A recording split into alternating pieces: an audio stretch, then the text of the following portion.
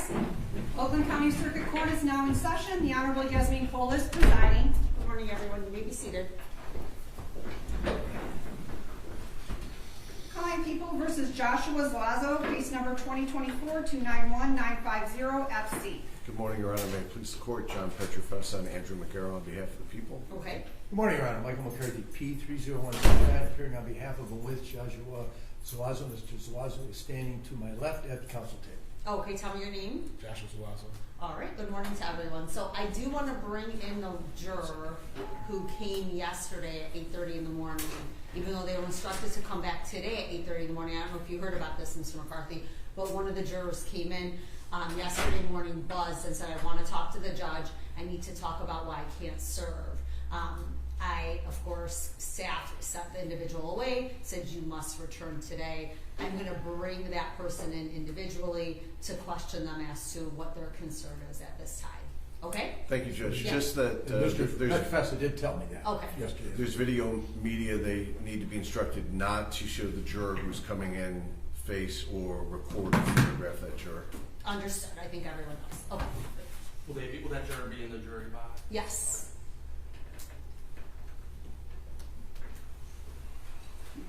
Yes.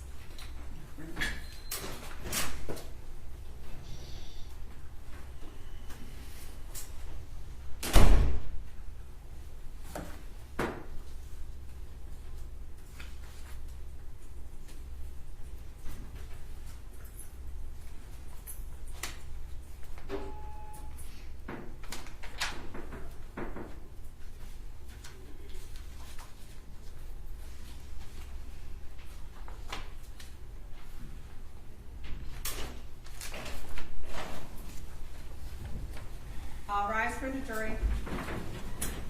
Hi there, good morning. Good morning, Your Honor. Come on in and have a seat. All right, please be seated. So my understanding is you came in yesterday morning. Yes. Yesterday morning, because you were here on Monday, you were chosen on Monday. That's correct. And then you said you wanted to address something with me, so we just wanted to get that out of the way before we got going this morning. What's going on? I mentioned Monday that I might know the victim and the family. Okay. It was brought to my attention in the courtroom that I may not. I certainly do. How do you know them? I went to school with Boheed Murray. His brother is a religious advisor in my community. Okay. All right, so, and I know we talked a lot about this during voir dire, and the lawyers asked a bunch of questions regarding it. So my recollection is you went to school with him 30 years ago. Correct. You did not have any you have not had any communication with him over the past 30 years. With the exception of his 40 under 40 celebration. Which was when? 10 years ago. 10 years ago. Correct. All right, so it's been quite some time. His brother is a religious advisor in my community. It's hard to pin down what interactions might be determined there. Well, I mean, when was the last time you had any interaction? A year?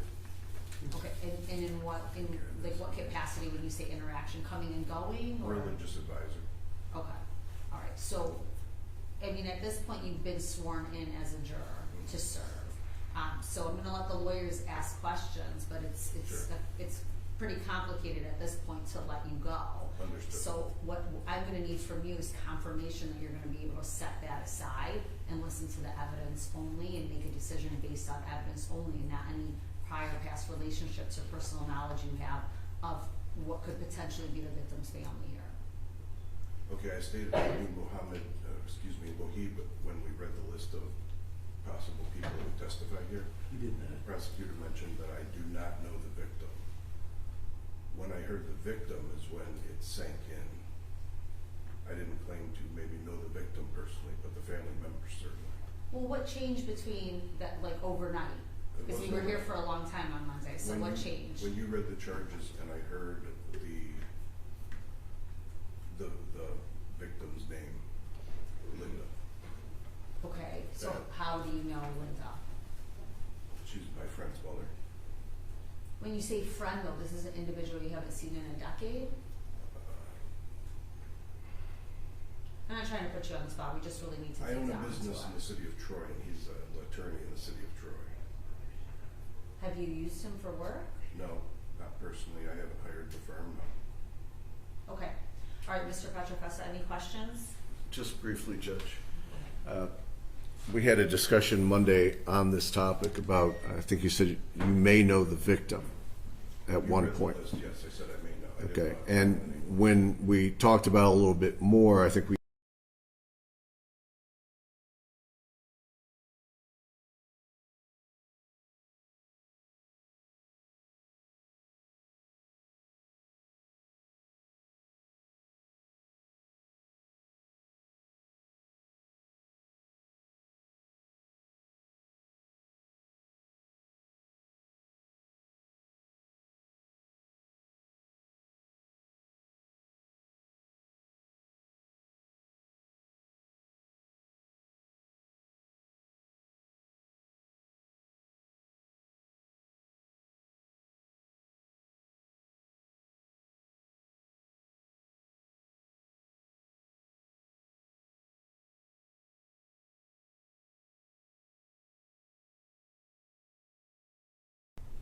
okay, that's not changed. You still don't know the victim. You may have gone to high school with a family member, and I think that's where we left off on Monday. If that's not my determination, but sure, okay. Okay. Thank you, Judge.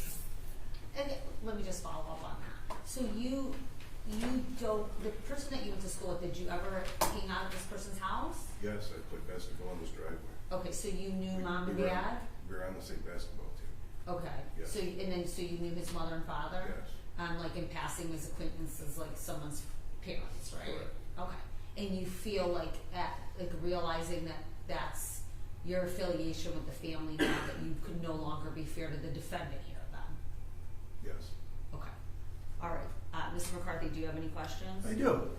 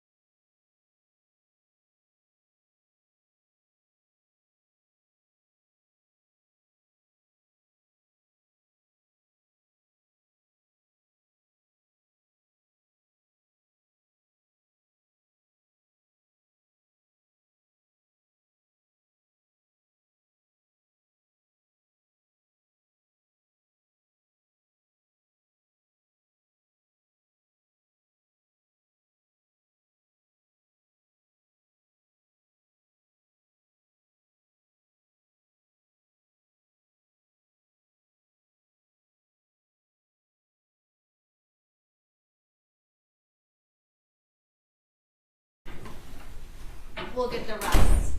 Thank you.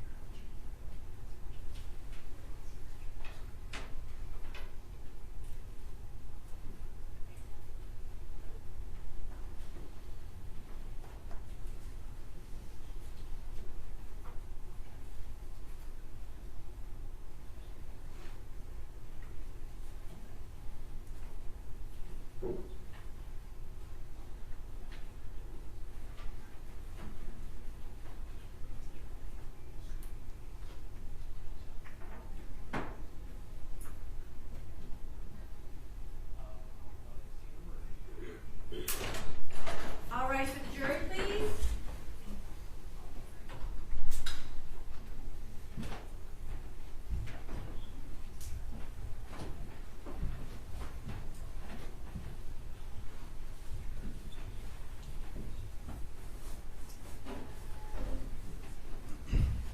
And the lawyers approach.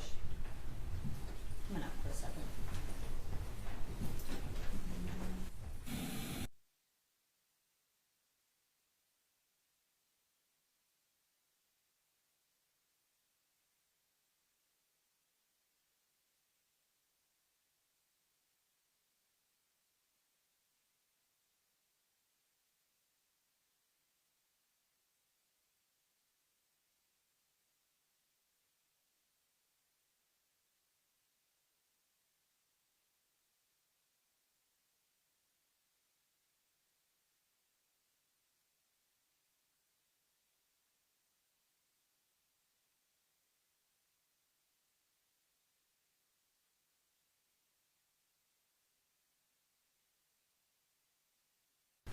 Good morning, ladies and gentlemen. Ladies and gentlemen, as you can see, juror in seat 9 is no longer with us. There's some information that we received that no longer allows him to serve on this jury. That should not affect your opinion or how we move forward or any of the voir dire process that we've had. But we do want to know whether or not anyone discussed in the jury room this morning any information that was provided to us through juror seat 9. We'll just take hands if anyone talked to juror in seat 9 or juror seat 9 share any information with anyone. It's important for us to know that at this time. I'm seeing all nods, so nobody had a conversation this morning with juror in seat 9. Counsels, are you comfortable with that? Yes, Your Honor. Okay, Yes, Your all right, Honor. then we're going to go right into openings. Good morning. Go ahead, Mr. Brashkassa. May it please the court? Counsel? Good morning. About a year ago, you're going to hear that Linda Murray and her husband, Hussein Murray, who would also go by the name Sam, were enjoying the fruits of their 54 years of marriage. They had raised a family. They were enjoying grandkids. Her husband, Sam, was still working on a regular basis at the two businesses that he had run for almost 3 decades. Down in Hamtramck, he had both a pawn shop and also a jewelry shop. And he would still go there on a regular basis. And you'll hear as the testimony comes in that life that they were living and were expecting to continue to live came to an abrupt end starting on October 10th of 2024 when there was a knock on the door. And that knock on the door was at 10 p.m. And that knock on the door was with this defendant, Joshua Zualza, and his co-defendant, Carlos Hernandez. Little did they know when that knock on the door came that their fate was about to be changed forever, and there was no going back. Linda Murray is going to testify this morning, and she's going to tell you that there was a knock at about 10 o'clock, and she's upstairs getting ready for bed, and her husband Sam is downstairs. And when that knock comes, they had a house that was set up with Ring cameras. And there's several Ring cameras around the house, and the Ring cameras also not only let you know somebody's there, but they also give you the video of what's going on at the knock on the door. So Sam goes to the door, and she's at the top of the stairs, and she'll tell you she could see what happens at the front door. And she'll tell you when the door opens, Defendant Hernandez and Defendant Zuazo are standing there, and they're dressed as DTE employees, and they are not DTE employees, but they're posing as DTE employees, and they want to get into the house. So they're saying, we're here because there's a gas leak, and we need to get in and check the house. And Linda's suspicion is up right away, and she yells down, it's kind of late for a gas leak check, isn't it? And her husband Sam has the door open, and Hernandez is still having a conversation about needing to check the gas. And Linda shouts down, Sam, do you have your gun on you? Because Sam, because of his businesses, because of the pawn shop, because of the jewelry, was licensed to carry a firearm and would carry a Glock on his right side. The conversation ends. Sam says, you're not coming in. It's too late. And then Hernandez says, well, we'll be back tomorrow. The door closes. They continue on with their night. You'll hear in the next morning that Linda has a doctor's appointment, and she goes to the doctor's appointment. She gets back to the house about 10 o'clock. When she gets to the house, Sam's already been cooking that morning because she's going to bring in food for his employees. It's a Friday now. And he often would cook for the employees, and he'd bring it in to share with them throughout the day so they had something to eat at lunchtime. Usually would go in around noon. So she gets in there, she starts cooking up breakfast for her and her husband. There's nobody else who lives at the house, it's just the two of them. So as she's doing that, Sam has already made the food. He's over in the family room. There's another knock on the door. And this time, when they go to the door, Linda's now on the first floor, and she cuts through between the kitchen and the front door, and she's looking towards the front door, and she can see that it's the same two guys who were there the night before. And she will identify Defendant Zuazo and Defendant Hernandez as the two guys who were there. You will see the Ring camera videos of all of these. And again, they want to come into the house. They have fake DTE badges. They come along with props like gas detector that you can buy on Amazon for $25, and they want to get in. This time Sam lets them in to check for the gas. So as they come into the house, the gas that they want to check is going to be in the basement. So at first, Zuazo comes in and kind of lingers around. I think Linda thought he was going to go to the gas dryers. He doesn't. And then Hernandez says something kind of strange, like, well, I forgot something out in the truck. So he disappears slightly, but she doesn't hear the alarm in the house beep. So she doesn't really believe he actually left the house to go out to the truck. And then you're going to hear that her husband, Sam, leads down into the basement. And you're going to hear that Zuazo is the first one to follow him down the stairs. And then Hernandez comes behind. And Hernandez closes the door. And that's the last time Linda ever saw her husband alive.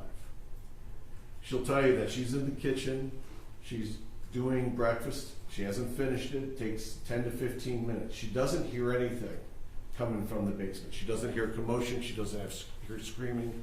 She'll tell you, I believe, that her husband was a loud talker, and that for his age, he was a strong, physically fit guy. She doesn't hear anything.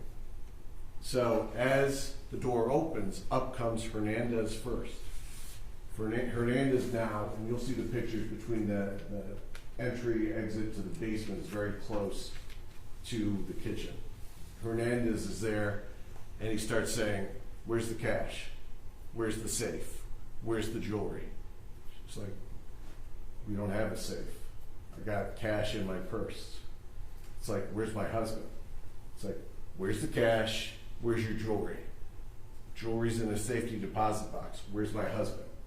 And then you'll hear, up comes defendant Zualzo.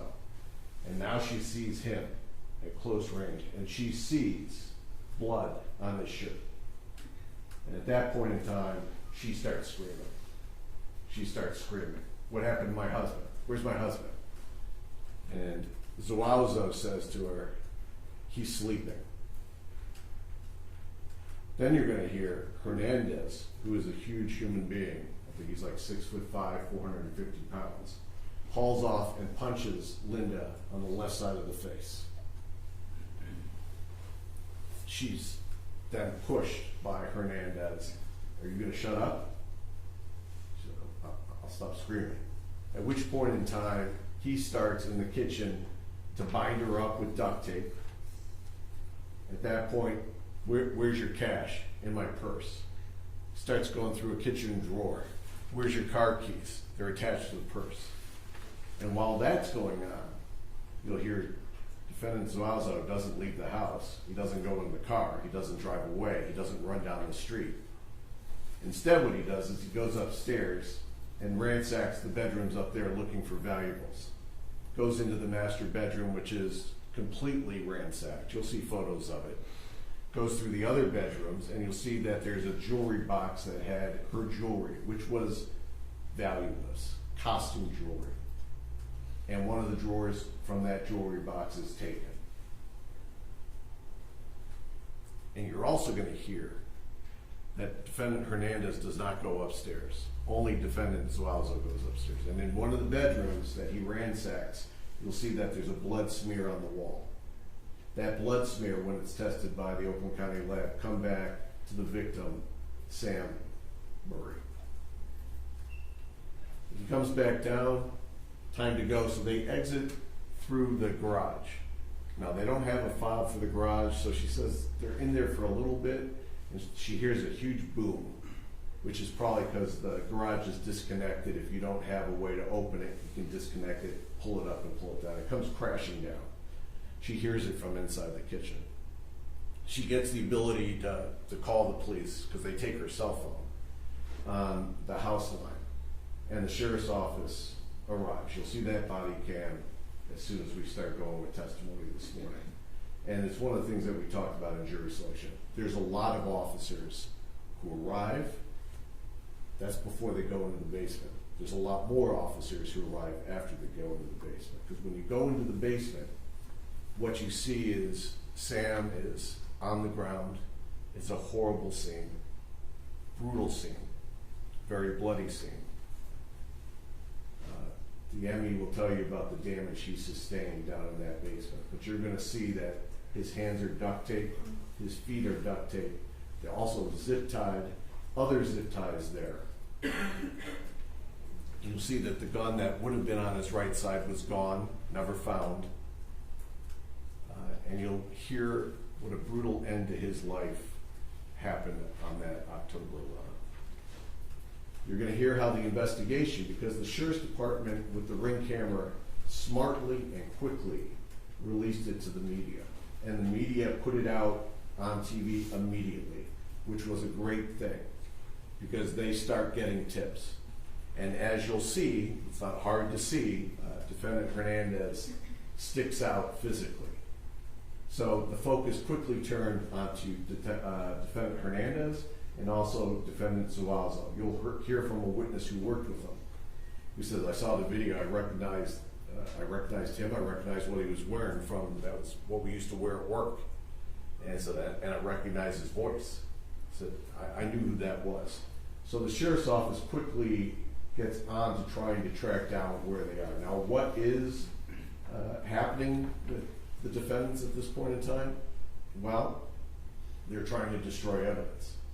So you're going to hear that truck, which was a stolen truck that was stolen about 10 days before. You'll have that witness come in and say that the truck was in front of my house. It was our work truck. I went to bed at 11, it was there. I woke up at 5, it was gone. So he'll come in and say how that truck was stolen. one more layer of trying to get away with what happened on October 10th and 11th. Then you're going to hear that the plate that was on the truck was actually stolen from DTE itself. So if anyone was to have run it, say, is this a DTE truck, it would have actually come back to DTE because that plate was stolen. So that truck is taken down to Detroit. It's set on fire. You'll hear how the Detroit officers responded to the blaze. There's actually a photo of the truck on fire as that piece of evidence is trying to be destroyed. So the sheriff's department quickly starts, there's a thing called the flock system. It's used to be few places, now it's every place. Pretty soon, you're not going to be able to drive without them being able to track your plate if they want to, because it photographs the plates. And they got Hernandez, going south. And they're also aware, now that they've started their investigation, that Hernandez has another residence that he uses down in Texas. So they put out a bulletin all the way down the trip, what they expect to be to Texas, and Louisiana on October 12th quickly comes in contact with them and pulls them over. They conduct a search warrant, and what you're going to hear they find in the vehicle that Hernandez is driving is the original license plate on the stolen truck that's designated POCO, because I think that's the company's name. That's in there. You're also going to hear that there are size 13 shoes, 3 pair of size 13 shoes. And on one of those pair of 13 shoes, there's blood. And when the lab tests that blood comes back to the victim, Sam Murray. You're also going to hear there's 1 pair of size 11 brown boots. Not size 13, but size 11. There's also blood on that. Those boots also come back to the victim. Then you're going to hear that there's a bucket hat found in that, a bucket hat that is identified by witnesses as the defendant wearing on prior occasions. And then you're going to hear that as the investigation continued, the lab that was processing that scene comes up with DNA of both defendants on different items that were found at the scene and in the basement. As the case progresses, you're going to hear evidence that throughout this course of events, which started way before October 10th and 11th, because as the investigation now focuses, you're going to hear that in fact, defendant Hernandez had gone to Mr. Murray's store almost a year earlier, back in October 2023. And he had pawned items there. And he's going to be identified by witnesses as being a guy who they remember coming into that store. By his size, he stuck out. They also have the records of his pawn slips. And then you're going to hear how he came back in February of 2024 and was also at that store. This time at the store, horrible, horrible detail. But he actually asked to be introduced to the owner. And he was introduced face to face to the owner, Sam. And you'll hear that Sam would park his car at that building, open to the public. You could see his car, it's an older Audi. You could see that he would park his car outside the house in the driveway, so you could see if he's home or not home. So this was not random. This was not an accident. This was targeted. They did not give up after the first time, where a lot of folks might have said it didn't work. They may call DTE, they may call the cops, I'm not showing back up tomorrow. That doesn't happen. They're back on October 11th to finish that mission. And that mission was also planned by getting false DTA stickers for the side of the truck. This was well planned, well targeted, and ended horribly. And you'll hear, I think, at the conclusion of this case, and I think you'll come to the conclusion that they were in it together from before the 10th, the 11th, and after. All of these factors, I believe you'll find the defendant guilty as charged on all counts. Thank you. Thank you, counsel. Mr. McCarthy? Thank you, Your Honor.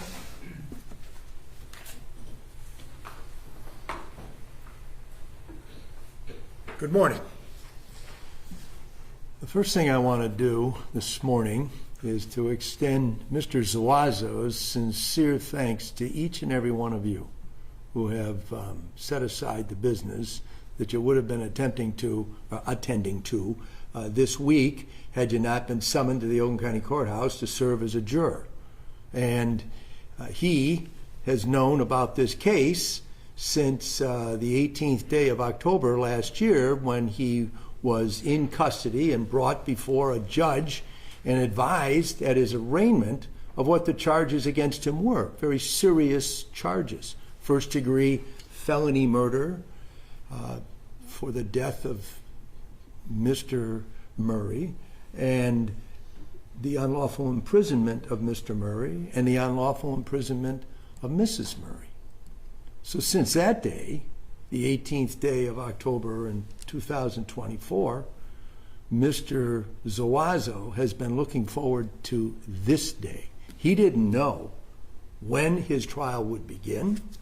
He didn't know who among his fellow citizens would be summoned to the Oakland County Courthouse to serve as the triers of fact, the people who will determine the truth in this case.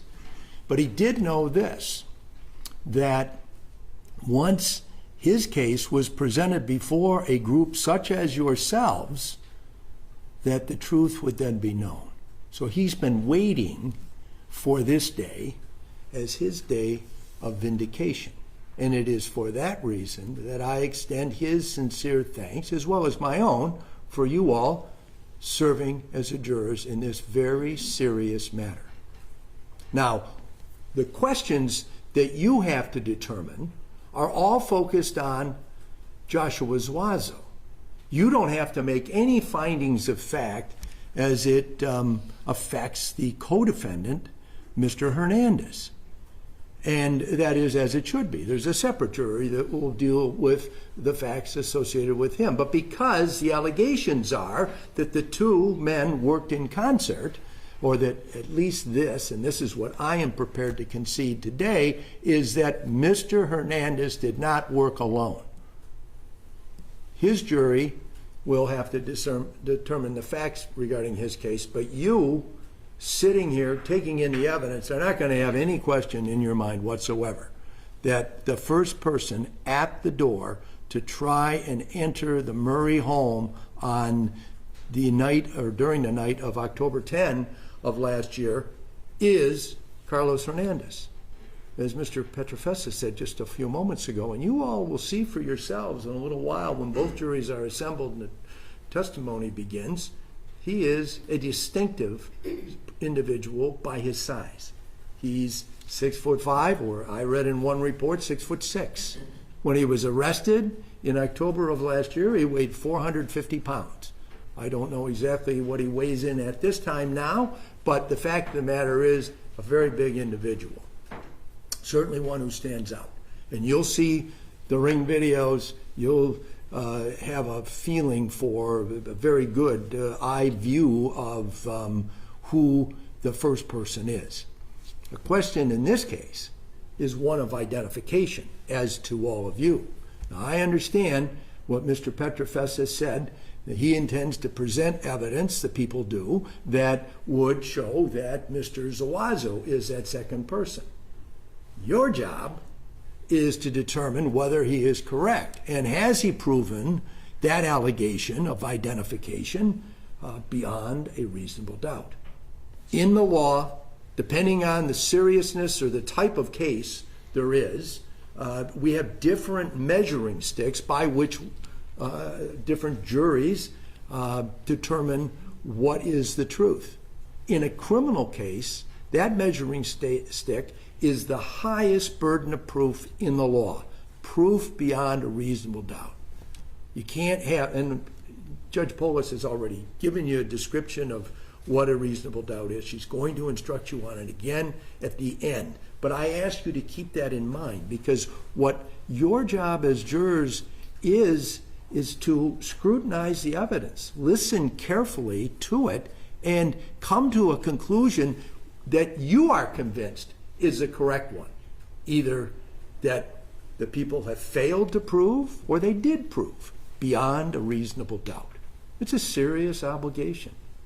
And I'm sure when you received that summons, whenever that was, it said you had to be here this past Monday to serve as jurors, or at least potentially serve as jurors, you looked at it as not a wonderful opportunity to do some public service or civic duty, but as an interference in whatever it is that each of you would have been doing this week. But now, because you have taken that solemn oath that was administered to you on Monday afternoon, your job is to determine the truth. That's what a trial is. It's a search for the truth, and you all are the truth finders and determiners. So just along those lines, I want to tell you that if you let your mind wander while we are all gathered here together and start thinking about those things that you would be doing this week had you not been summoned and sworn in to serve as a juror, while the testimony is being presented or exhibits are being displayed, the evidence in the case, you're going to miss something.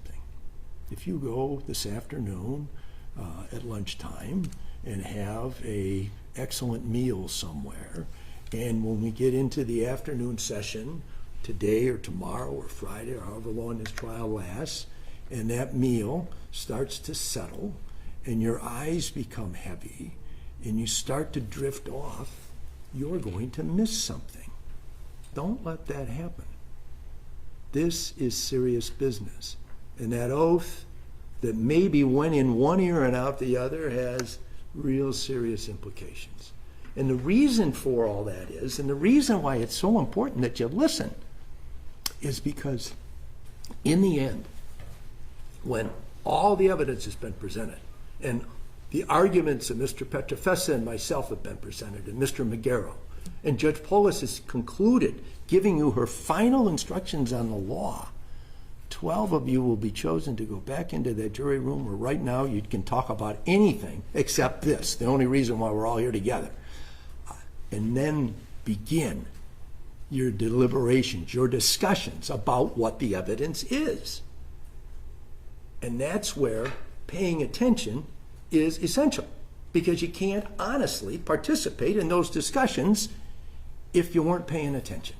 And the way and the reason why, and even as wonderful as the United States is, we didn't come up with this idea of 12 people on a jury. That goes back to the Old English common law, and it's been around for centuries longer than the United States has existed. And the reason it's done that way is because 12 people of differing life experiences and just knowledge of life in general sit down, they listen to what the evidence is, and then they all tell their different perspectives.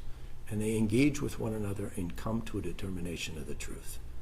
And that's, while I am cross-examining witnesses and listening carefully to everything that goes on during the course of the trial, while Mr. Magaro and Mr. Petrofessa are examining witnesses and doing exactly the same thing, you all will be sizing everybody up. One of the things that Judge Polis has already instructed you on, and she's going to instruct again, I'm pretty confident, at the conclusion of the trial, is listening to the witnesses. And I'm not going to say that any person who comes into this courtroom and takes an oath to tell you the truth, because I know who these witnesses are, and I've read what they've said in the past, and I have an understanding of what I expect you all are going to see. I'm not going to tell you that anybody's a liar. But one of the instruction you get on listening to witnesses is people can give testimony about what they think they saw, say it honestly because that's really what they believe, and still simply be wrong.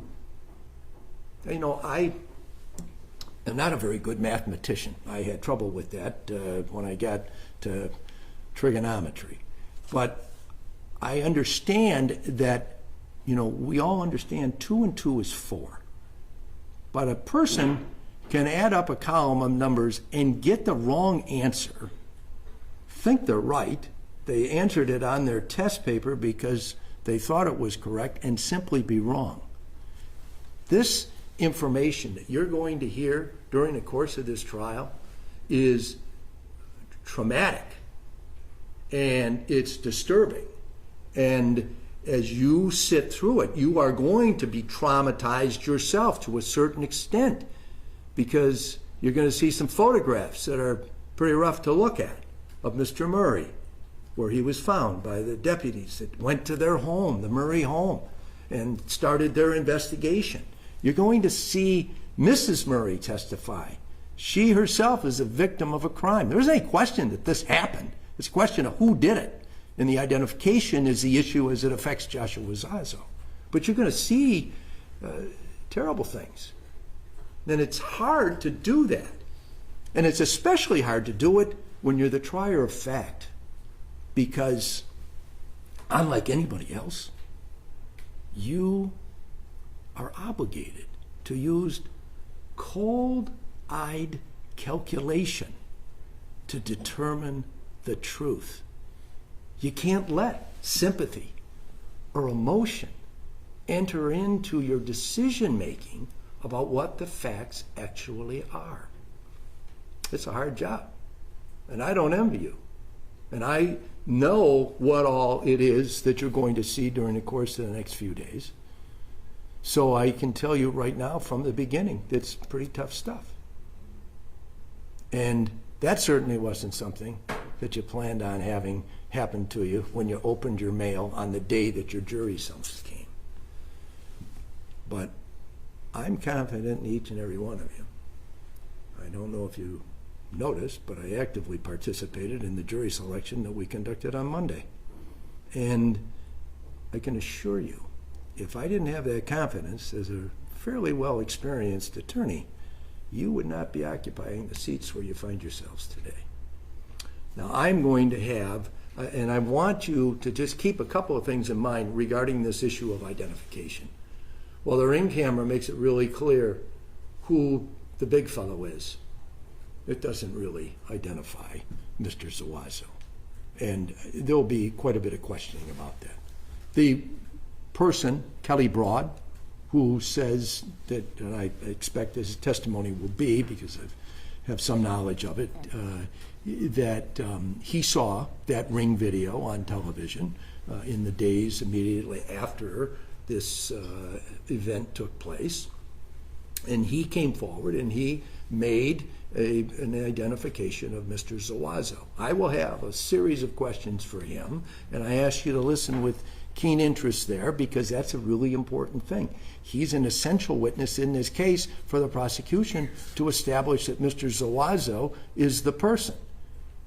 And the question will be, and the one that I will raise in the end in my closing argument, is whether Kelly Broad is correct.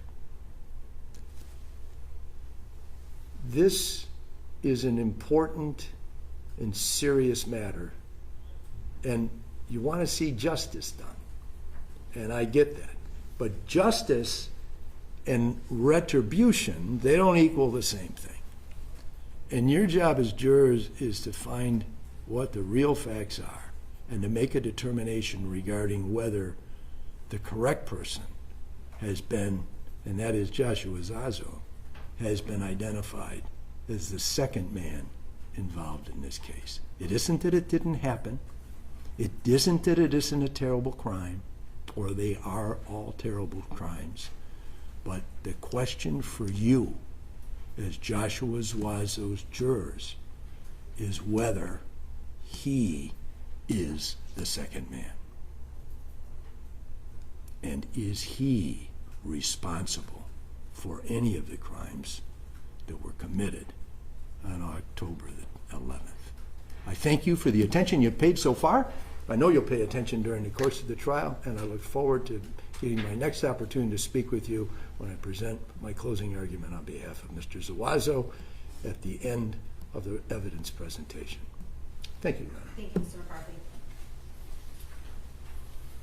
All right, ladies and gentlemen, so I'm going to send you back to the jury room for about 10 minutes. When you come back the next time, we will have both juries in here. All right, so what we're going to do is we're going to kind of swap between where you sit. I don't know where you're going to be brought in, but you're either going to be brought in here, you're going to be brought in one of those front two rows. Obviously, it's more comfortable to be sitting where you're sitting right now, so we are going to be cognizant of that and try to switch between the breaks. But right now, just procedurally need to set that up and see you back in about 10 minutes. All right, for the jury, please.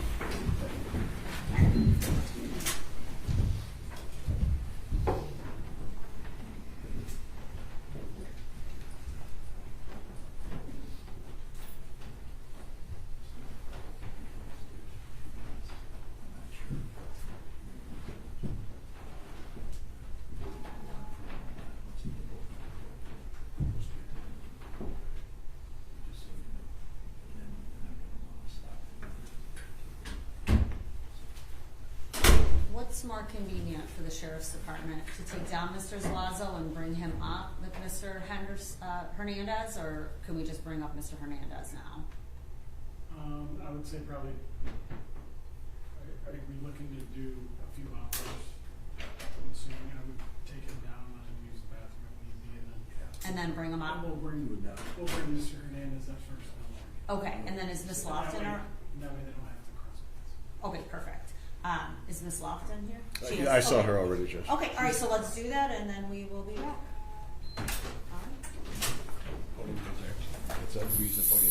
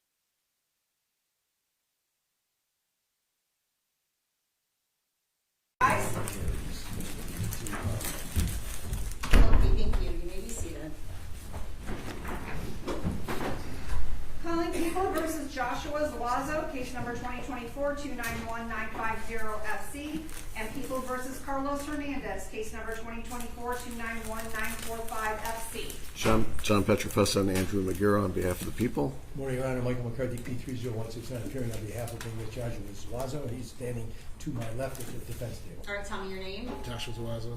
Good morning, Your Honor. Paulette Michelle Lawson on behalf of Carlos Hernandez, who is standing to my right. All right, tell me your name. Carlos Hernandez. Okay, all right, we're going to bring the jury in a moment. Everyone can have a seat. I just want to have a brief little discussion here with the defendants as well.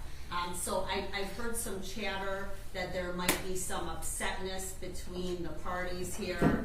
I just want to make it very clear to you that if there's any obstruction of justice whatsoever that I find, you will quickly be taken down to lockup, and you will watch your trial go on without you being present in this courtroom. You'll just watch it through a screen and not be here.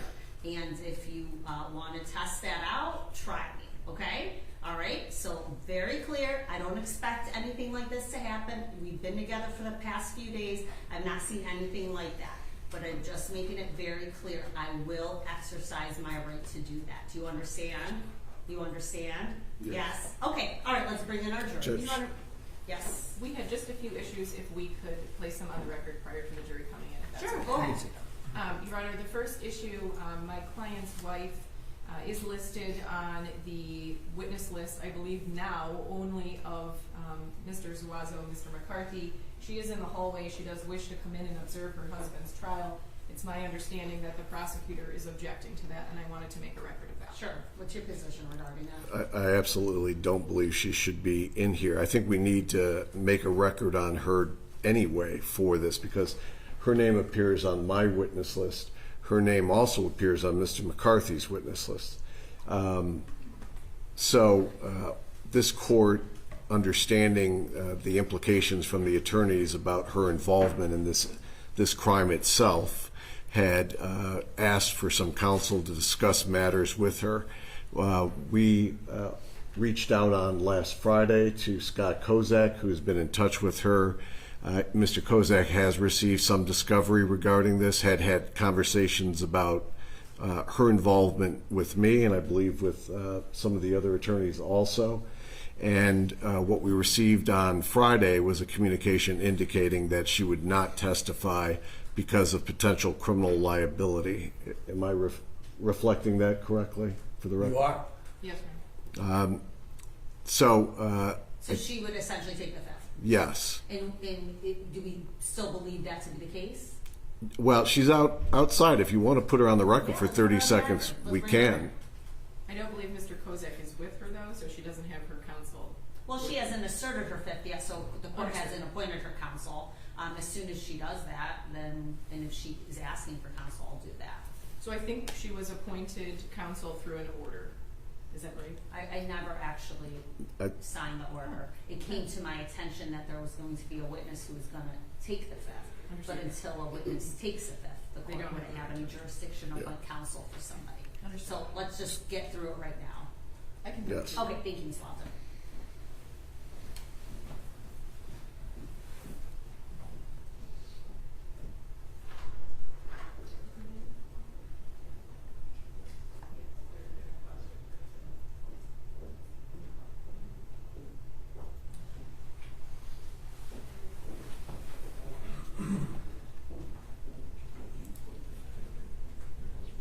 Which way would you like her? This way.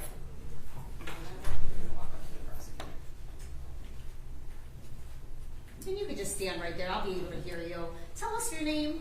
Amanda Ileana Hernandez. Okay, all right. I'm going to get you sworn in because we have some questions for you. Okay, it's our understanding that you want to be in the courtroom, but you're potentially a witness. So we're just trying to figure out whether or not you're going to actually be called in this case. Go ahead and raise your right hand. Do you swear to tell the truth, the whole truth, nothing but the truth, so help you God? Yes. Okay, put your hand down. So you understand that you've been subpoenaed to be a witness in this case? Yes. All right, and it's my understanding that you would be planning on asserting your Fifth Amendment. Is that correct? Yes. All right, and is that something you plan on doing then? Yes. Yes. All right, Mr. Petrofessa. And you've had conversations with an attorney, Scott Kozak, before Yes, this? I have. He's actually tried to get me taken off the witness list, but he can't get in touch with Mr. McCarthy. All right, any questions, Mr.? I know that's not accurate. Go ahead, Mr. McCarthy. Well, Any questions for the witness on behalf of I Mr. think Palazzo? the fact that she's stating that she's going to assert her rights under the Fifth Amendment and remain silent, that satisfies me. I'll strike her name from the witness list, and I have no desire to have her testify, given my understanding of the evidence that would implicate her. What's your position? The position is that she still shouldn't be in here for several reasons. First of all, she's still a potential defendant, and she still could be potentially charged. I don't want her having access to testimony of what's going on. Secondly, she's still in constant contact with the defendant. I have concerns about her intentionally creating a mistrial. She's also living, I believe, with another witness, Danielle Diaz, her mother, who's going to be testifying tomorrow. I also believe that she can watch, because I believe it's being live streamed. If she wants to follow this case, she can watch it on live stream. It also creates an issue if she's sitting in here and a jury sees her sitting in here, then they're going to say, why is the prosecution not calling her, not understanding I can't call her? So if she's in here. Still call her, though. And I think this is the way that we're going to get around this. But what are your thoughts, Ms. Lofton? Your Honor, since she has been struck on Mr. McCarthy's witness list, she is here to show support for my client. I think that is important for the jury's view. So I would ask that she be allowed to remain.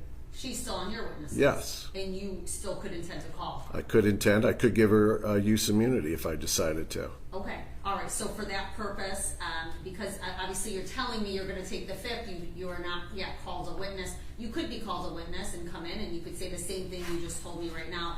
That just prevents the lawyers from asking you any other questions, but doesn't prevent you from being called as a witness. So I am going to ask that you remain outside the courtroom at this time. Okay? Your Honor, before she leaves, I think there's one other thing that she should have a clear understanding of. Sure. And that is that I shared some discovery with Mr. Kozak in order to enable him to give good advice to his client, Ms. Diaz. Now, she could very easily be charged in this case, and I don't want her to lose track of that, because as I understand it, when there's an ongoing investigation, which I believe as it affects her there is, then the subject of that investigation is not entitled to have the information being gathered by the prosecuting authority. And that is the case that she finds herself in right now. So I think that she has to be removed from the courtroom and be outside of the courtroom the entire time. Okay, unless she's otherwise called as a witness if the prosecution change their cease mind. to exercise that. And at this time, I will in fact sign an order appointing Mr. Kozak to be your counsel moving forward until at least the end of the trial. Sound good to everybody? Yes, Judge. Okay. All right, we ask that you wait out in the hallway. Thank you.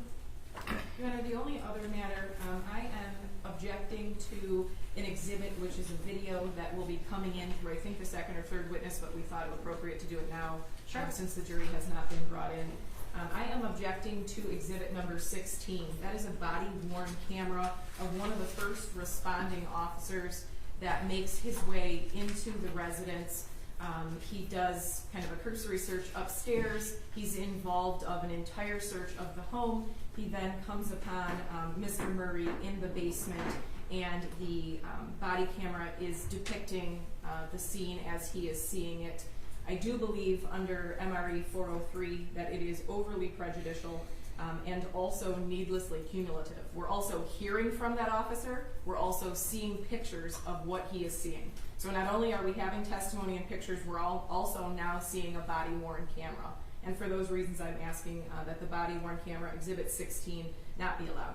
Well, that argument, wouldn't it be, I hear arguments from the defense asking that body-worn cameras be shown. So, it's only applicable sometimes but not others. That's your position? I think due to the graphic nature of what he comes upon, I think it's overly prejudicial. Okay, overly prejudicial. What's your position regarding that? Your Honor, all evidence presented that doesn't correspond to their position be prejudicial. That's not the test. It's just if it's substantially outweighed. At this point, it's going to depict the scene when Deputy Copeland shows up. It's going to depict the victim, the state she was in. It's going to show clearing of the house, it's going to give information and context to the jury, what the scene was like when they showed up. The pictures that are going to be in there are going to be through the crime scene investigator with the placards and things like that afterwards. We're not playing the full body camera, which would be over an hour. It's been edited down to 28 minutes. And mostly, the video is going to show versus the testimony of Deputy Copeland. So the video is going to depict far more than what Deputy Copeland is going to testify to. I'm going to ask him a few questions and then play the video because that's going to show what happened that day. Okay, do Your you Honor. join on that objection? Yes, in the test for 403 is not overly prejudicial, it's unfairly prejudicial. And its unfair prejudice outweighs the probative value of the evidence. So I join in the motion brought by Ms. Lofton, but I'm making that distinction because that's the actual language in the rule. And it is, I submit, in agreement with her that the presentation of that body-worn camera would be more unfairly prejudicial than probative because you do have a witness who can tell you what he saw.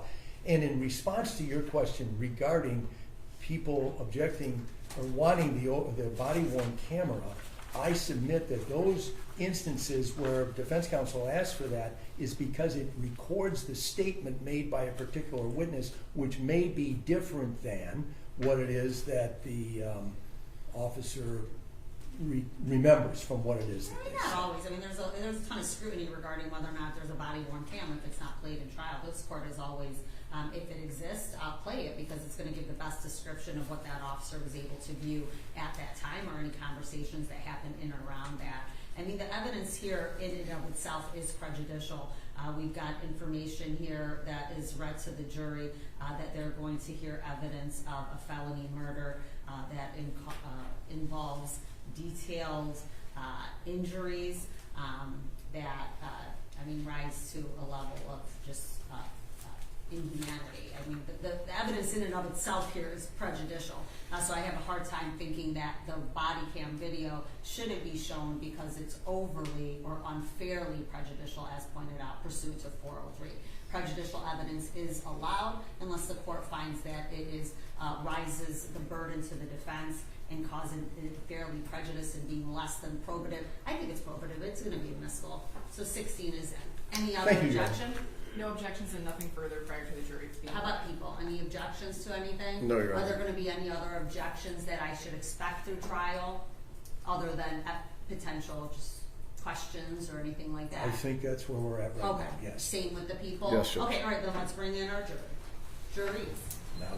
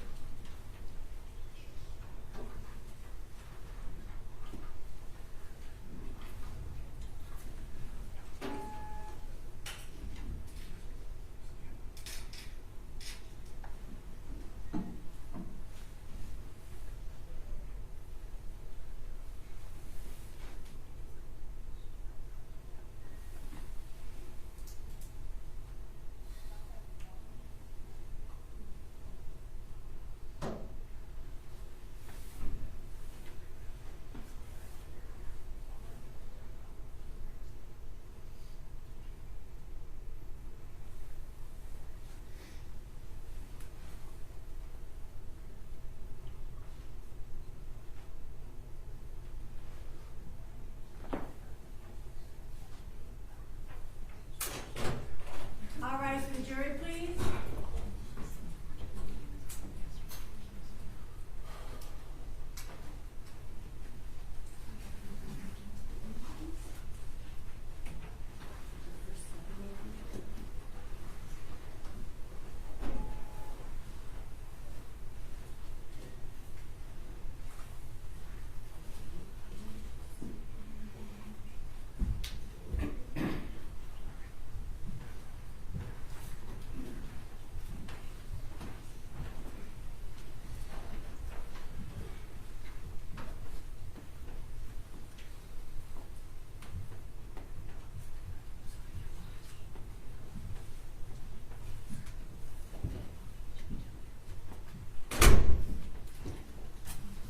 Welcome back, ladies and gentlemen. Please be seated.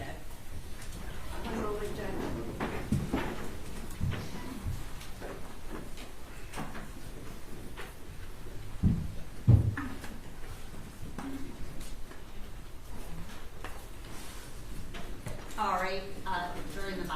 thank you for your patience this morning. I know everybody was back here on time. Sometimes things take a little bit longer than anticipated, but we're ready to get into witnesses at this time. People call your first witness. People call Kristen Nahas.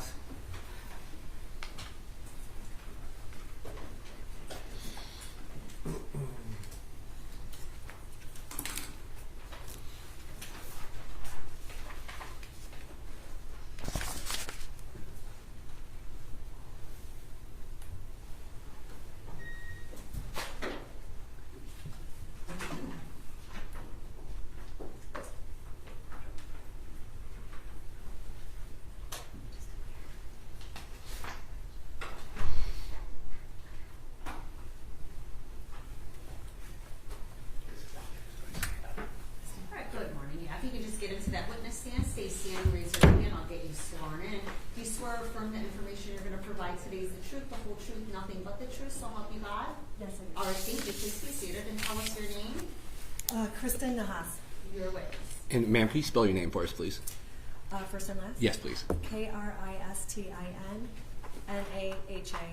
All right, thank you. And where do you live? I live at 3759 Newcastle Drive in Rochester Hills. Okay, and how long have you lived in that subdivision? 11 years. 11 years? Okay. Do you remember back in October 11th of 24, did you have to talk to the police that day? I did. Okay. And do you recall about what time of the day did you have to speak to the police? Probably around 12:15. Okay. And what did you talk to the police about? I told them what I had seen that morning when I had been out for a walk. Okay. And you went out for a walk that day? I did. Okay. And what time did you leave the house to go for a walk? I left at 11:15 to walk my dogs around the block. Sunny. It was a beautiful day like this week. Okay. So you left your house about 11:15 to walk the dogs? I did. Okay. And while you were out walking your dogs, did you observe anything that caught your attention? Yes. The first thing was it was very busy. It was, sorry. Busy. Okay. Immediately, the houses, down from me had a lot of action. The dogs were kind of excited about work crews, a lot of trucks, a window crew at another house 3 doors down. So they had a table saw out in the driveway and people working. It was, exciting for them. They were distracted. The dogs were distracted. Yes. But almost immediately, I heard a squeaking noise, like a fan belt, of a vehicle that was going so painfully slow. It was kind of annoying, but everything going on, it was maybe 5 miles an hour. And it was, as it passed me, the pickup truck carried on down the street. Okay, and when you saw this truck, what street were you on in your subdivision? I was on Newcastle. It was only 2 doors down from my house. Okay, so you had just started your walk, and Just started the walk. and a lot of stuff is going on, but you see a truck. I heard it first. You heard the truck first. What type of truck was that? It was a pickup truck, a white pickup truck. All right, anything about that truck that caught your attention besides it going slow and the noise? Honestly, the noise was obnoxious almost. Okay, and so when you heard this noise, that truck caught your attention, and what did you do next? It rolled on, so nothing. I carried on with my walk. Continued maybe another couple houses down. Stopped to let the dogs take a sniff, and then I could hear it coming back up the street, the other direction, toward me. Okay, so I want to just orientate a little bit. Are you familiar with the Murray's house? I am. And do you know where they live? I do. Okay, and were you friendly with them? I was. Okay, so in relation to where you live and to where the Murray's house is, can you describe to us where that is? 3 doors down on the opposite side of the street from my house. Okay, so when you left with your dogs that morning to walk, were you heading in that house's direction? I was headed toward the Murray's house. Okay, and so you testified that pretty quickly you heard this truck. I did. Okay, and when you saw this truck, was it coming from behind you or towards you down the street? As I left my house to start the walk, the truck came from behind me and passed me down toward the street. It passed me and it passed the Murray's house and it disappeared around the bend. Okay, and so while you're walking, that truck goes past you and the Murray's house at that time? It did. Okay, and about how long after you saw the truck, heard that noise, does that truck come back around? Within a minute. Okay, and when that truck comes back around, do you hear it first or do you see it first? I heard it. Okay. And I looked up then to see it. Okay, and when you looked up to see that truck come back around again, what did you observe, if anything, of that truck at that time? The first response was annoyance. basically this as slow as you could be, almost advertising, hey, I'm casing your street. It felt that way. It would feel that way to most people. I So think. when you observed that truck, were you concerned at that time, or was Yes. it just it was okay? I was. Did you see any markings on this truck? I did look up to confront the driver, and initially looked at the face. The window was down, and was prepared to just kind of hold my hand up and say, "How can I help you?" Okay. That's- Did you do that? I looked up and I looked at the driver, and at the same time I saw the DTE decal on the side of the truck. It diffused me completely. So when you saw it may have been utility company, you were no longer concerned? Yes, it occurred to me that, they're just looking to do service somewhere. Okay. And at that time, you said you were going to stop and confront the driver. Mm-hmm. Did you observe anything about that driver at that time? At that time, not necessarily. And so after easing your concerns about what you observed about this truck, what did you do next? I carried on around the block, fairly short block. I was back to my house within 12 minutes, probably, and I went home with the dogs. Do you recall about 11:15 you left, and it was about a 12-minute walk, you'd say? Yeah. Okay. Do you recall how many people were in the truck? Yes, there were 2 men in the truck. Okay, 2 men in the truck. There were. Okay. And when you see this truck the second time, does it continue driving at the same slow pace, or does it stop, or what does it do? At the moment that, as I mentioned, that I felt like I was going to intervene, and I saw that they were actually pulling up to the curb, I was taking a picture of my dogs to send my daughter at school. So they're on a leash, I have my phone out, and I'm taking a picture.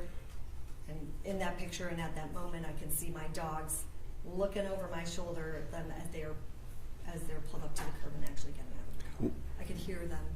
Do you recall what curb they pull up to? Do they pull up to Murray's house, or is it another neighbor? I didn't actually turn around and visually see, but sensing that they were directly behind me, it would have been the neighbor just to the southeast of the Murray's house, the tall residence. Do you ever see them exit the truck? I didn't see them, but I heard them get out, feet at the ground, doors shut, start to get things out of the bed of the truck.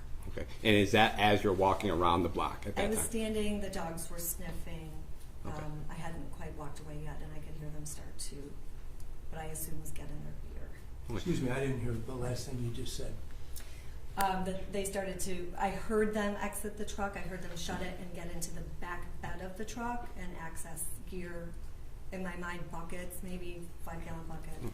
But you don't recall anything they're wearing or any description of those In people in that the truck? moment, no, but When you say in the moment, it didn't necessarily register to me in the moment what they were wearing, which became interesting to me after the fact. okay. So you go back home, and is there at some point during the day that the police arrived to the Murray's house? Yeah, I feel like shortly thereafter, the dogs were new to me, so we spent a lot of time in the yard, and there was immediately action in the street. I feel like by maybe noon, I'm just using my memory, but the neighbors were out.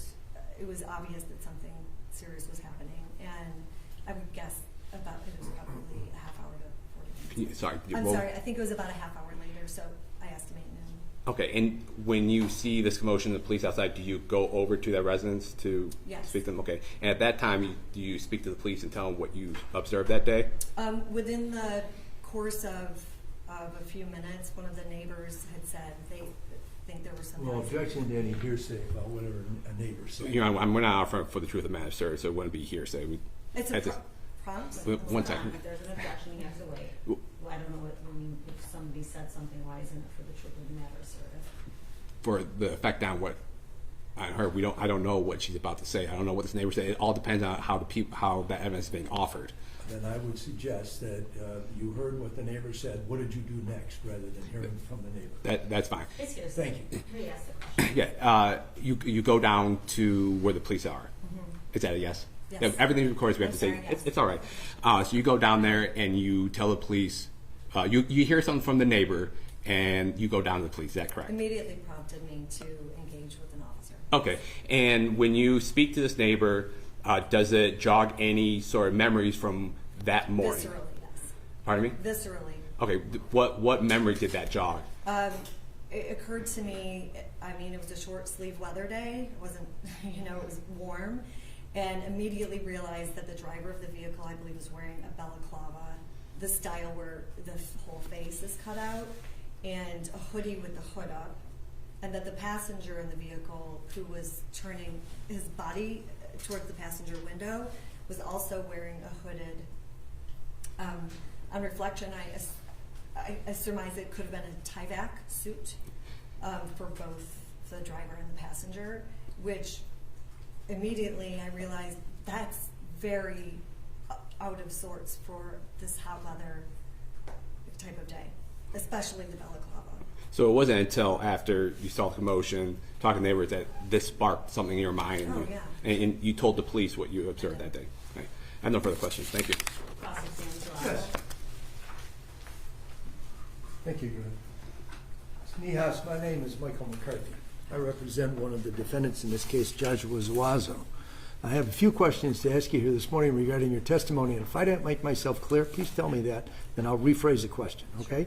Now, you engaged with the officers when you saw that there was commotion down in front of the Murray house and police cars were present, correct?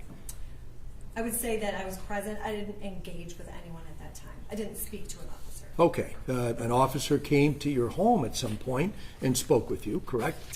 And you were on the front porch. I mean, and this was in daylight, and it was sometime in the early afternoon of Friday, October 11th, correct? Yes. And you told them, the officer that you spoke with, what it is that you saw that day, right? And would that name Officer Bowie ring a bell with you? Okay. So you spoke with Officer Bowie, and then you also told Officer Bowie that you would give him a written statement, correct? I did. All right. And then you've had an opportunity to see that written statement before you assume the witness stand here this morning? I did. Okay, and you've read over it. I know that you, in your statement, you identified the driver having this balaclava mask, and also that he was a man with an olive complexion and little to no facial hair to note. Direct quote from you. Yeah. Then, and you said that he had a light-colored, hooded, possibly Tyvek material with a Alte Viz orange balaclava with the entire face exposed. Is that's what you wrote? I believe. And then what you also told the officers, and I believe you said here during your direct testimony, is that you didn't see either one of the two people that you say were in this vehicle actually exit. You heard it, but you were moving on with your dog walk, correct? Correct. And this was not anything of interest to you. You were more concerned with taking a good picture of the dogs and sending it on to your sister and continuing with the walk, correct? Is that a yes? Okay. Now, you said that in your statement, the passenger, or his passenger, was a male, but the only observation, I think he may be taller and thinner than the driver. Remember that? I do. Okay. You didn't say anything in your written statement when this was all fresh in your mind about what it was that the second man in the vehicle was driving. Wearing? Wearing. Well, that's what I meant to say. Oh, I'm not, I don't recall that I didn't write what he was wearing. Well, may I approach, Your Honor? I'm going to show you a document. You please tell me whether you recognize it, and then if you do, I'll have further questions for you.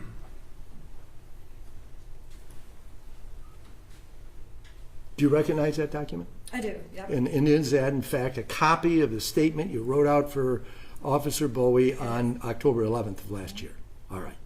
Now, what I'd like you to do is take a look at that and see whether or not you gave a description of the clothing the second man was wearing in your statement. I didn't.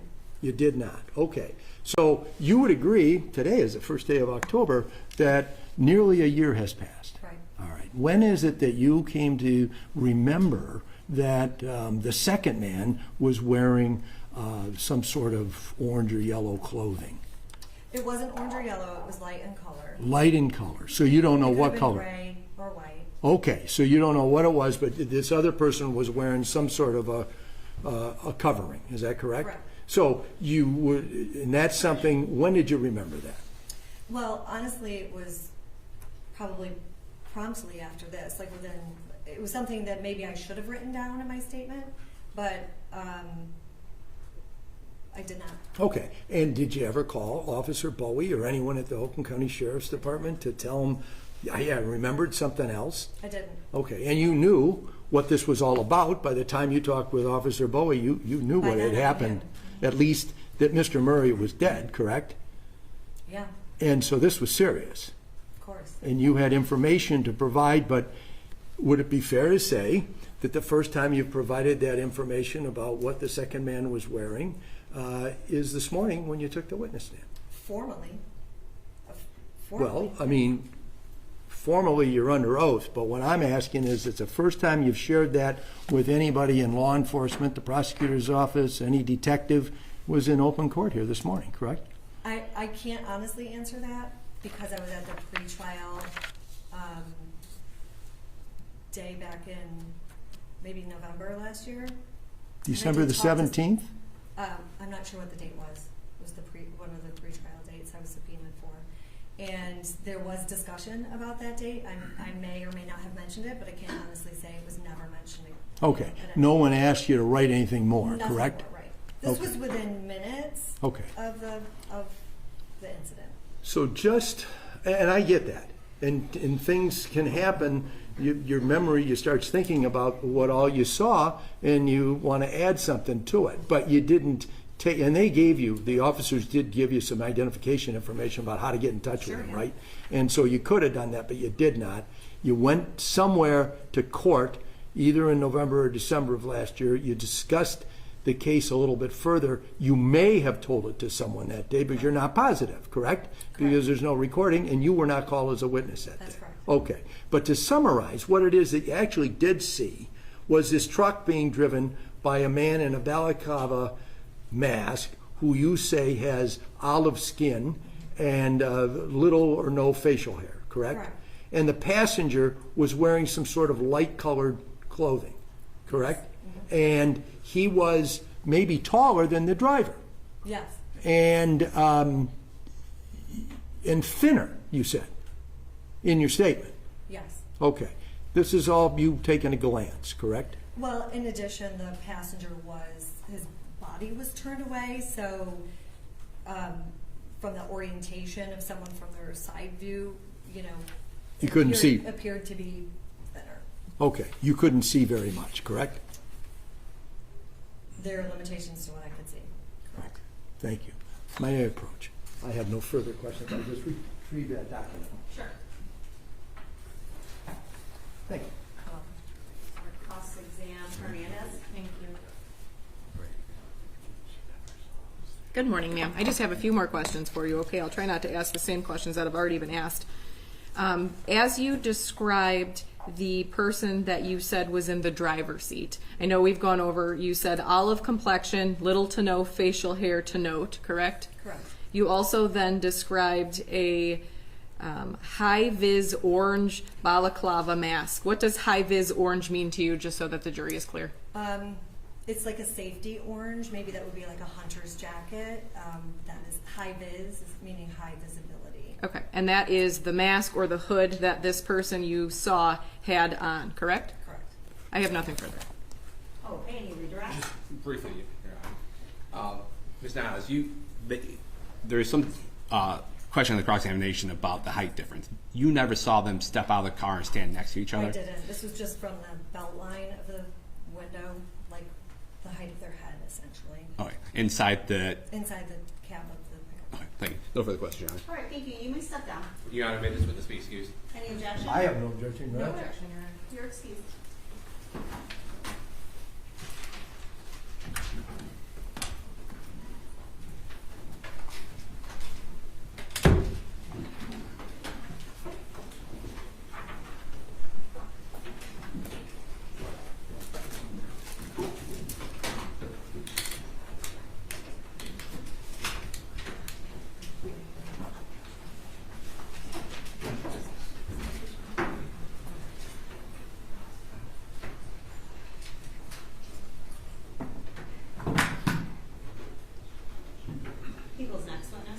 call Deputy Copeland.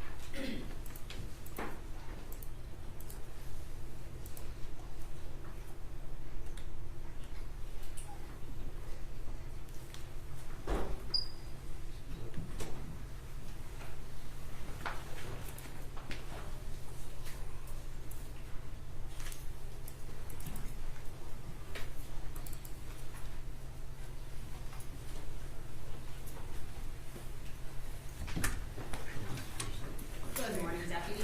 Stay standing, raise your right hand. I'll get you sworn in. You swear affirm the testimony you're going to provide today is the truth, the whole truth, nothing but the truth, so help you God? All right, thank you. Please be seated and tell us your name. Deputy Tazra Copeland. You're with us. Thank you, Your Honor. And Deputy, can you spell your first name and last name for us, please? Sure. First name Tasray. Last name Copelland. And Deputy Copeland, where are you employed? Oakland County Sheriff's Office. And how long have you been with the Sheriff's Office? 21 years now. All right. And prior to your employment at the Sheriff's Office, do you have any other law enforcement experience? No. And Deputy, what is your current title right now? Patrol officer. All right. And where are you currently assigned to? Rochester Hills Okay. substation. And I want to direct your attention to October 11, 2024. Were you also assigned to that particular substation then? Yes. Okay. On that day, did you receive a dispatch about a potential robbery occurring in Rochester Hills? Yes. All right. And where were you, if you recall, when you got that dispatch? I was in the area. Can't tell you exactly where when the call came out, but I know it was close by. Yes. And I'm having a hard time hearing. Can you just raise your voice a little bit? Yeah, absolutely. Okay, thank you.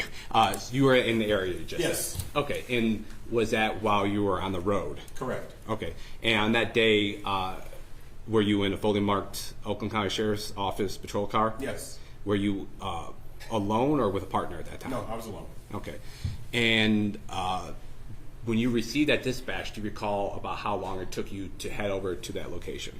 It was less than 5 minutes, if I recall correctly, because I wasn't that far when I heard the call come out. Okay, and when you arrived on scene, do you recall where you parked your vehicle?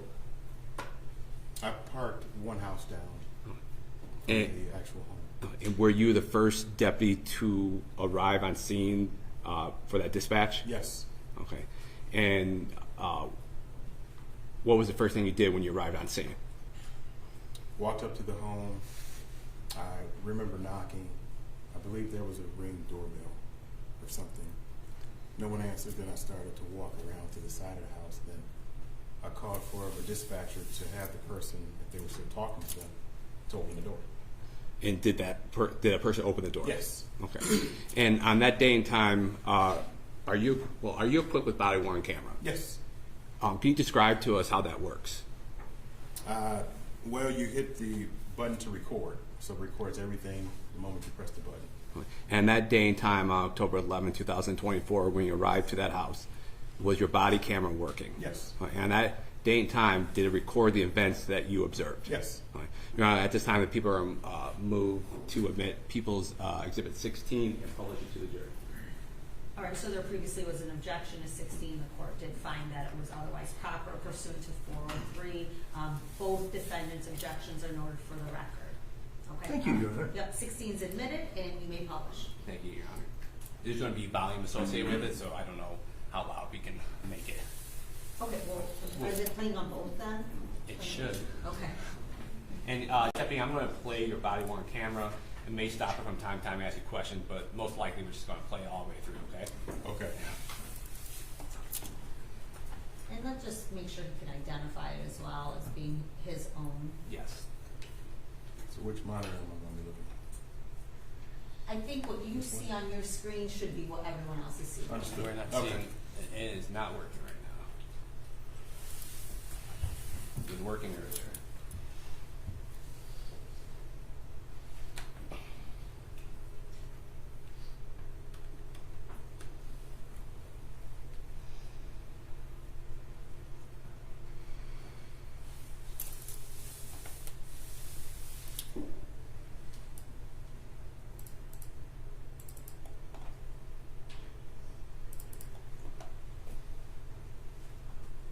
Do you see it on your laptop? Yeah, it's Or where I don't just know. not? I Okay, don't so know it's why it's talking not to the working. screen. We tested it all out. Give me 1 second, man.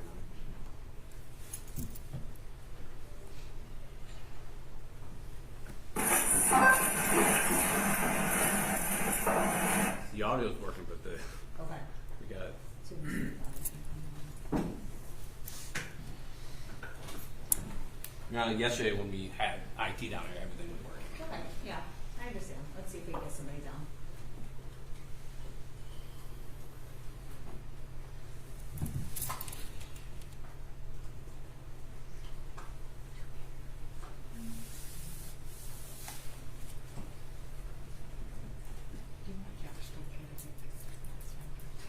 We might have someone here that can.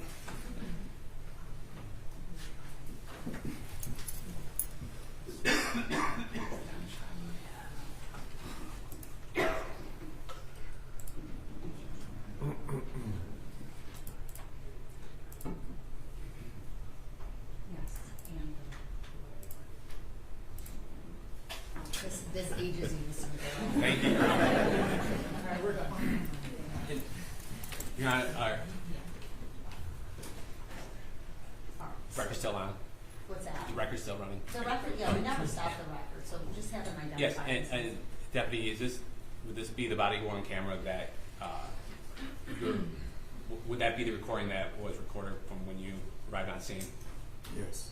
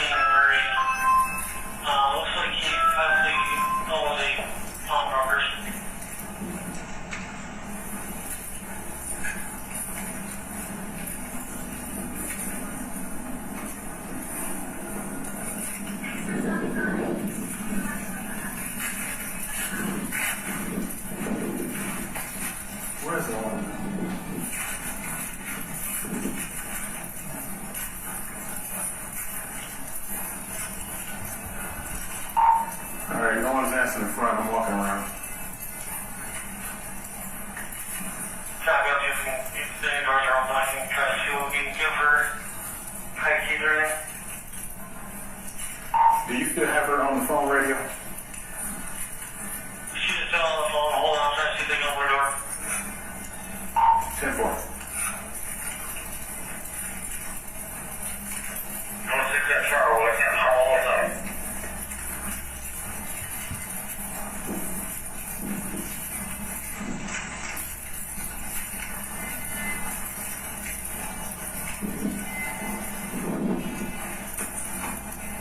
They have ring cameras, so like ring cameras all over.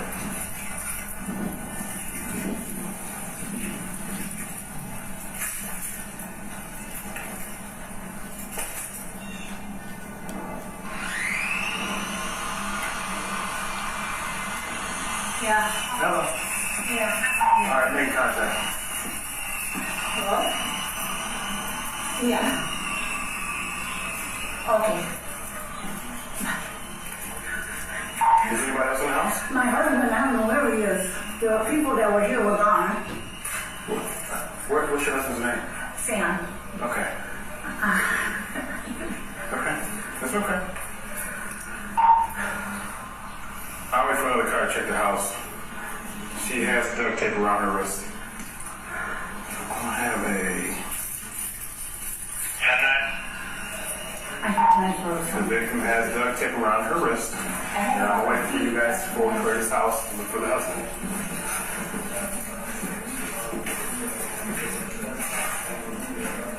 Ready to 13, what are the numbers? 3730-3730. Can you confirm with her that it's a DTE on the truck? Yes, it's DTE on the truck. You were here last night. DTE on the truck. She said they were here last night. Looking for a gas mask. Which I thought was really unusual. We wouldn't let him know. Okay. Can I go on the FaceTime? No, I need you over here. I need you out here. Okay. Just stand on outside. She said they were there last night, like that. I want to do one floor at a time. No problem. We're good. I want to do one floor at a time. Do we have the guy? Yeah, she said her husband's still in here.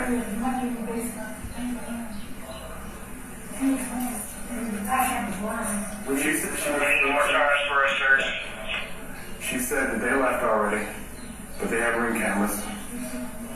She opened the door with her wrist tied up with duct tape.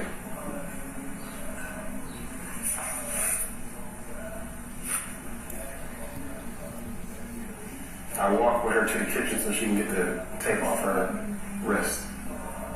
I don't want somebody to leave. You gotta watch the back, so we're gonna watch the back. So somebody stay here, and then you wanna wait for one more? Sherman, head to the back, please. Watch the back. Yeah.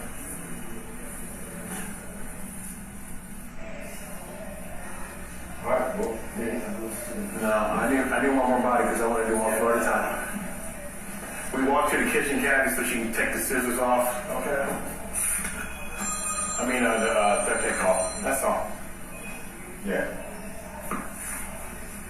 I don't know when we get to that. Is Higgs in there? I think Higgs is left there.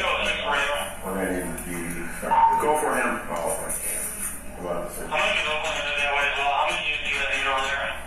many as we can get. We got a big one here. It's a pretty large house, so whoever you can get over here. Good morning, Mary. Copy. If you have any people searching area advise Robert Hills of the area, inspect the area, but when you vehicle for them, I'll try to get a couple open and right. You said it was a DTE vehicle, ma'am? Yeah. Was it just a label or the whole truck was marked DTE? It was moving at the truck. I was looking for the DTE outside. Okay. Yeah, let's do it. Let's sit. Me and you need to sit here and watch all this. Let's do it. We'll wait. Let's just, yes. We're good. We need more bodies. Yeah. Please. Victims given a description of a possible DTE vehicle that's marked with DTE, white in color. Copy. Possible DTE vehicle, marked in white color. So, talk to me. When we walk down there, Caddy, What do you see over there? Is that over there? Yeah, maybe more. yeah. We walk down there, they got an open area, like a living room / family area. Yeah. And then this is dining I'm gonna area. crash. I know.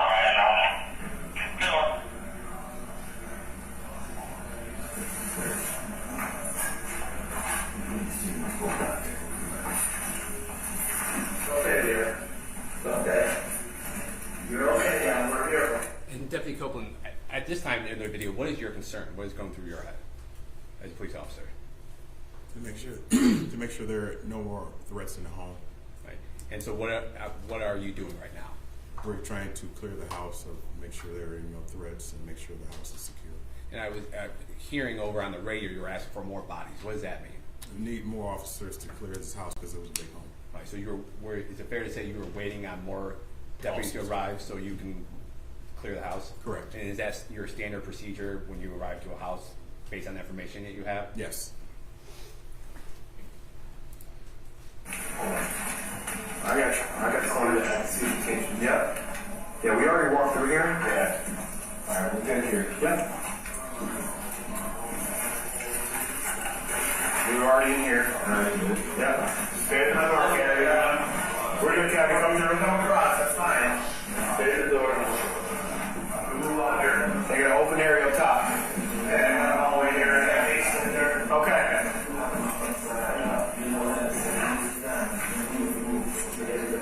And I got a basement here. Yeah, I see the basement. Yeah, understood. Okay. It's too fucking open.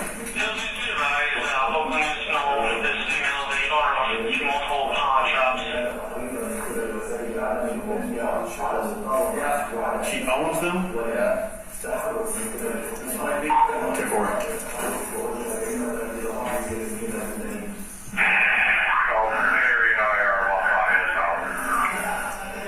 Alright, you're good. We may want to try to do a flock for this possible DTE vehicle.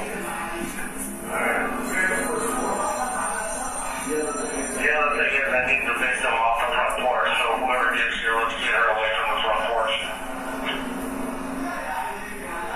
What you got with you guys? I'll have her step away. Thank you.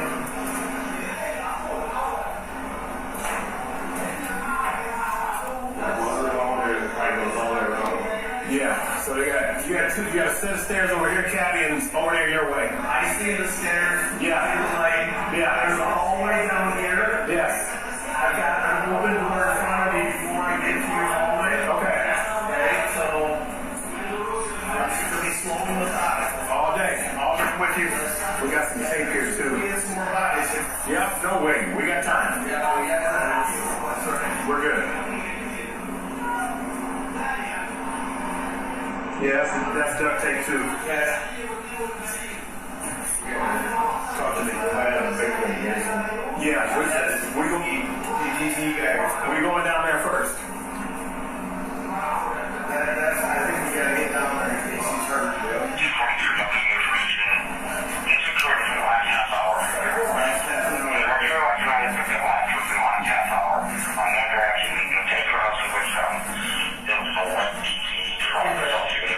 He took him with her. With who's relaying this? He got here, it's Angela. Okay. Angela's got our victim out by his car. Okay. She just told me she thinks he's in the basement. We're still searching anyway, so we're good. Come on, people. How are we looking? We want that first. How are we looking, guys, before you get here, please?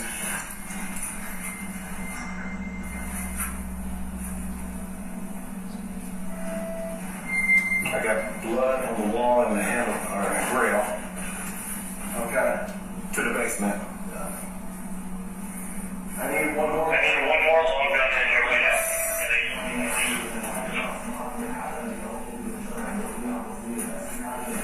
Underender. Mark's out front, so. Okay. Radio, if you can you do flock? Can you dispatch the flock or no? You didn't come through with your report. Okay. So if anybody has flock capability, we need to see if we can figure out this vehicle and which direction this is going. If they do have a kidnapping going on with this.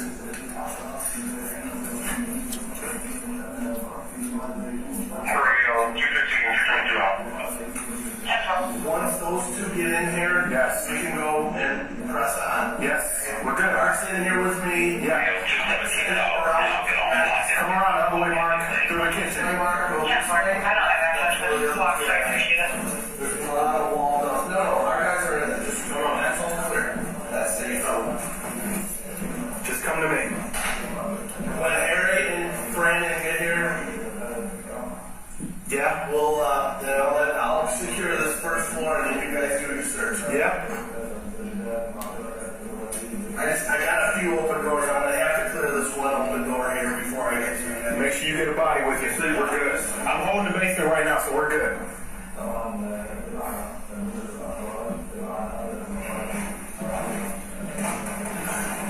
You come with me.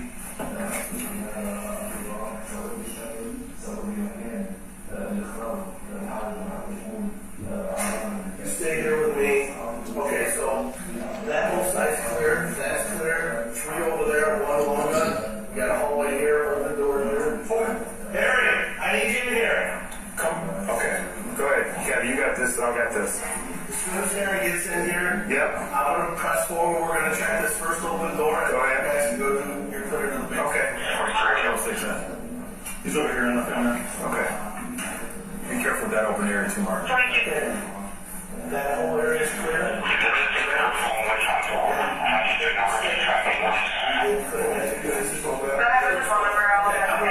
pushing forward to this door. Okay. I'm holding, so you're good.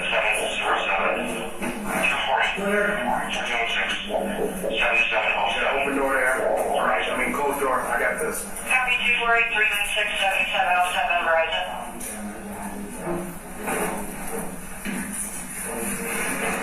We're gonna haggle at the pawn stores, figure out where are they, just in case they may be taking this guy to the pawn store.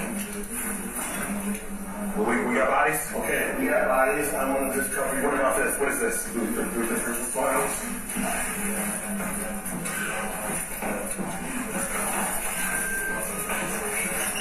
Roger.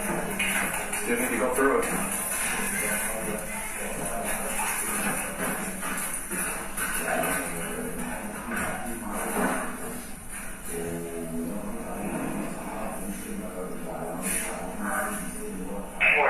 In the area. There's more. Yeah, just leave it. Yeah. Yeah, it's probably inside.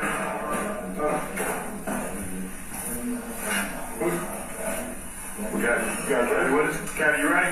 I'll go first. Go ahead. Go ahead. Gary, you still holding the center for me. I'll fix some clean back now. Yeah,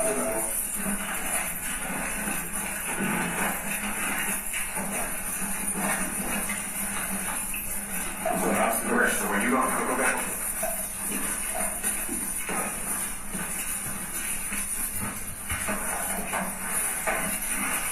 We got one down. We got one down.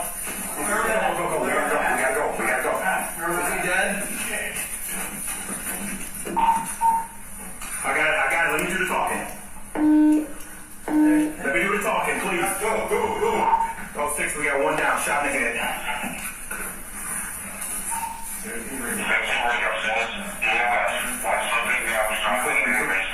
Are we good? I did that. Copy EMS in route 1 down, shot in the basement. Okay. Clear. Look at the blood behind you guys. Watch your step. We need lights. Right behind you, Zane. Right behind you. Let's get Everybody relax. You hold this. Let's get with Harry and clear upstairs. Yeah. Everybody relax. We're good. Yeah. Get with Harry and clear upstairs. We're clearing upstairs now. Everybody stand by. Where you at, Joe? This room get cleared? Yes. Okay. Hey, hold on 1 second. Just want to Go ahead. Kobe, you get that. I'll get this right here. I got you. 206, you have 4 and everything. First down. Okay, ready to go? Yep. Come on. I got here. Suspect, as one is tall. Go. Who's with me? That's through the line. I'll have a fight halfway. I go.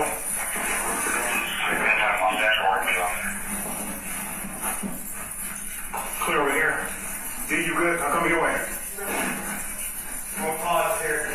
That's it. Clear. You here?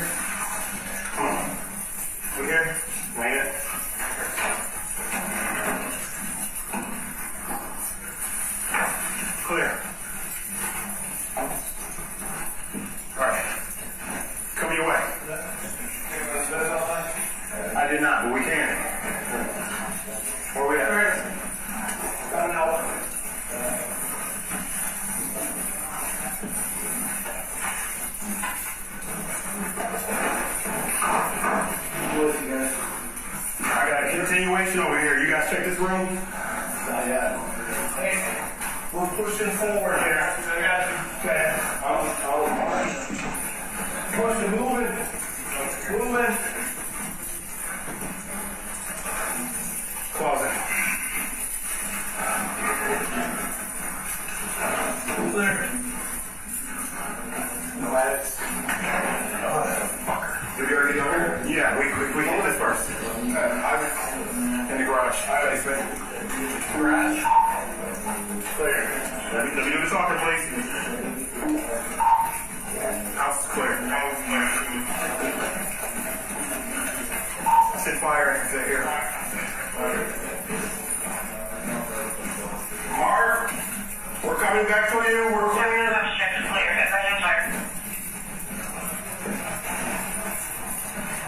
Where's she at? Hangman, check there, if she has access to the ring camera, please.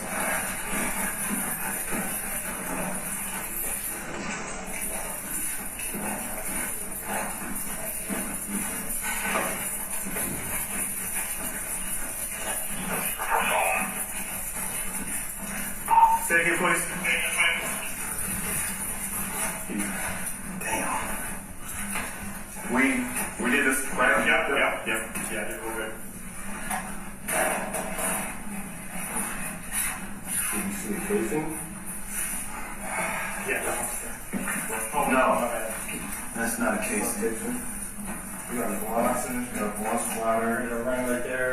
Where? There's a ring underneath his body. It's a gold ring. Okay. Probably would object to the right.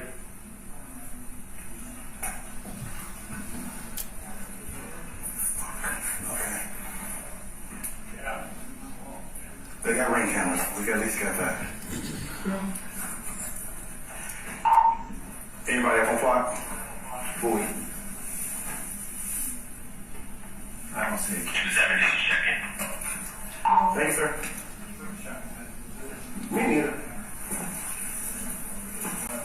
There's one on the end of the wall right there in the corner. I mean, I'm sure they His legs are bound. hands are bound too. I wonder who was over here. This one. Yeah, because if you look at that and then look at what this over here, did we even? This is a silly question, but did we check this post? 4 posts? I did it. Everybody have gloves? Please. Any fucking walls. You guys Joe, gloves? Mark right there and point the tree on. I know it's silly, but what the hell? Yep. Let's ask her what type of gun he has.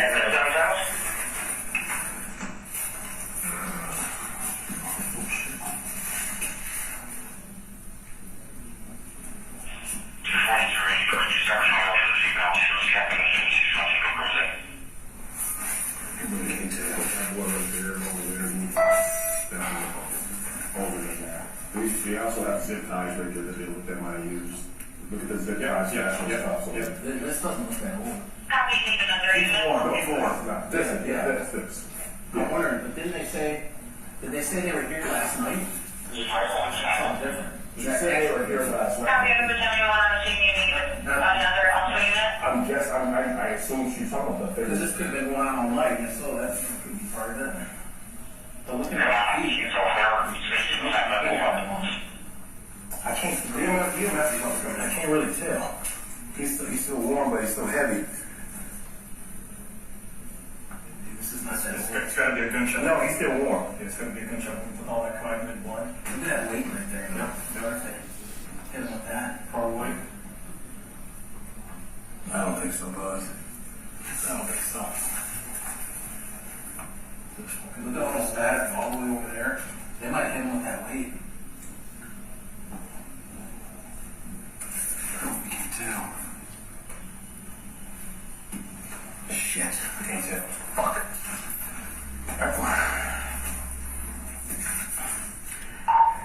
Hang on.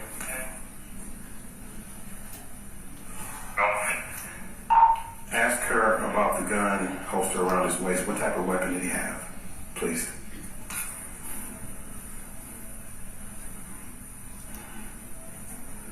Not sure how many guns that the waist with no gun. Just trying to figure out, does she know what type of weapon he had at the time around his waist?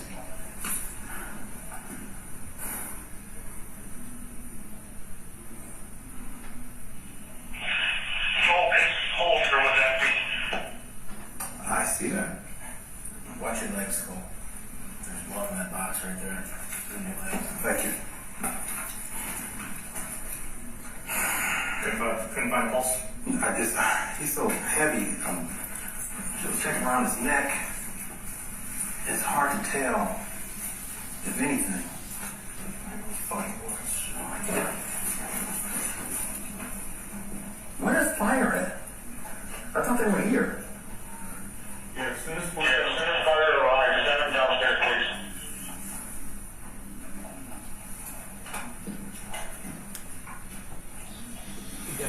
You just said that you're waiting on fire. What does that mean? Waiting for the fire department to come and check them out.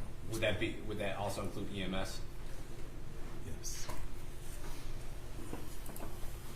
Still breathing. Look at the pain. It looks like fire's on scene. Copy, fire.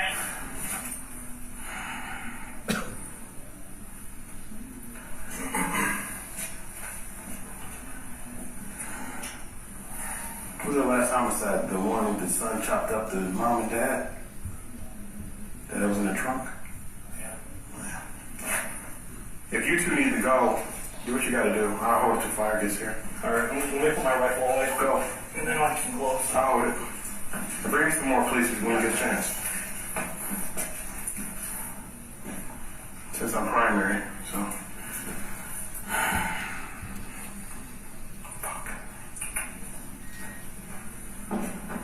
I'm just curious now, since they own all these pawn stores, if they head to a pawn store. There's a ring laying right on the ground. Is that a ring? Laying right on the ground underneath that? There is. There is.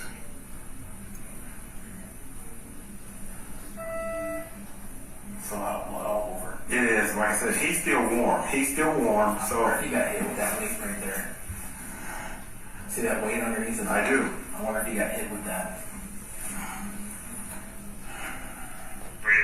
Because I don't see no shell casing. And there's spattering all the way over there. We're out there at least to regime.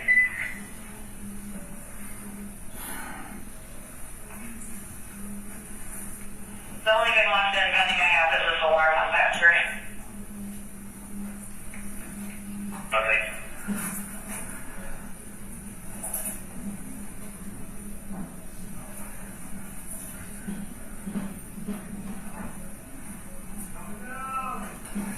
Copy.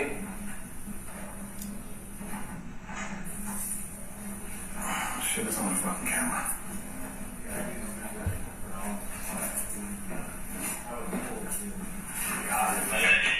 I'm sorry, go ahead. When you get distressed, I checked for a pulse, but he's still warm. I checked for a pulse. I didn't feel one, but feel free to check over me. I'm good. Don't know for sure if he got shot. We had that weight. We don't know. There's a weight underneath this cause of death. What? And touch. I touched his neck, and I touched where you got to touch. Let's make sure you try to save him first. Yeah. Touch whatever you got to touch. I don't care. I touched his neck and his first out.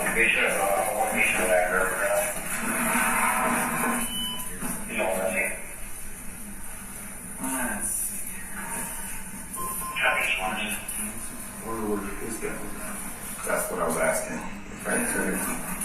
And that's what I was trying to figure out what type of gun he had. Whichever unit asked for everything on the phone for Verizon, came back with no info, so this possibly powered down.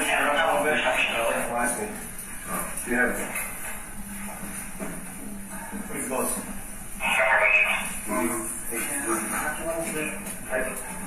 He's still warm. He's not. I totally read that. Okay. He's okay. Bringing the stretcher down. No. He was still warm. He's still warm. It just happened. I checked his neck and his wrist. I didn't feel nothing as far as the pulse. The same.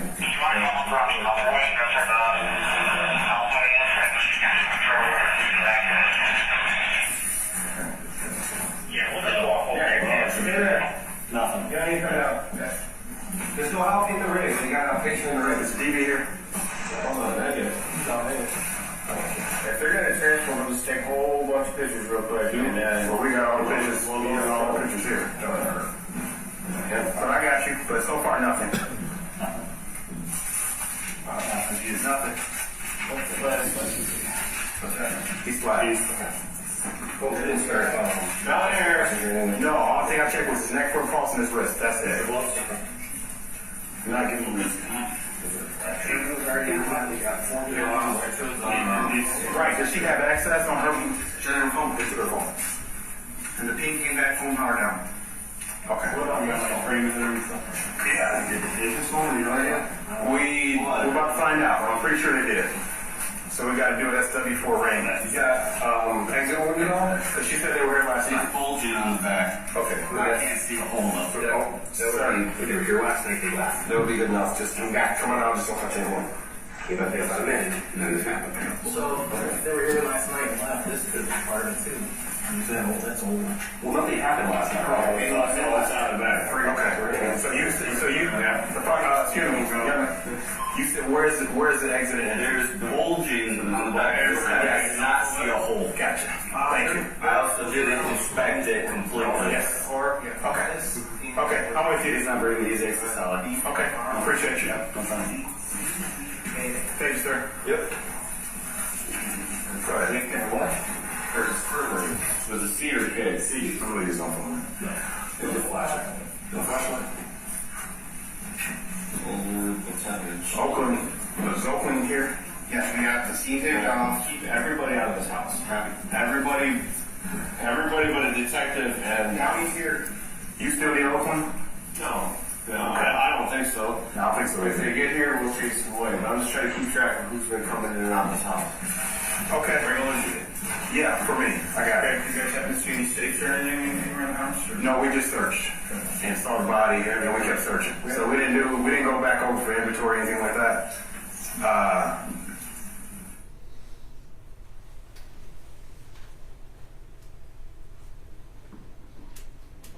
Like less noisy? Probably, yeah. Yeah, I'll think that because I figure it'd be like that less noisy, no one would hear it down here. Yeah. Did we do this? This little footprint right here? You step on this? Okay, so that's either, no. Mark did not go that way. Mark went this way. We hit you out of lane. Well, this is his shoe race. Right, I'm just trying to match the frame. Yeah. Because there's no footprint right here, but this is his shoe, and it's not looking. It's not matching.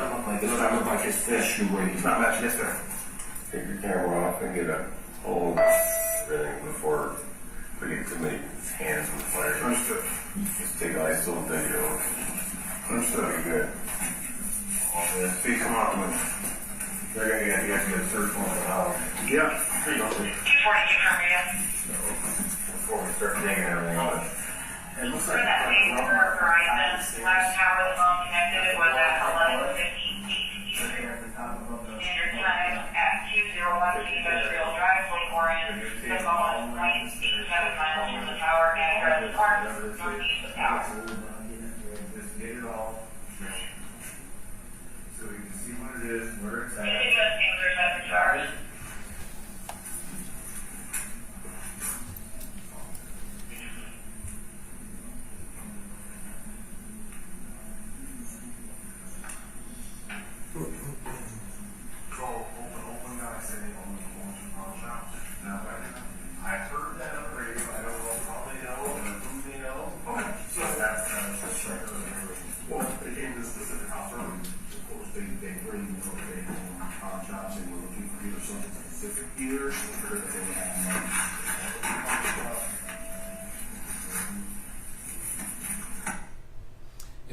Deputy, is that a fair and accurate representation of the scene when you arrived to 3730 Newcastle that morning? Yes. And up there in that corner, is that an accurate and correct timestamp of the date and the time that you were there?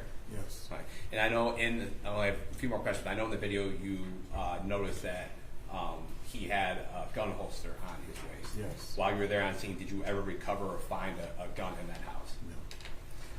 I have no further questions. Thank you. Cross-exam Suazo. Thank you, Your Honor.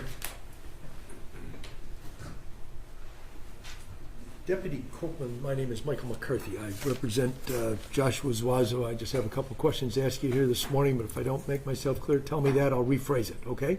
Thank you.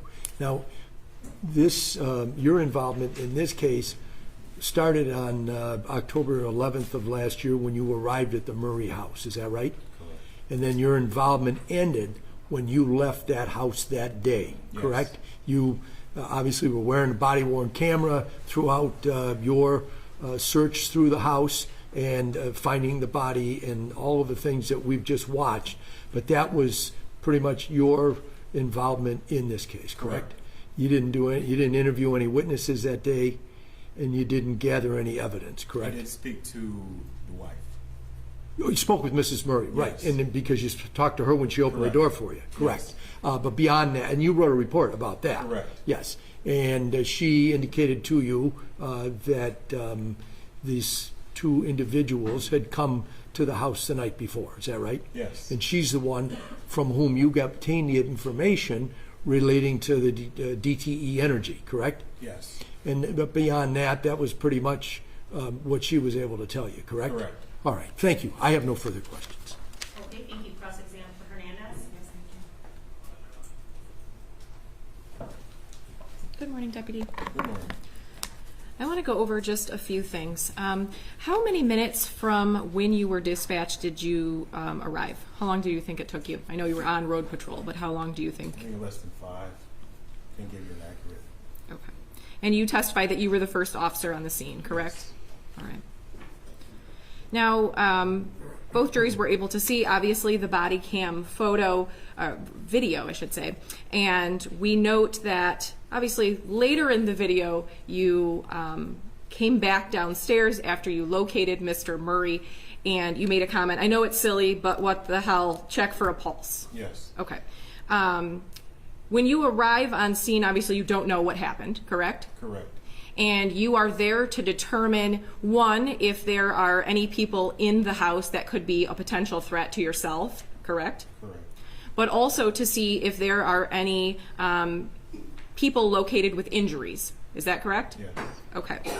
And it seems from the conversation between the deputies that you had made an initial decision that he had been shot in the head, correct? Correct. Okay. And you know now that actually was not the case, correct? Correct. All right. So you decided to wait then to check for a pulse or to render aid. Was that based on the fact that you believed he was shot in the head? And usually people with head injuries do not survive? Well, given the fact that the way he was laid and all the blood that was all over his body, I thought he was already dead, to be honest with you. All right.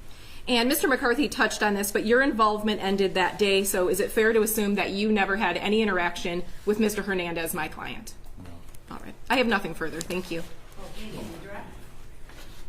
No redirect, Your Honor. Okay, thank you, Deputy. You may step down. And may this witness be excused? I have no objection, Your Honor. No objection. Please excuse.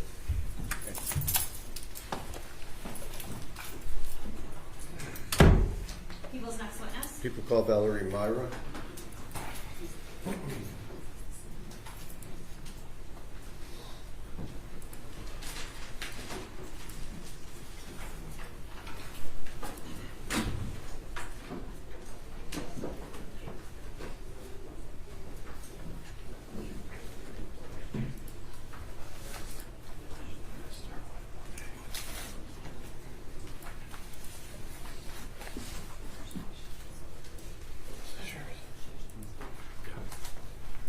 Are you done with it?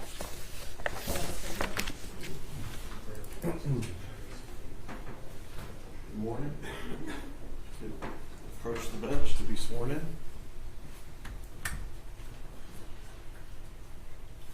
Good morning. If you could just get in the witness stand and stay standing. Raise your hand. I'll get you sworn in. Thank you.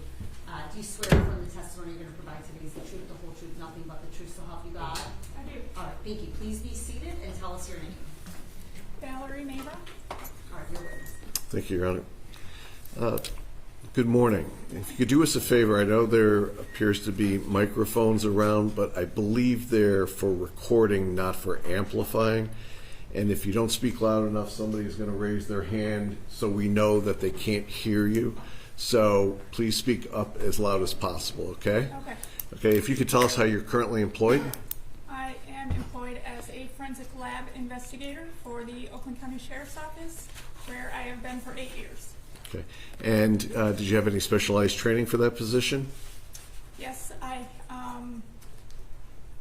my primary job is in the latent print unit, and I will examine and process items of evidence for latent prints. And part of that job also means that I will respond to major crime scenes within the county. And I had on-the-job training for about 8 months, and went to crime scenes with the existing members of the group. And I also took an evidence technician course and a 40-hour crime scene investigator series course at the International Association for Identification in 2018. So I've had numerous training throughout the years. Okay. And have you been qualified as an expert in the state of Michigan and Oakland County before?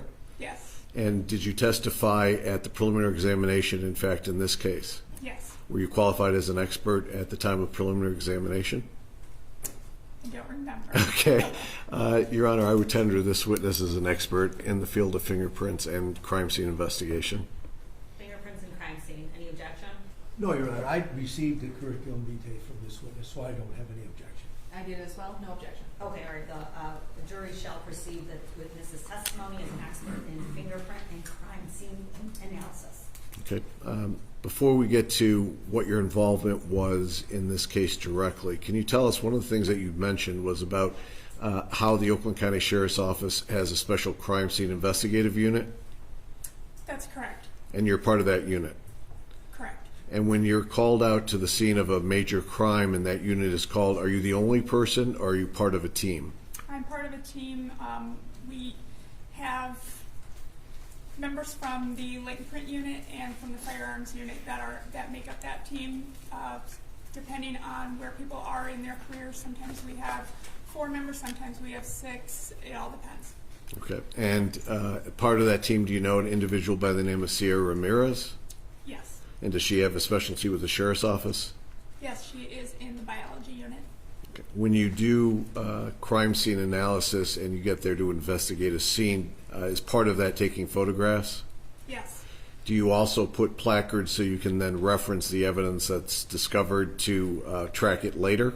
That's correct. Because once something is seen and then it's marked, it travels through the basically chain of being forensically tested after that. That's correct. And by forensically tested, that would include DNA and fingerprints. Yes. Okay. We had a case that occurred on October 11th of 2024. Were you involved in that? Yes. Do you recall where you were called out to? The address? Yes. I would have to check my notes. Can you check your notes? And while you're doing that, do you write a report as part of your duties? I do. That's part of processing the crime scenes is authoring a report. And I was called to 3730 Newcastle Drive in Rochester Hills. Okay. Is that location in the Oakland County, state of Michigan? Yes. When you authored that report, did you sign your report at the end? Yes, I did. Okay. I'm going to show you what's been marked as exhibit number 12. Do you have a copy of that without the exhibit sticker? I do. Okay, and we met last week to go over all the photographs and your report. Is that correct? That's correct. And does exhibit number 12 accurately reflect the report that you did in the ordinary course of your business and duties? Yes. Your Honor, the people would move people's exhibit number 12 into evidence. Any objection? No, I have no objection on behalf of Mr. Zuazo, Your Honor. No objection. All right, 12 is in. Judge, I'm going to wait to publish for that. Okay. I want to also say that last week we went through the labeled numbered exhibits. Is that correct? That's correct. You were shown a bunch of photographs? Yes. I'm going to show you just the first photograph of that group of photographs. People's exhibit number 1A. Do you recognize that photo? Yes, I do. And does that accurately reflect the front of the house when you arrived that day? Yes. Okay. We had exhibits that we had talked about regarding the photographs that went from exhibit number 1A all the way through 1CC as far as the photographs. Is that correct? That we labeled and went through last week? The photographs that I just indicated, do those accurately reflect everything that you saw? Yes. And there was a second set of photographs that we went through, and they're distinguished because the first set of photographs that are 1A through 1CC are the upper levels of the house. The photographs that we had gone over that are labeled 2A all the way through 2BB, those are of the lower level of the house, which are the more graphic photographs. Do you recall going through those? Yes. Does that second set of photographs also accurately reflect what you saw that day, both on the upper levels and then again on the lower levels? They do.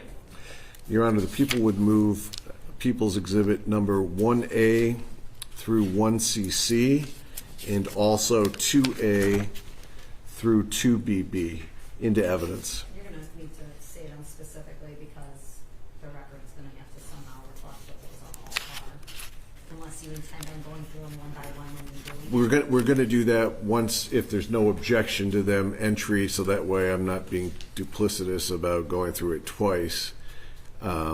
But if there's I'm no, just concerned about the record. I see, because I know that you've given me the list, so I know what they all are, but the record's not gonna see what we're looking at. You'll just do it that way then? yes. Okay, any objection to those being admitted? No, Your Honor, I've reviewed these exhibits. I believe that Ms. Lofton? probably No objection? Okay, they're all in. Okay. Now we're going to go through photograph one by one. We're going to start with 1A. It should show up on your screen as it's showing up on these two screens. Okay. Do you recognize 1A as the front of the house? Yes.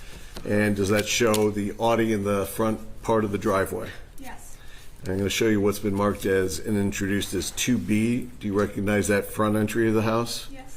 Did you enter that house through that front entryway? I did. I'm going to show you what's been marked as 1C. I have it labeled, for lack of a better term, as the front staircase. Do you recognize that staircase? Yes. In the house, is there in fact a front staircase, which is in 1C, and then a rear staircase? That is correct. Okay. I'm going to show you what's been marked as 1E, the top of the staircase.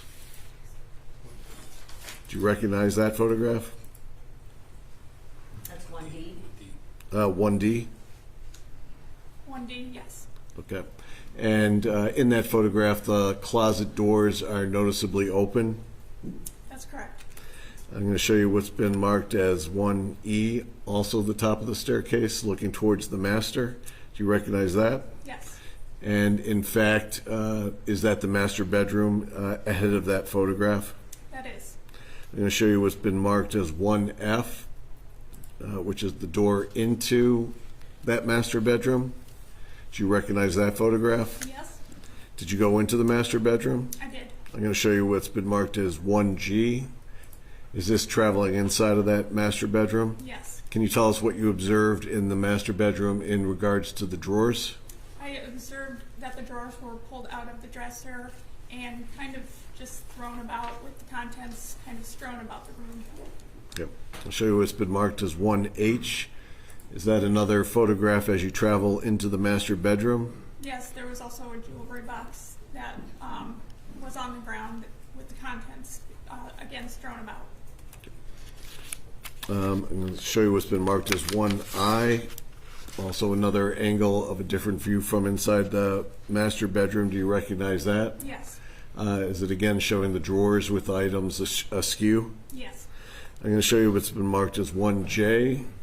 Is that a view towards the, I guess, the window side of the bedroom? Yes. And is that another set of drawers that have been removed from a different dresser? Yes, it is. I'm going to show you what's been marked as 1K. You recognize that as a high drawer set? Credenza, I guess, I don't have a really good term for what that is. Okay. I'm going to show you what's marked as 1L. Do you recognize that photograph as leading from the master bedroom to the master bath hallway? Yes.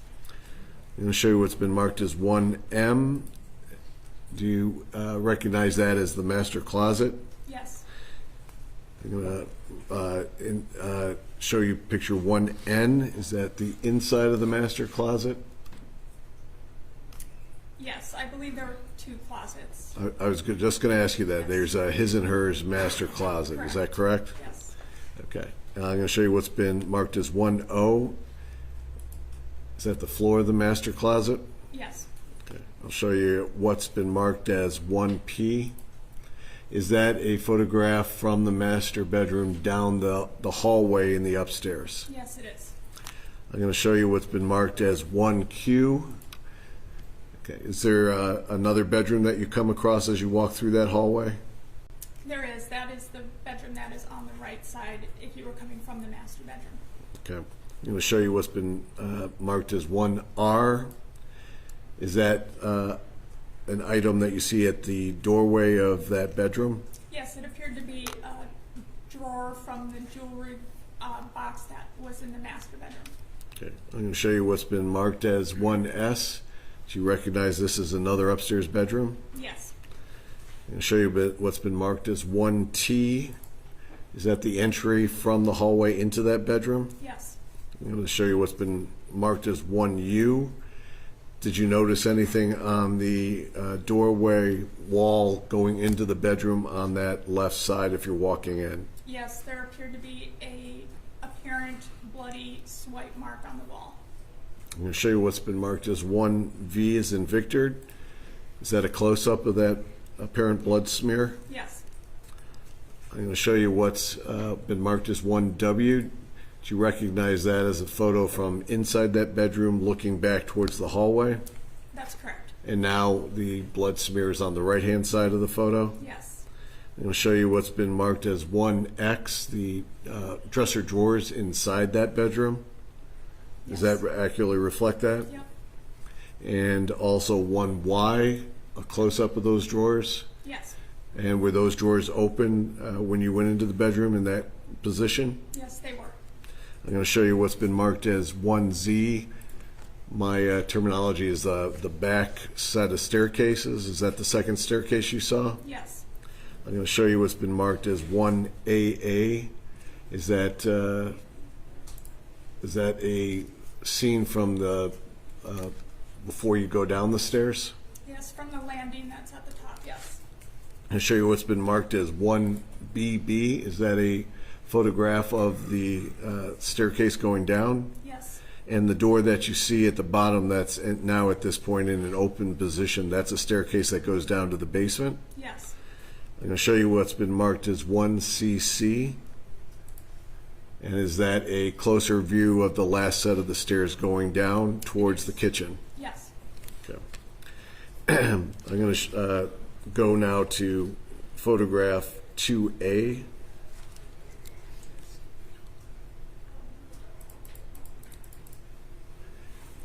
Do you recognize these items on the floor in the kitchen? Yes, they are black pieces of tape. Okay. And I'll show you what's been marked as 2B. Do you recognize that as another set of duct tape? Yes. And as far as placards go, this one's been given an exhibit placard of number 2. Yes. Okay, and when it's given a placard of number 2, that's a way to track it through the rest of the system at the Sheriff's Office lab? That's correct. And the first one that I went to, did that also have a placard number 1 in front of that? Yes. I'm going to go to exhibit number 2C. Do you recognize that as duct tape cutting and scissor that is on the kitchen counter? Yes. And that was given placard number 3. That's correct. And picture 2D, is that a close-up of exhibit number 3? Yes. I'm going to show you what's been marked as 2E, the landing towards the basement. Is that correct? Yes. And did you travel down into the basement? I did. I'll show you what's been marked as exhibit 2F. Okay, is that a photograph from the basement leading into the back, lack of a better term, furnace area, water heater area? I called it a utility room in my notes, but yes. I'll show you what's been marked as 2G. Is that as you're getting closer to that area in that section of the basement? Yes. Okay. I'm going to show you what's been marked as 2H. Is that a photograph from an angle of the victim and his injuries? Yes. Okay. Can you tell us what did you observe that caught your attention about how he was in that position and any type of bindings that were on him? It appeared that he was bound both at the hands and at the feet, and he was laying on his left side, and he had apparent blood pooled underneath him and spattered in different areas around him. Okay, and you've had, unfortunately, a lot of experience in crime scenes that are graphic. Is this a graphic crime scene? I would say this is especially brutal, yes. Okay. And the duct tape that's shown in this exhibit 2H, is it the same color duct tape, or are there two different colors of duct tape? There appeared to be two different colors. There was gray tape and also black tape. I'm going to show you what's been marked as 2I. Can you tell us what's depicted in 2I? So this is a close-up of his bound hands that were in front of him. It appeared that he was bound with both zip ties and tape. So this is a close-up of that. Okay. So he's bound with both duct tape and zip ties? That's correct. And also in that photograph, is that what appears to be a Home Depot bag? Yes, there was a sink that was on the ground of that room, and inside that sink there were various pieces of plastic, a plastic bag, the plastic Home Depot bag, kind of a larger clear plastic tarp type bag, and then also a red inflatable type of plastic.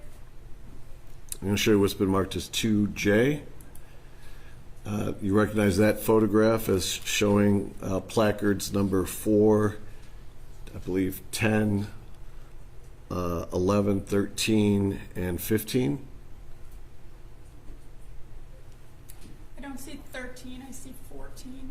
I don't know.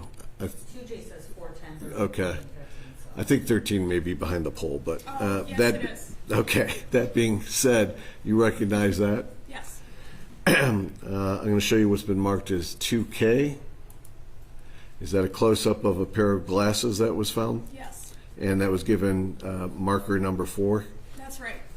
I'm going to show you what's been marked as 2L. That's a different angle showing the position of the victim, but also placards number 5, 6, 8, 9, 13, 14, and 15. Is that correct? Yes, that's right. I'm going to go to 2M, which is a close-up photo of 5, 6, 7, and 9. Do you recognize that? Yes. We indicated that there was some zip ties that you saw around the victim's hands. What are those items that you noticed? In this photograph? Yes. So these appeared to be zip ties that were already fashioned together. They kind of appeared like ready to use. Well, objection is speculation. You can say what it is that you observed, but to draw a conclusion about what the purpose was. All right, let's rephrase the question. Thank you. I'm going to show you what's been marked as 2N. Is that a close-up of the zip ties 5 and 9? So the zip ties were just number 5, and 9 was the apparent bloody shoe impression under the zip ties. Okay. I'm going to show you what's been marked as 2O. Can you tell us what you see in 2O? So number 6 is the smaller set of zip ties, and 8, I believe, is the duct tape. Okay. And what color is that roll of duct tape? That is gray. And that's exhibit number 8? Yes. I'm going to show you what's marked as 2P. Is that a close-up of exhibit number 8? Yes. And I'll show you what's been marked as 2Q. Is that a close-up of exhibit number 7? Yes. And can you tell us what that is in exhibit number 7? So that was a piece or pieces of gray duct tape that was stuck to a piece of burlap that was near the victim. I'll show you what's been marked as 2R. That's placard number 13. Is that the sink that you referenced before? Yes. Okay, and that's not a connected working sink, that was just laying on the ground. That's correct. I'm going to show you what's been marked as 2S. Does that show those exhibits number, excuse me, 4, 10, 11, 13, 14, and 15? Yes. I'm going to show you what's been marked as 2T. Is that a close-up of another exhibit? Yes. Can you tell us what's in that? In this photograph, it is the clear plastic, and then inside the clear plastic there was a roll of duct tape. And can you tell us what color that duct tape was? I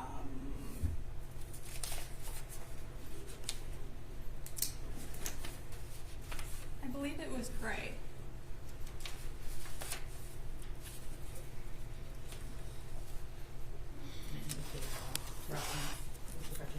Yep.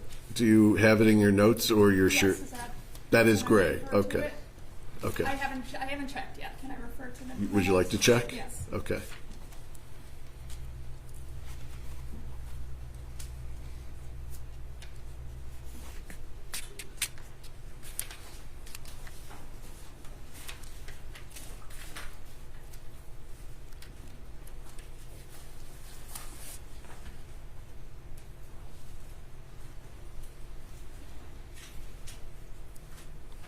So I guess that is black tape.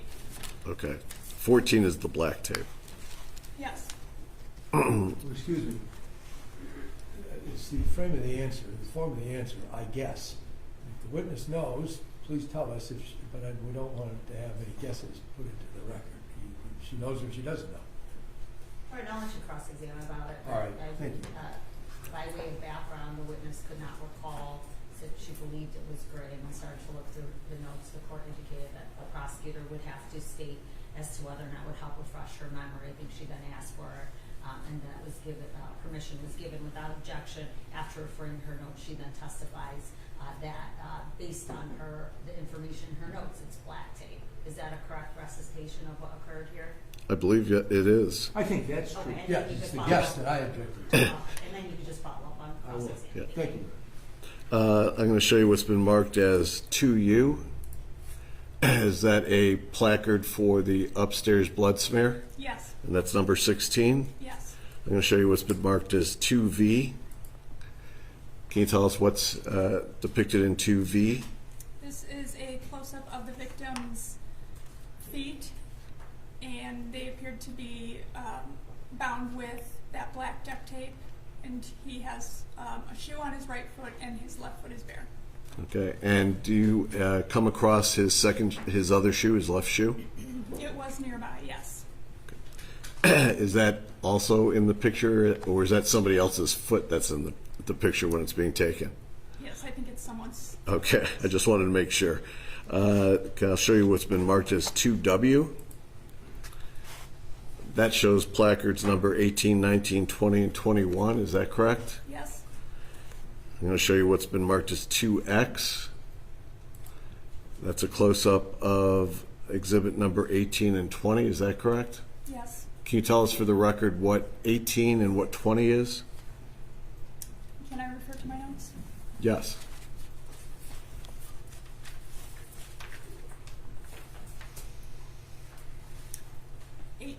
Was the bar with the weights on it, and 20 was the gold ring that you can see below it. Okay. I'm going to show you what's been marked as 2Y.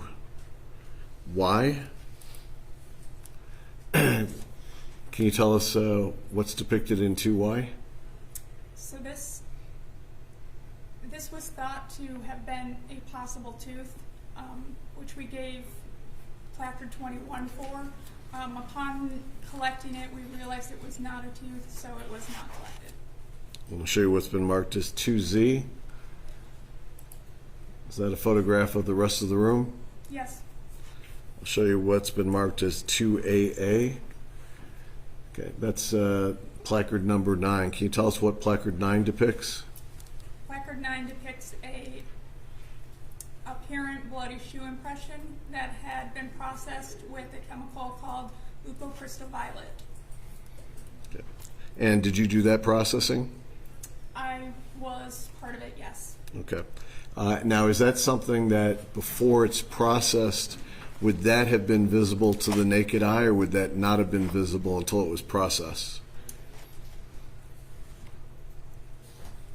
I believe part of it was, so the Lupo Crystal Violet works to enhance already visible prints and also develop ones that are invisible to the eye. So whether this one was fully visible before we sprayed the chemical, I don't recall.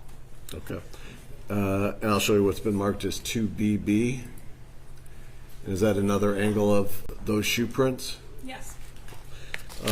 Also, as part of your involvement in this case, did you have, as part of the team, crime scene diagrams done to depict in relationship to each other where the items are? Yes. Okay. Your Honor, if I could approach the witness, I'll show you what's been previously marked as 5A and 5B. You may approach. Do you recognize 5A as a diagram of the upper stairs that was done by the scene? Yes. And 5B, does that represent the lower floor? Yes. They were reflected accurately as it was drawn? Yes. Your Honor, the people would move People's Exhibit 5A and 5B into evidence? I have no objection. Those are part of the report that I received a long time ago. No judgment. No judgment. And then Mr. Petrofessa, those are an enhanced version of what would be in a report, right? That was something Correct. that was done to be done. That was already, yes, it's a blown up version. All right, 5A and 5B are admitted without objection.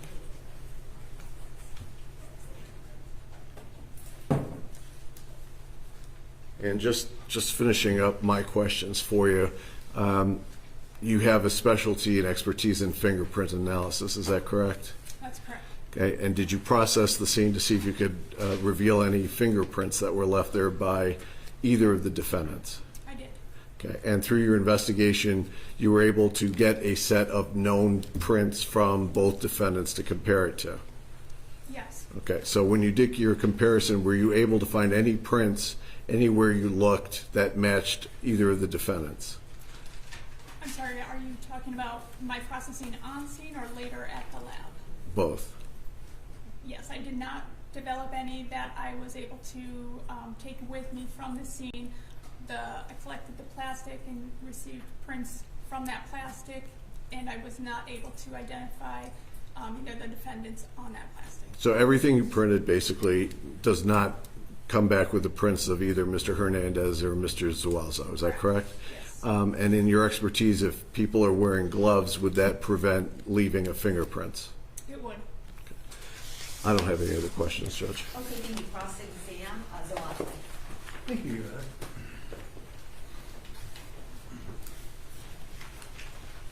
Ms. Myra, my name is Michael McCarthy. I represent Joshua Zazu. He is one of the two defendants in this case. I have some questions to ask you here this morning, and I'll tell you the same thing that I said when you testified at the preliminary examination about my questions, and that is, if you don't understand the question, just tell me that, and then I will rephrase it so that it's clear that you understand what I'm asking. Okay? Okay. All right, thank you. So following up on this fingerprint business, we saw a lot of duct tape or some type of tape, gray tape and black tape. Yes. Many pictures taken of that tape in the scene by yourself or others that went to the scene on the 11th of October to record all the evidence that was present, correct? Yes. And at least one of the pictures that we saw, if not more of them, showed a roll of duct tape. Gray tape in particular, is that correct? Yes. And that was taken into evidence, correct? Yes. Yeah, my question to you is either on that roll or on any of those pieces of duct tape, whether you check them or analyze them to see whether there were any usable prints, usable meaning latent prints that you could actually investigate. There were no latent prints developed on that tape. Okay, none were developed. Tell me, and tell the jury, please, what kind of work you did in order to get, or to investigate to see whether there were prints on those items of tape that were collected, either the roll of tape or the pieces of tape. Well, sometimes we have, the investigators choose if they want to have something tested for fingerprints or biological evidence. So sometimes they will choose one over the other, just depending on the circumstances.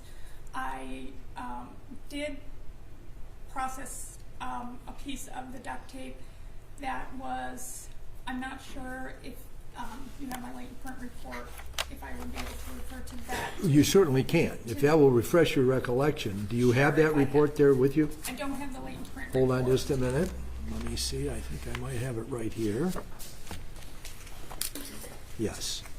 I believe this is report 24-0253-852-073. Does that sound right to you? Maybe you'll know it better by looking at it. May I approach you? Come on up. Thank you. Thank you.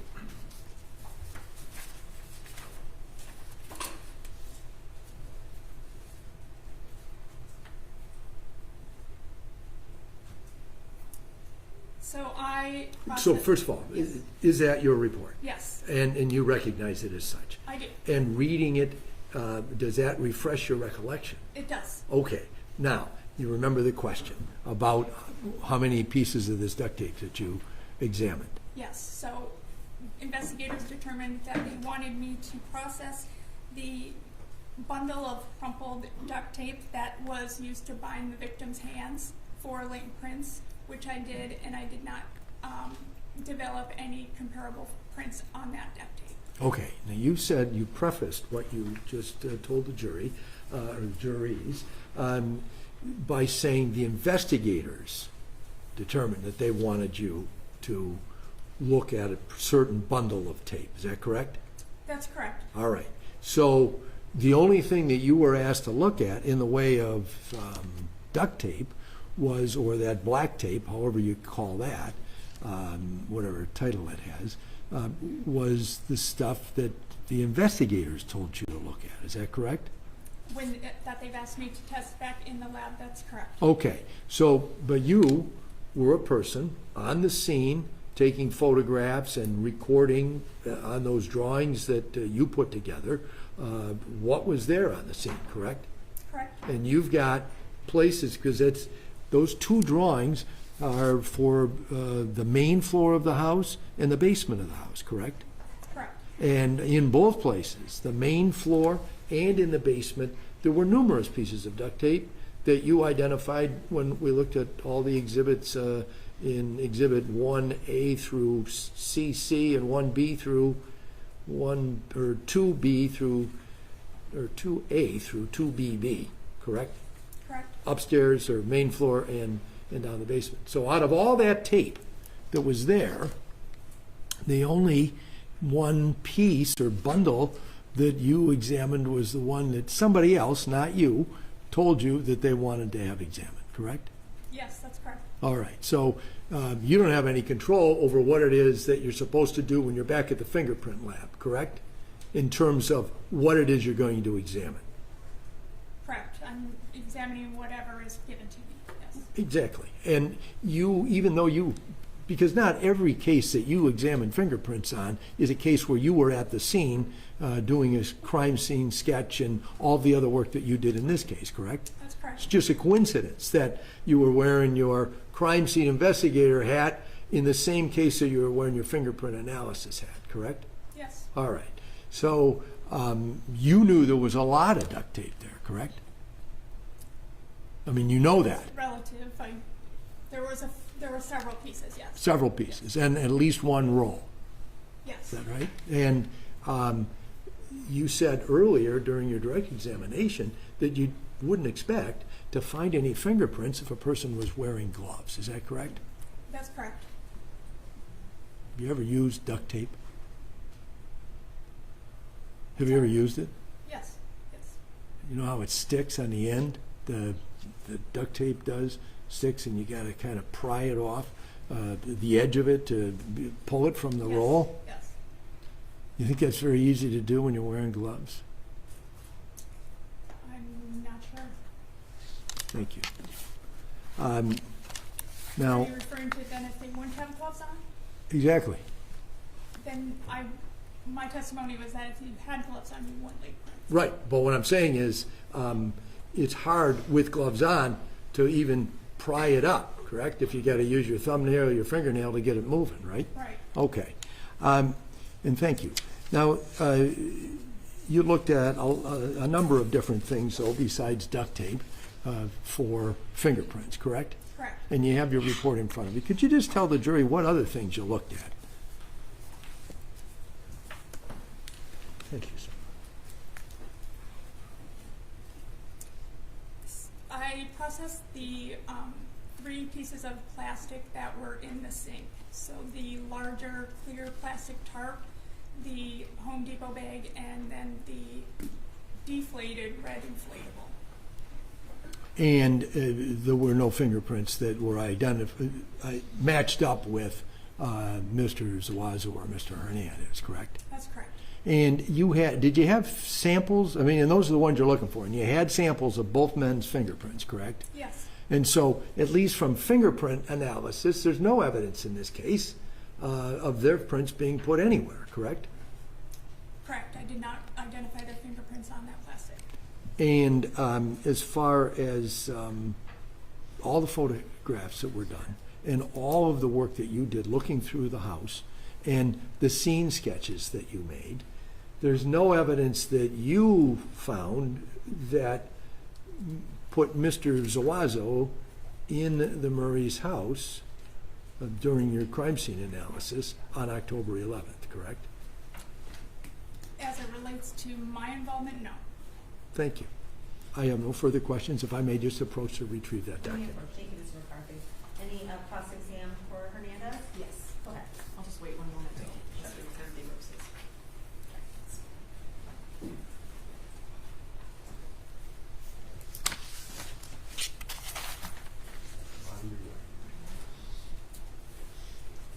Thank you. Good morning, ma'am. Good morning.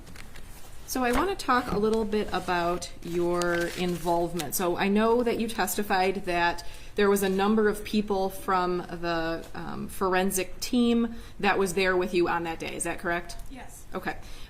In looking at page 1 of your report, it lists personnel. I have totaled, there was 9 people. Does that sound correct? Could I refer to my notes? Would it refresh your recollection? Yes. Yes. Let me know when you've reviewed it.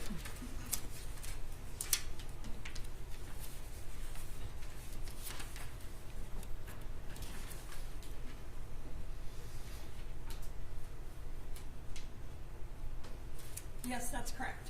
All right. So how is it that you divide up the duties? Do some people, as you stated, you have some specialties in fingerprint analysis and crime scene analysis. I'm assuming other people have different specialties. Is that correct? That's correct. So how do you divide up the duties when you get to a live scene? We're all trained to do all of the processing techniques that we use. Sometimes when somebody comes from a particular unit, they will just naturally do that portion of the processing. So we mentioned Sierra Ramirez earlier. She is from the biology unit. So she typically will do any DNA collection processing that needs to be done at the scene. The other processing items that we do, such as the sketch or the measurements or photographs or note-taking, is just kind of divided up. We're all trained to do it all, and we just divide it on who needs something to do at that time. As we get there, we don't always get there at the same time, so different things just naturally take place, and the duties are just divvied up, as needed. So on that particular day, were you the one taking the photographs or no? Yes, I was. Okay. Now, when you get to a scene, are you first briefed by the officers that are already there? Typically, yes. Okay. Do they draw your attention to what they have found, or do you just go about your way and find all of the things that you can locate? Yes, they will usually tell us what they have already found or seen at the scene, and then as we go through, we will look for any in addition to what they've already seen. Okay. And who makes the call on what evidence to actually collect, like put in bags and take with you? Who makes that call in this team of 9? That is usually kind of a collaborative effort between the crime scene team and the investigators. Ultimately, it's the investigators' scene, so they will make the ultimate decision of what to collect. Okay. And are you involved in the actual collection of the evidence when that decision has been made? Sometimes, yes. Okay. Were you in this particular case? Yes. Okay. And when you collect evidence, can you describe that to the jury? Is everything thrown in one bag? Is it separate? How does that work? Yes, it's photographed and then everything is put in their its own bag for preservation purposes and designated with the appropriate information on.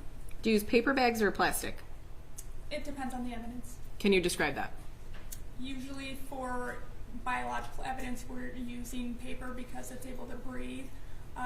Things that can go in plastic might be currency or things that don't, things that you're not worried about, mold growth would go in plastic, but typically we're using paper. Okay, and you said biological. Is that some type of blood or liquid substance on an item? Is that what you meant by biological? Yes, that's correct. Okay. Do you know your approximate time of arrival on October 11th? I believe it was 2:18 p.m. Okay. Now, you had testified that not only do you take information from the officers as to what they have already found, but obviously you do your own search of the area. Is that correct? That's correct. Okay. So the juries were shown a body camera where the responding officer noticed blood on the wall and the handrail leading down to the basement. I am not seeing that at all in any of your reports. Do you recall, or if you need to refresh your recollection, do you know if that was photographed by yourself or any swabs were done of that particular area? I don't believe I don't remember being told about that. If it is in a photograph, it would be in one of the overall photographs that it was just captured in. I wouldn't have taken a direct photograph of that. Okay, so we did see a direct photo of the bloody swipe, I think it was described as, upstairs. So I'm talking about essentially a bloody swipe or some type of blood that was on a handrail. Do you have any recollection of seeing that and or documenting it in any of your reports? No.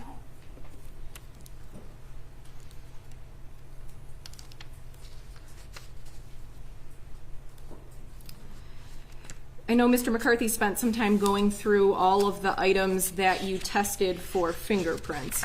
Is it fair to say, in looking at your report, you tested 98 items, or 98 times you tested something that was collected? I developed 98 fingerprints on the clear plastic tarp. Okay, so out of the 98 prints, you were unable to compare those to either Mr. Zuazo or Mr. Hernandez, correct? Yes, all 98 prints were on that one item. Nothing further, thank you. Oh, one moment.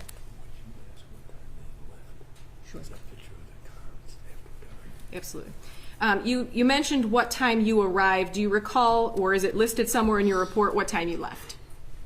Yes. Can I refer to that? If it refreshes your recollection, yes, you may. It will. 21:05. And for us people who use the regular clock and not military time, do you know what time that is? 5 after 9. Thank you. All set, Mr. McCarthy? No further questions, thank you. All right, thank you. Redirect here. Just to follow up on a couple questions that they asked. You talked about the fingerprint evidence and also biological or DNA evidence. Did you remember talking about that briefly? Yes. Is it sometimes that you have to make a choice that you can test it for one or the other but not both? Yes. And why is that? Sometimes you can, the processes that we use for fingerprints can sometimes destroy DNA. And also when they are testing items for DNA, they will swab and potentially wipe away any fingerprints, so a lot of times we will have them choose one or the other. Okay. And that picking or choosing, does that come in consultation with the detective in charge of a case? Yes, that is up to them. Okay. And it's not for you to decide what the detective believes should be tested for one thing and not the other. Is that fairly correct? Correct. We can give our opinion on what we think would be the better choice, but it's up to them ultimately. Okay. And you could tell the detective, I understand you want fingerprints on this marble, but I really think, in my experience, we're not going to get fingerprints off of the marble. Yes. You've had that discussion in theory with officers in the past? Yes. Okay. There was also some discussion about the blood swabs at the scene. So you already testified Sierra Ramirez was at the scene? Yes. And her specialty is the DNA and blood collection? That's correct. Okay. And if there was any blood collection, that would have been through her, is that right? Yes.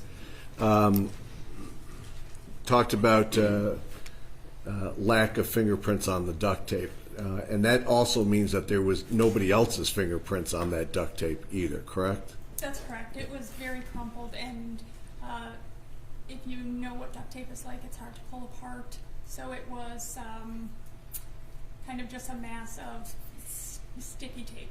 Okay. Finally, I know Mr. McCarthy asked you a little bit about the duct taping process, I guess, for lack of a better term, with gloves.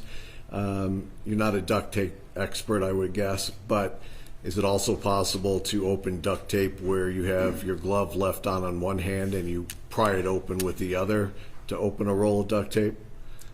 I would think so. Yeah, there's not a single way that you can get duct tape off the roll, is that right? I'm sure not. Okay. I don't have any other questions, Judge.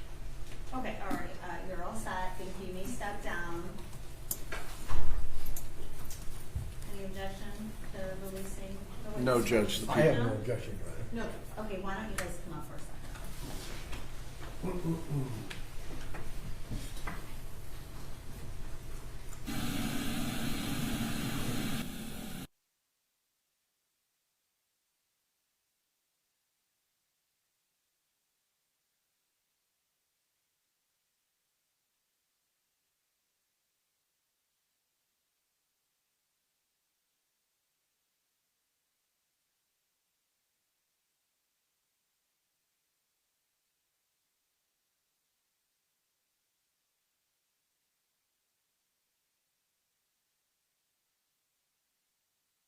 I'm going to excuse you now for lunch. We're going to do 1 hour. It's noon, so we'll come back at 1 p.m. You're going to be taken back into your respective jury rooms, and just as we've discussed over the last couple days, please do not leave those rooms until a member of staff lets you know that you are free to leave if you wanted to go down or leave the building. Okay? All right, thank you. All right, the jury, please.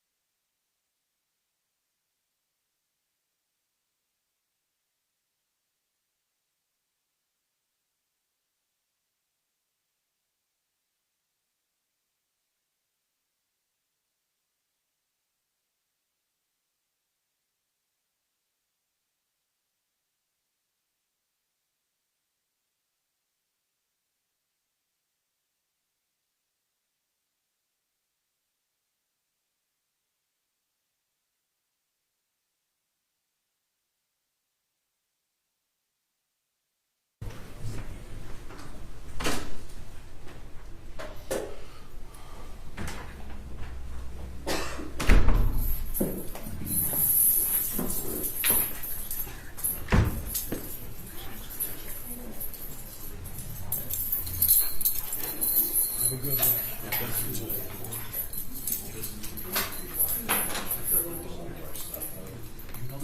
do.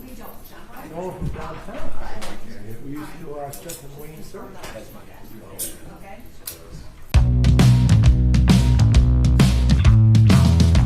Lock the courtroom during lunch so we can leave our stuff here without any concern for it disappearing. I'm just gonna get, can you open?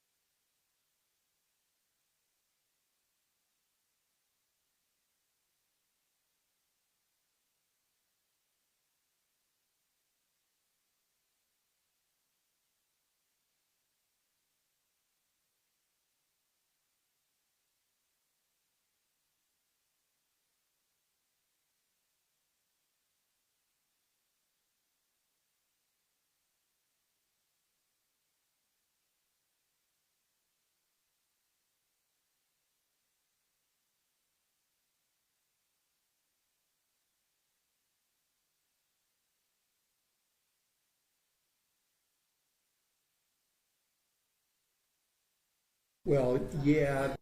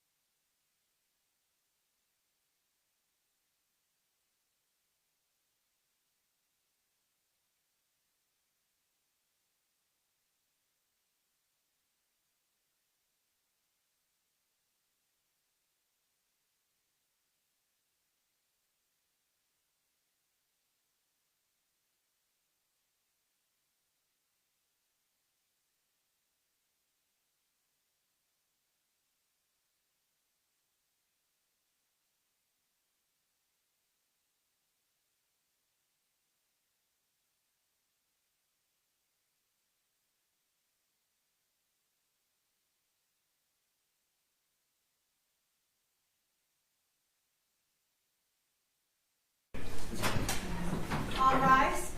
Oakland County Circuit Court is now in session. The Honorable Yasmin Cole is presiding. Thank you. You may be seated. Kind People versus Joshua Zazo, case number 2024-291950FC, and People versus Carlos Hernandez, case number 2024-291945FC. John Petrofest and Andrew McGarrett on behalf of the people. Good afternoon, Your Honor. Michael McCarthy, P30169, appearing on behalf of with Joshua Zuazo. Mr. Zuazo is standing to my left at the table. All right, tell me your name. Joshua Zuazo. Paula Michelle Lofton on behalf of Carlos Hernandez, who's standing to my right. All right, sir, tell me your name. Carlos Hernandez. Okay, we're going to start our afternoon session, so we'll bring in the juries. Okay? Can we approach why that's happening? Sure. Yeah.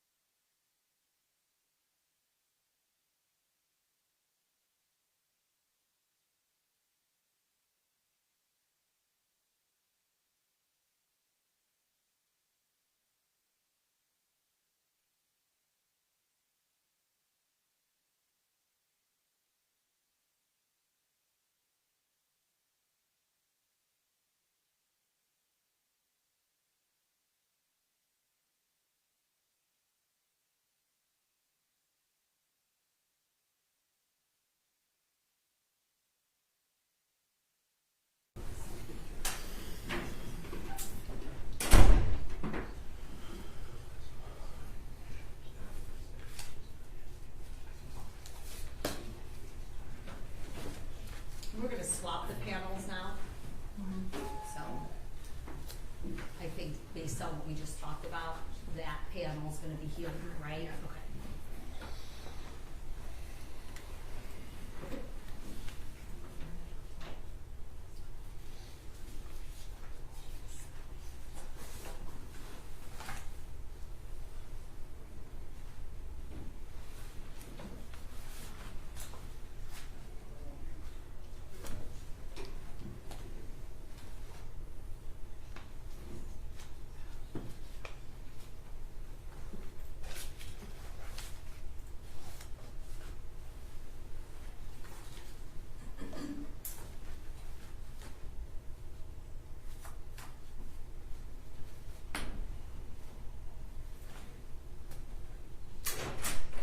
All right, for the jury, please.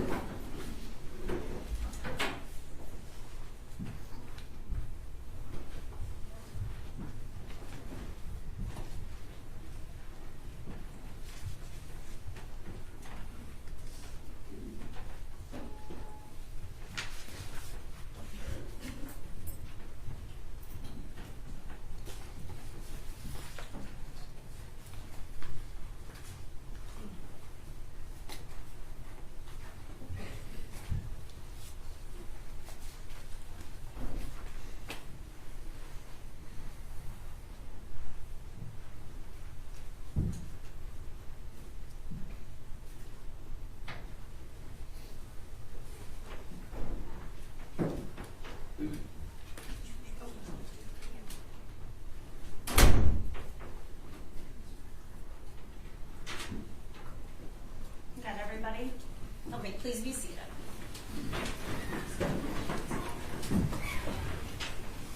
Okay, before we get going with this afternoon's testimony, I just want to kindly remind the jurors that when you are out in the public within the courthouse, to not make contact with anybody. Please refrain from saying hello to anybody, whether or not you recognize them or don't recognize them. It's my understanding that a juror has said hello to one of the lawyers. We don't find that there was anything wrong with that, nor did that lawyer continue that conversation or respond. But please do not do that, okay? Please do not do that. That instruction is very important, and it's for the necessity to maintain even an appearance of impropriety. In addition, there are restrooms within your jury room. So I know that we might have staggered the time frame of when you came in today, 8:30 and then 9 o'clock. If you get here early, you are still welcome to buzz the side door. A member of chamber staff will let you into your jury room. Please try to use the restrooms within your jury room and not out in the public, as that could cause others to run into you in that situation, okay? So I know it's awkward and it's not how we typically conduct our normal day-to-day lives, but it is important that we do that in this trial. Thank you. All right, people's next witness. People call Thomas Colleen.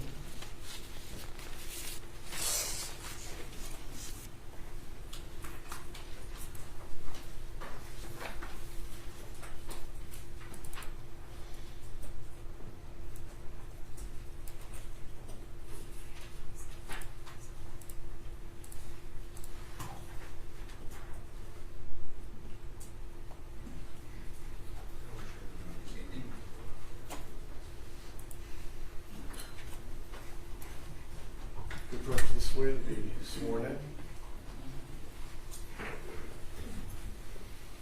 All right, good afternoon, sir. If you could just stay standing once you get in the box and raise your right hand and look to face me, and I'll get you sworn in. Do you swear or affirm the testimony that you're going to provide this afternoon is the truth, the whole truth, nothing but the truth, so help you God? Yes. All right, thank you. Please be seated, and then tell us your name. My name is Thomas Keelan. All right, you're a witness. What's your pleasure? Thank you, Your Honor. Could you tell us how old you are, please? 51. Oh, no, 52. Can you tell us how you're employed? POCO employs me. And what does POCO do as a Traffic company? barricading company. How long have you worked for them? Over 20 years. Okay. What are your duties with them? Signs. I install signs. Okay. Were you, as an employee of that company, were you given a company truck to take home? Yes. And can you describe the truck that you were given to take home? It's a white truck, Ford truck with POCO logos on it, on the side doors, and DOT numbers on it, and a POCO plate. And, Okay. Was it a Ford or a Chevy? Ford. And do you know what, is it a 250, 150, something else? I think it's a 250, I'm not sure.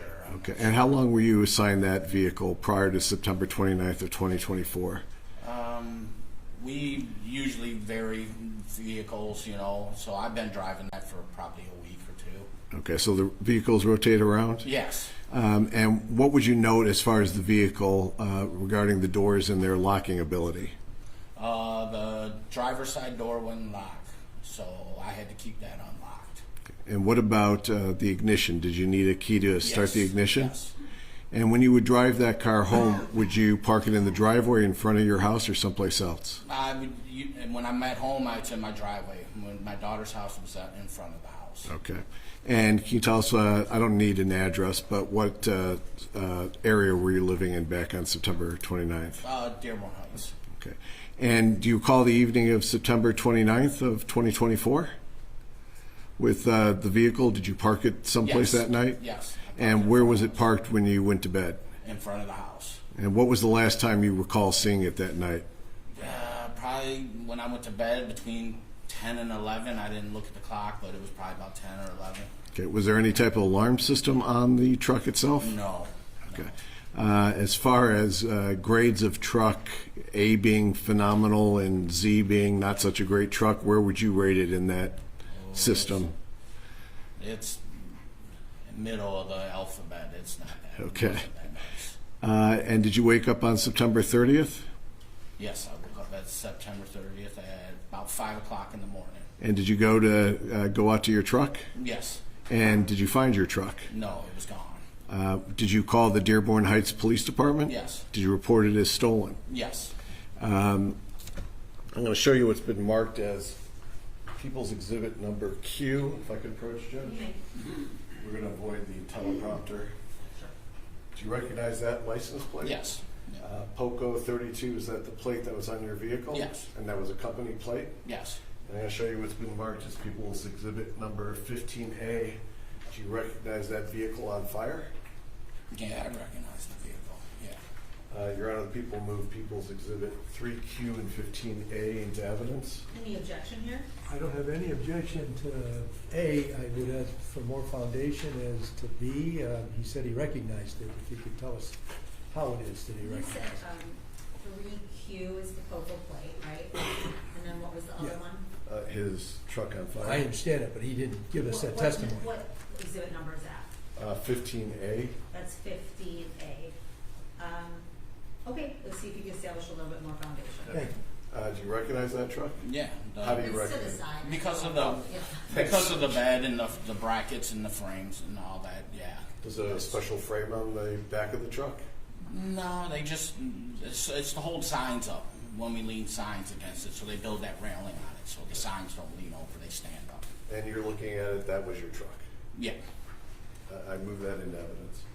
Now I have no objection given that foundation. All right, any objection, Ms. Lawson? No objection. All right, so that's 3Q and 15A both in. Yes, Judge. I'm just going to ask you a final question. You haven't been to court before to testify in this case, correct? No. Okay. I'm going to ask you if you could look at the two individuals, and I'll move the podium out of the way, starting with the defendant over on the far side of the courtroom. Have you ever seen him before? No. You don't know him? No. Not a friend of yours? No. The second defendant, who's closer to me, have you ever seen him before? No. Don't know him? No. No contact before? I don't have any other questions, Judge. Okay, cross-examine. I have no questions for you, Okay. Mr. Colleen. And on behalf of Hernandez? Yes, thank you.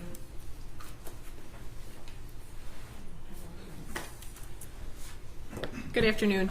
Just very briefly, you do not have cameras at your home, correct? No, that was my daughter's house. No, there's no cameras. There's no cameras. I have nothing further. Thank you.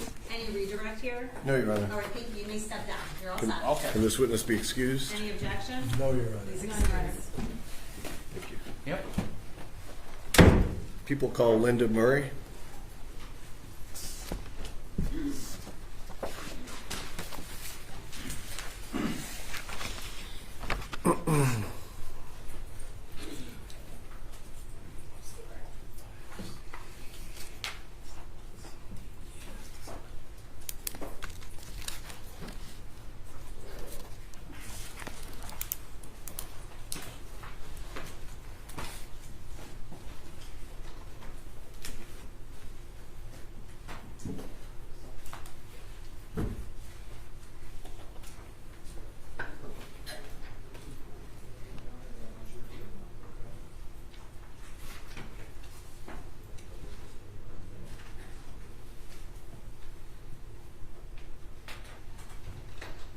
Mrs. Murray, if you could approach this way. I ask you to step up, and the judge will swear you in. Watch your step on the way up, and I'll get you sworn in. If it's possible, if you could stay standing and raise your right hand, I'll get you sworn in. Please raise your right hand. Do you swear or affirm the testimony you're going to provide today is the truth, the whole truth, nothing but the truth, so help you God? Yes. All right, thank you. Please be seated, and then tell us your name. Linda Murray. Your witness. Good afternoon. Good afternoon. I'm going to ask you to speak up very loudly, because it's not just the folks to your right that need to hear you. The folks out in the first couple rows need to hear you, okay? And if you don't speak up loud enough, well, we're going to see some hands from the folks there, meaning they can't hear you, okay? Okay. If you don't understand something I ask, or if I'm not clear, just ask me to repeat it, and I'll repeat whatever question it was, okay? Mrs. Murray, could you tell us how old you are? 73. And have you been married? Yes. And can you tell us the name of your husband? Hussein Murray. And how old was he at the time of his passing? 73. Okay. How long had you been married? 54 years. And did you have any children from that marriage? Yes. How many children? 3. And do you have any grandchildren from your kids? Yes. How many grandkids? 11. Okay. I'm going to direct your attention back to about a year ago. Was your husband still working at that time? Yes. And can you tell us how he was working? He was a jeweler, and he worked at his store every day. Okay. And can you tell us the name of his store? One was Gold and Glitter, which is a jewelry store, and then on the other side was Hamtramck Pawnbrokers Okay. Where were they located, those stores? in Hamtramck. Okay. And he would go there on a regular basis? Yes. Did he have a regular schedule that you were aware of when he'd go and when he'd typically come home? Yes. Would he vary that schedule very much, or is he someone who is pretty consistent with his schedule? Pretty consistent. Okay. And during the week, Monday through Friday, what times would he approximately leave your residence and then go to those stores? About 12 noon, Okay. And what time would he typically return home? 7. Did he work on the weekend? Only Saturday. Okay. What type of car did he drive at the time? An Audi, And was it a brand new one or an older one? older one. And he had had that vehicle for some time? Yes. How long do you think it was, best guess, that he had had that car? 5, 6 years. Okay. And did you have your own car? Yes. What kind of car did you have? Infinity. Okay. When your husband would go to these stores, were you aware of whether or not he'd ever carry a firearm for protection? Yes. And what type of gun was that? A Glock. Okay. And was your husband right-handed or left-handed? Right-handed. Okay. And would he wear that holster on the right side? Yes. Now,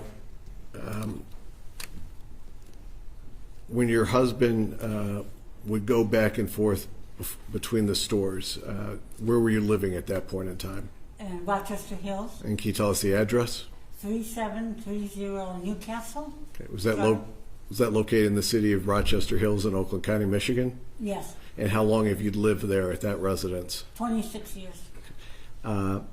Because of the nature of his business, dealing with pawn and dealing with jewelry, did you have any type of safe at your residence? No. Nothing in, no wall safe, no portable safe, no safe at all? No. Would your husband keep cash otherwise outside of a safe in a mattress or something like that at your house? No. Would you keep any type of valuable jewelry at your house? No. Did you have any jewelry that was costume jewelry? Yes. And where did you keep that? In the jewelry box in my room, my bedroom. Okay. Did you have any jewelry that was better than costume jewelry? No. Okay. When we get to October 10th of 2024, do you recall the events of that day and that evening? Yes. Okay. Were you at home that evening? Yes. Okay. Approximately 10 o'clock p.m. Can you tell us if anything unusual happened? A gentleman, Hernandez, came to the front door and said that he was from DTE and needed to check for a gas leak. Okay. Now, you identified him by name as Defendant Hernandez just now on the record. Is that correct? Yes. Okay. You did testify earlier at the preliminary examination back in district court December of last year? Yes. Okay. And you identified one of the defendants as Defendant Hernandez back then? Yes. Okay. Was Defendant Hernandez alone when he came to that door? No. Okay. Now, who was the other person that was at that door with him? Zuazo was not at the door. He was standing on the walk. Okay. There was a second person with him? Yes. Okay. Was that person, what description of nationality, ethnic background would you say that person was? Average size, average height, black. Okay.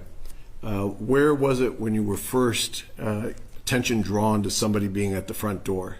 My Ring camera gave me notifications through my phone. Okay. And where were you physically at in your house when you got that notification? Upstairs by the master bedroom. When you say you had Ring cameras around the outside of the house? Yes. And those Ring cameras were set up to notify you if somebody came to the door? Yes. And was it a Ring camera system where you could actually view on your camera what was going on those cameras? Yes. And you could actually see on your camera what was going on at the front door? Yes. Now, after you see that, do you leave your master bedroom or do you stay there? No, I stay in the hallway by the door. Okay, and when we talk about the hallway, are we talking about where the banister is? Yes.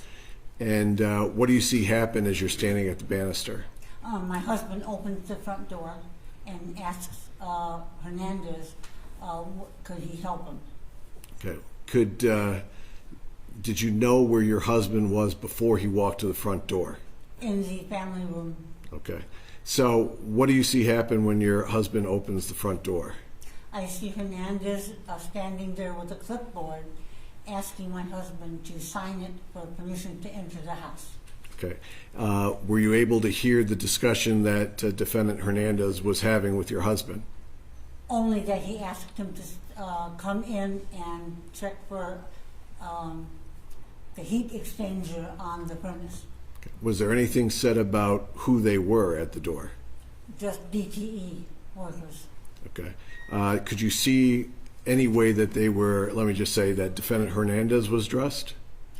He was had a yellow vest on and a hat and mask. Okay.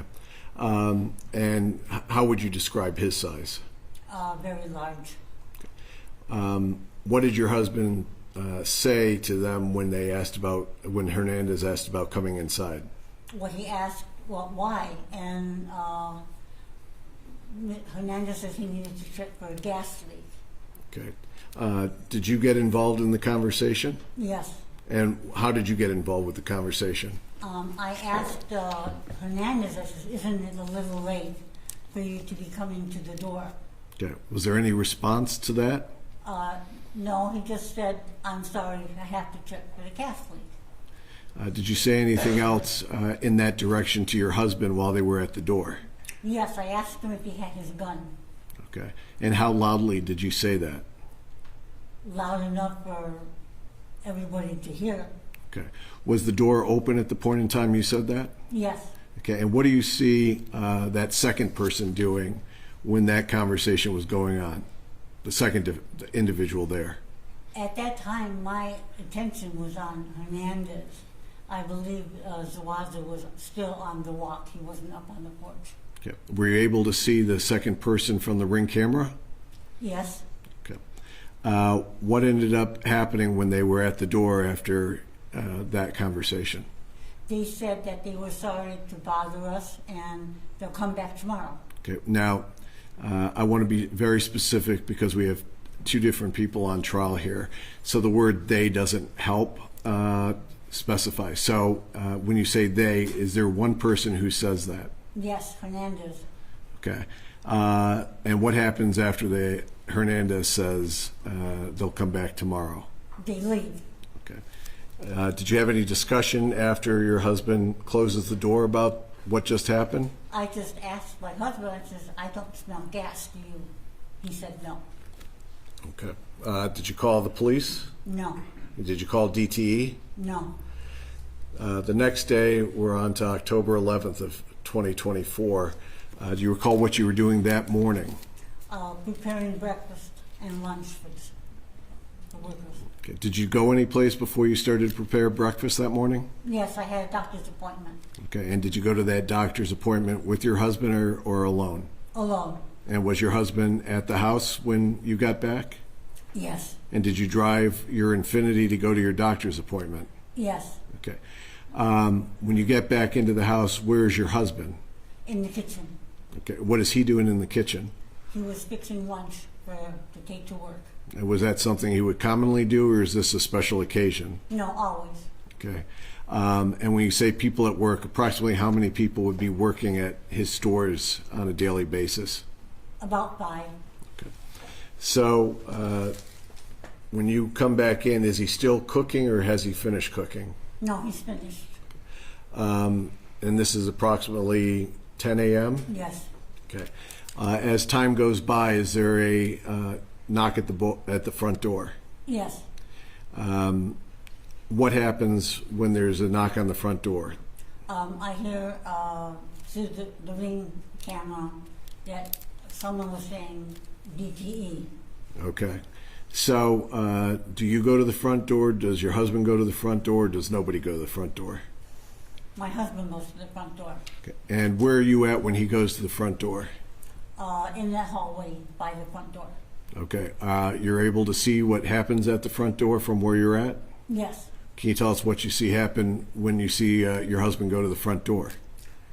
He opens the door, and Hernandez again asks him to sign the clipboard to give him permission to come into the house.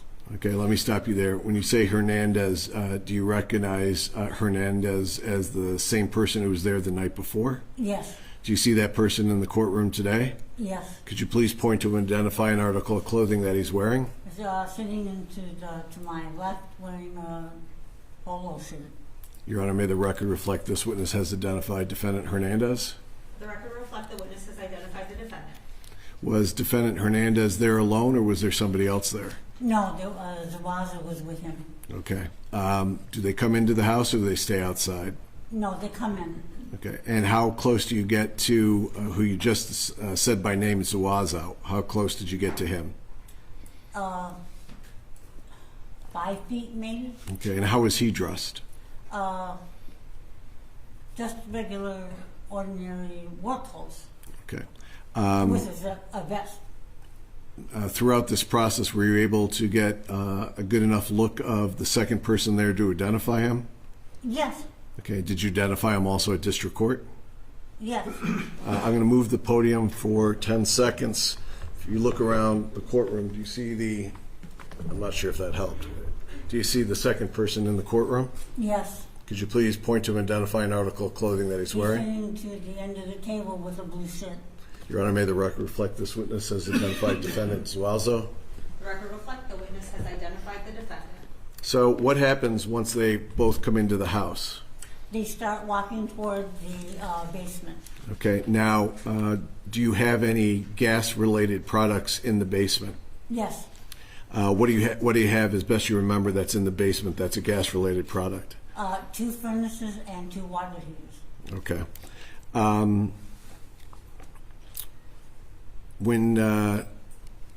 When they're headed towards the basement, do they immediately go down to the basement? No. What happens? How does it get clarification on they, who all were speaking about in that multiple? You can rephrase. Does defendant Hernandez and defendant Zuazo immediately go down to the basement? No. Okay. What happens before defendant Hernandez? I don't want to assume he goes down, but what happens before that? Zawaza goes into the laundry room, and I assumed he was going to look for gas leak, but he looked at the wall where I have artwork instead. And Hernandez. Were you with him when he went into the laundry room? In that little hallway, yeah. Okay. And do you have a gas dryer in that room? Yes. Okay. And do you see what Hernandez was doing? He was standing by the garage door and the basement door. There's a hallway that he was standing between. Okay. And does anything happen before they head down, the 2 defendants head downstairs? Hernandez tells me that he forgot his meter and he had to go to the truck to get it. And were you able to tell from your observations whether or not he left the house? No, I don't know if he left the house because the door would have a chime to it when you open it. Did you hear the charm? No. How long would you say that Hernandez was out of your sight after he had made that comment? A minute, maybe. Okay. Does defendant Hernandez return? Yes. What happens after he returns? My husband starts to go down the basement steps. Okay. When your husband goes down the basement steps, does anyone follow him down? Yes, Hernandez does. Okay. And who? No, I'm sorry. Zawazo does. Okay. I just want to be clear. Which of the 2 defendants goes down behind your husband? Zawazo. Okay. And does defendant Hernandez go down the steps also? Yes. And does one of the 2 defendants or your husband close the door to the basement? I didn't notice who closed the door. Okay. Does the door get closed to the basement? Yes. Where do you go after they head down into the basement? I finish up making breakfast. Okay. And how long do you think that takes? Oh, I was almost done, so 2 minutes. Okay. And after you finish breakfast, making the breakfast, how long would you say that the defendants were downstairs? 10, 15 minutes. Okay. People have different tones to their voice. Would you categorize your husband as a soft talker or a loud talker? Loud talker. Okay. When your husband was down in the basement with the defendants, did you hear him at all? No. Did you hear any commotion at all? No. Did you hear any cries out at all? No. Also, folks have different abilities physically as we age.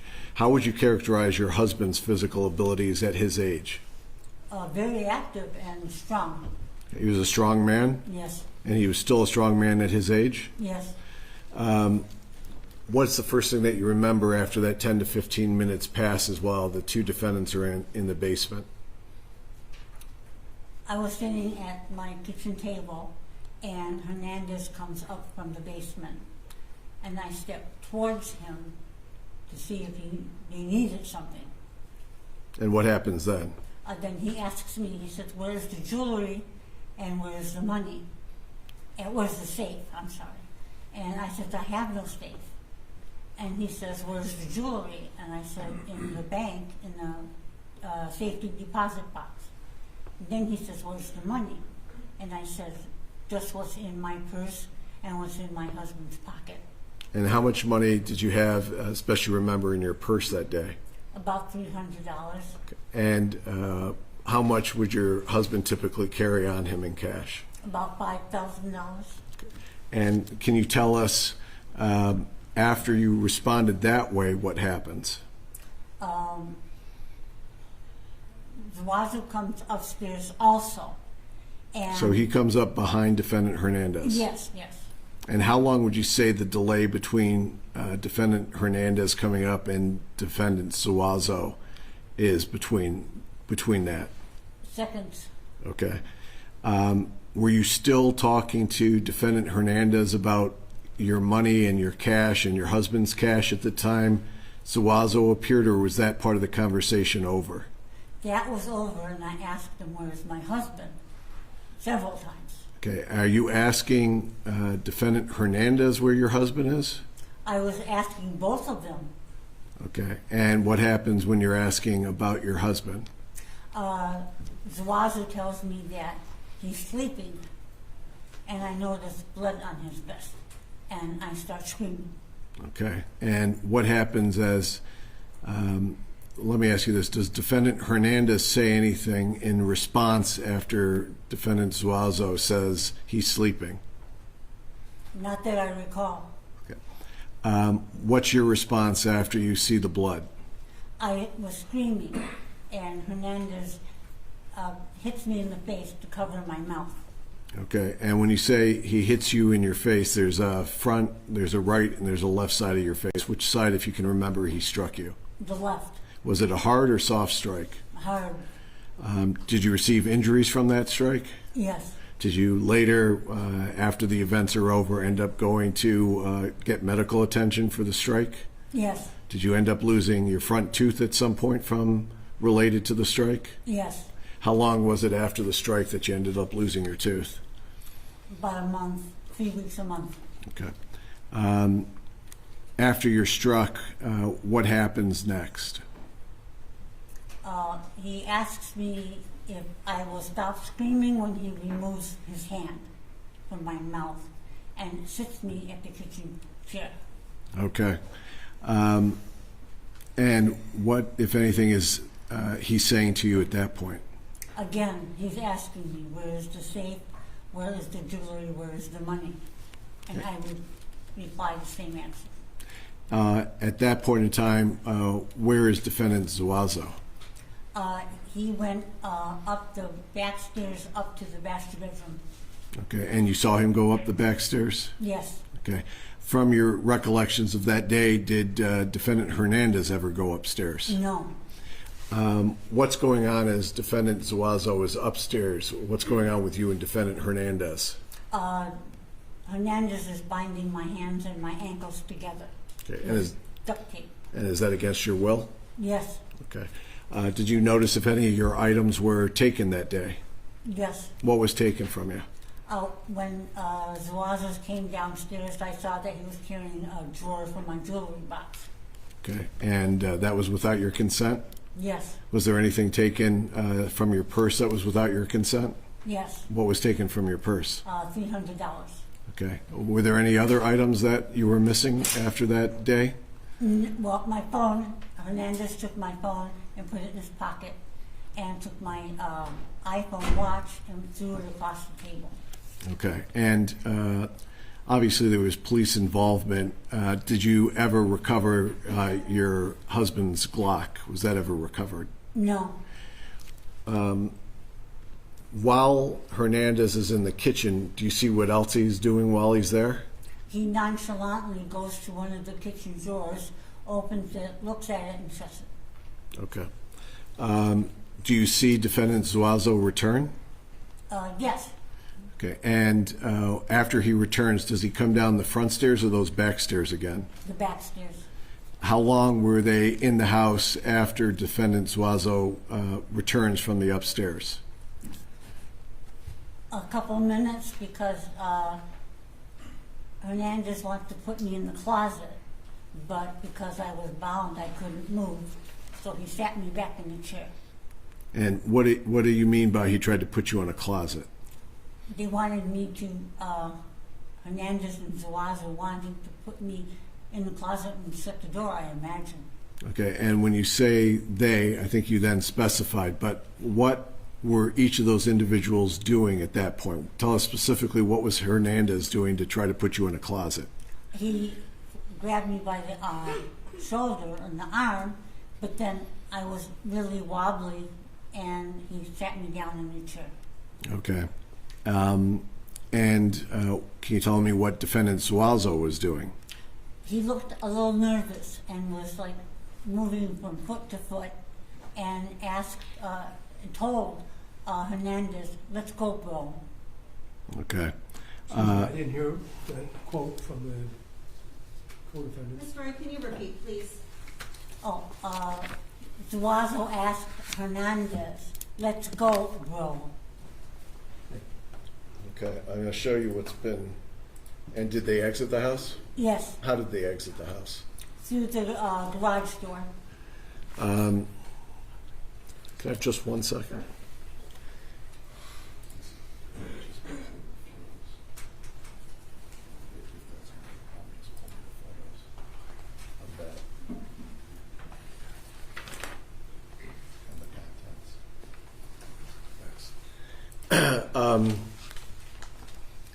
Did they go out the garage door, did you say? Yes, How long were they in the garage?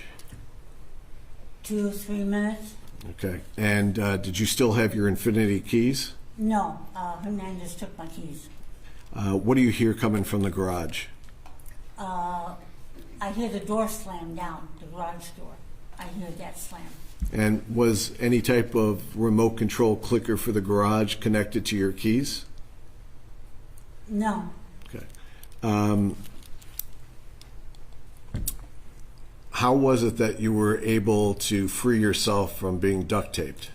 around my ankles there was a small tab of tape that was loose, and I worked it around until it came off. Okay. And were you able to make a phone call to the authorities since the cell phone was gone? Yes, And how were you able to do that? the house phone. Okay. And did you call 911? Yes, And how long would you say it was after 911 that the deputies arrived? 5 minutes, it was quick. In that 5 minutes before the deputies arrived, did you hear anything or any sounds or noises coming from the basement? No, Did you go down into the basement? no, Okay. And to this date, you haven't seen any photos of the basement, is that correct? correct. Okay. I'm not going to show you any photos today either, but I just want to ask you just a couple things. Did your husband wear any type of rings or jewelry? Yes, And what kind of ring or jewelry would he wear? he had a diamond jewelry, a ring on his finger, and a diamond watch. Okay. And when you say a ring on his finger, what hand was that finger attached to, right or left? I think it was the right. Okay. And you indicated that he had a nice watch. Was that a Rolex watch? Yes, Okay.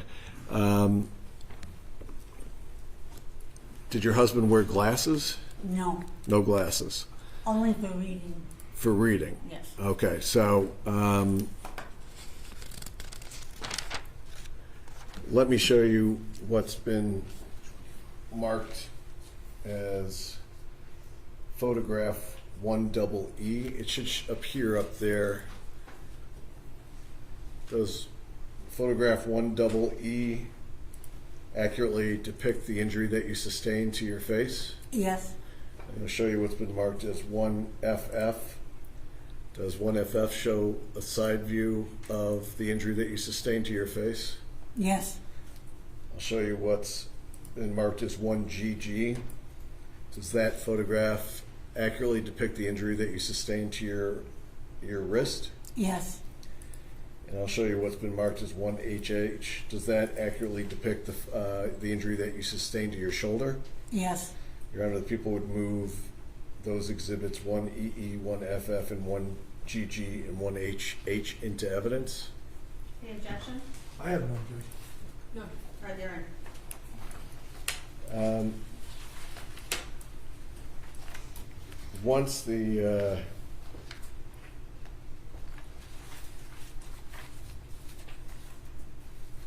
sheriff office got involved, they went through the house that day? Yes. Okay, and I'm going to show you some photographs. I'm going to show you what's been marked as 1D.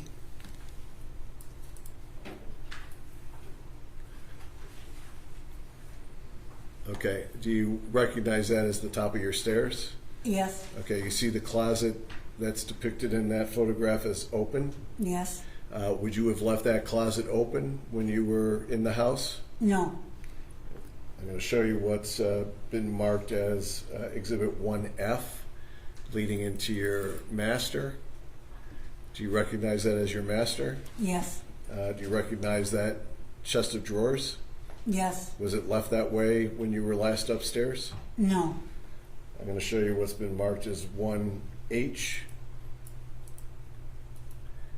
It's a different view. Can you tell us what you see in 1H? Drawers scattered on the floor. Okay. And items on the floor. Okay. I'll show you what's been marked as 1I. Can you tell us what you see in that picture? Drawers on the floor. And 1K? The armoire open. Okay. And the drawers should be inside, but they're not inside. Is that correct? Correct. Did you have any type of jewelry box upstairs? Yes. And where was that jewelry box kept? In my closet. Did you notice when you finally went through the house, was that jewelry box where it should have been? No. And can you tell us, do you recall where you found it? It was laying on the floor of the master bedroom. And were any of the drawers missing from there? Yes, one. And what was kept in that jewelry box? Costume jewelry. I'm going to show you what's been marked as 3BB, as in boy.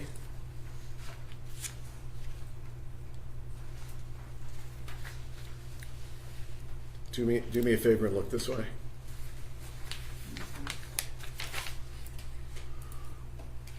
Okay. Do you see 3BB? Yes. Okay. Do you recognize that? Yes. And how do you recognize that? Those are my costume jewelry in my glass case. Okay. And the Sheriff's Department later recovered these items and showed them to you? Yes. Did you identify those items as what was in the house before the defendants came in that day? Yes. I'm going to show you what's been marked as 3CC. Do you recognize that as the contents of your costume jewelry? Yes. I'm going to direct your attention to what's in the middle of that. It looks like some sort of award. Do you recognize that award? Yes. And can you tell us how you recognize that? That was my grandfather's sports award that he got when he was young. Okay. And that had been passed down through your family? Yes. I'm going to show you what's been marked as 3EE.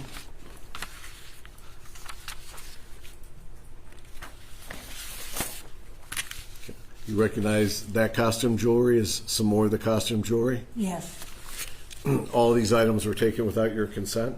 yes, As this case has progressed, did you turn over the Ring camera video to the Sheriff's Department? yes, And you had a chance to review the Ring camera videos both from the 10th and from the 11th of October? yes, Did they accurately reflect what occurred and what you remember happening on those Ring camera videos? yes, And you also testified to that at preliminary examination? yes. Your Honor, the people would move the Ring camera videos that have been designated 5C, 5D, and 5E and request to publish those. All right, before we get to that, did you admit 3BB, 3C, the witness just testified to? I don't see that as being admitted previously in the Senate. I didn't because the guy from Cato County is coming tomorrow, but I'll move those in today. Okay, I mean, it's not, do it as you see fit. I just want to make sure we're not missing something. All right, so the Ring cameras are which numbers? They got renumbered 5C, 5D, and 5E. They were all on just 5, but because of things, it got renumbered. Okay, and then the parties have seen the Ring camera. Is there any That is objection correct. to admission to it? No, Your Honor. Okay. All right, it's in. And that's Could we- 5C, 5D, 5E, correct? Yes. Permission to publish? You may publish.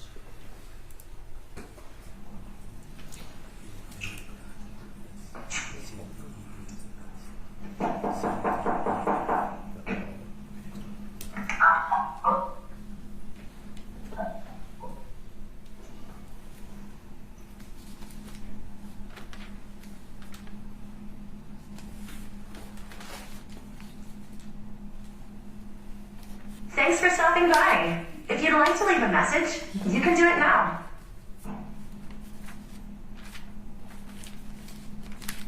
We're DTE. We're checking for gas leaks. Went in the restaurant call when she thought Red was hurt. Just a minute. At the front door.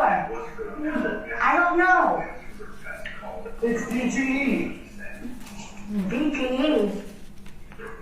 That's kind of a late for you guys to be coming around. I know we've been working in the neighborhood. DTE, I don't know, this is flying.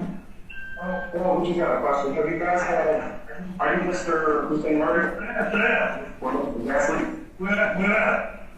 We gotta check your back, behind the house for the meter. Thank you.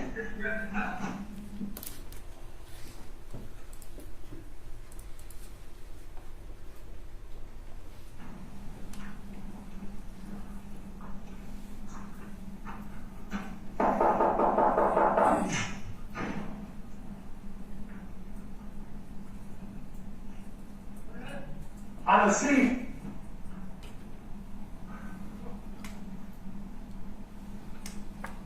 See what's there? Hello? No, I'm coming. Oh, I'm coming behind. Is this the quick Yes.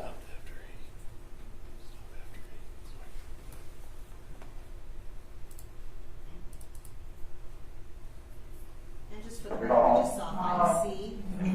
So just, yeah, indicate it for the record. Then just call up. And I didn't want to bother you guys for late, but we had to check the outside. We go home.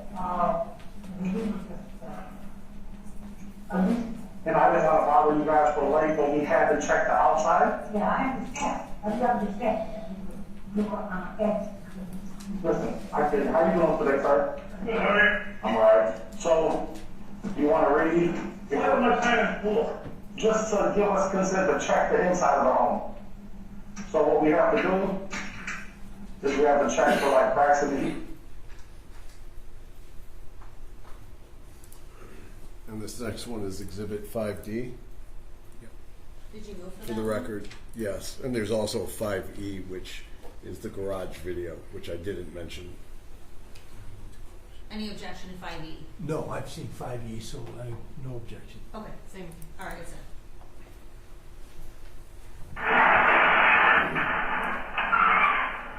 Come on, man. Let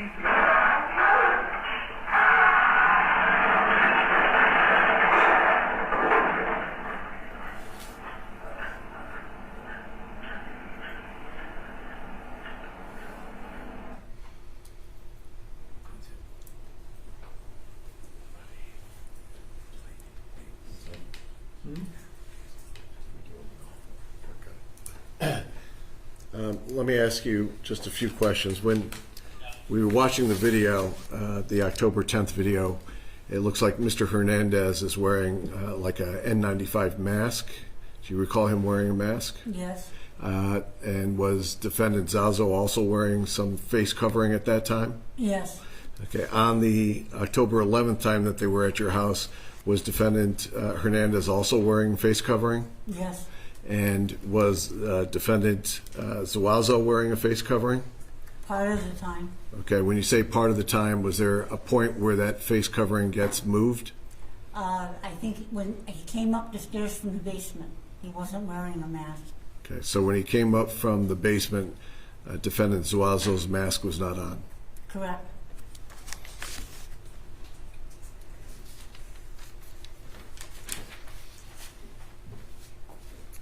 I don't have any other questions, Judge. All right, cross-exam Zuazo. Thank you, Your Honor.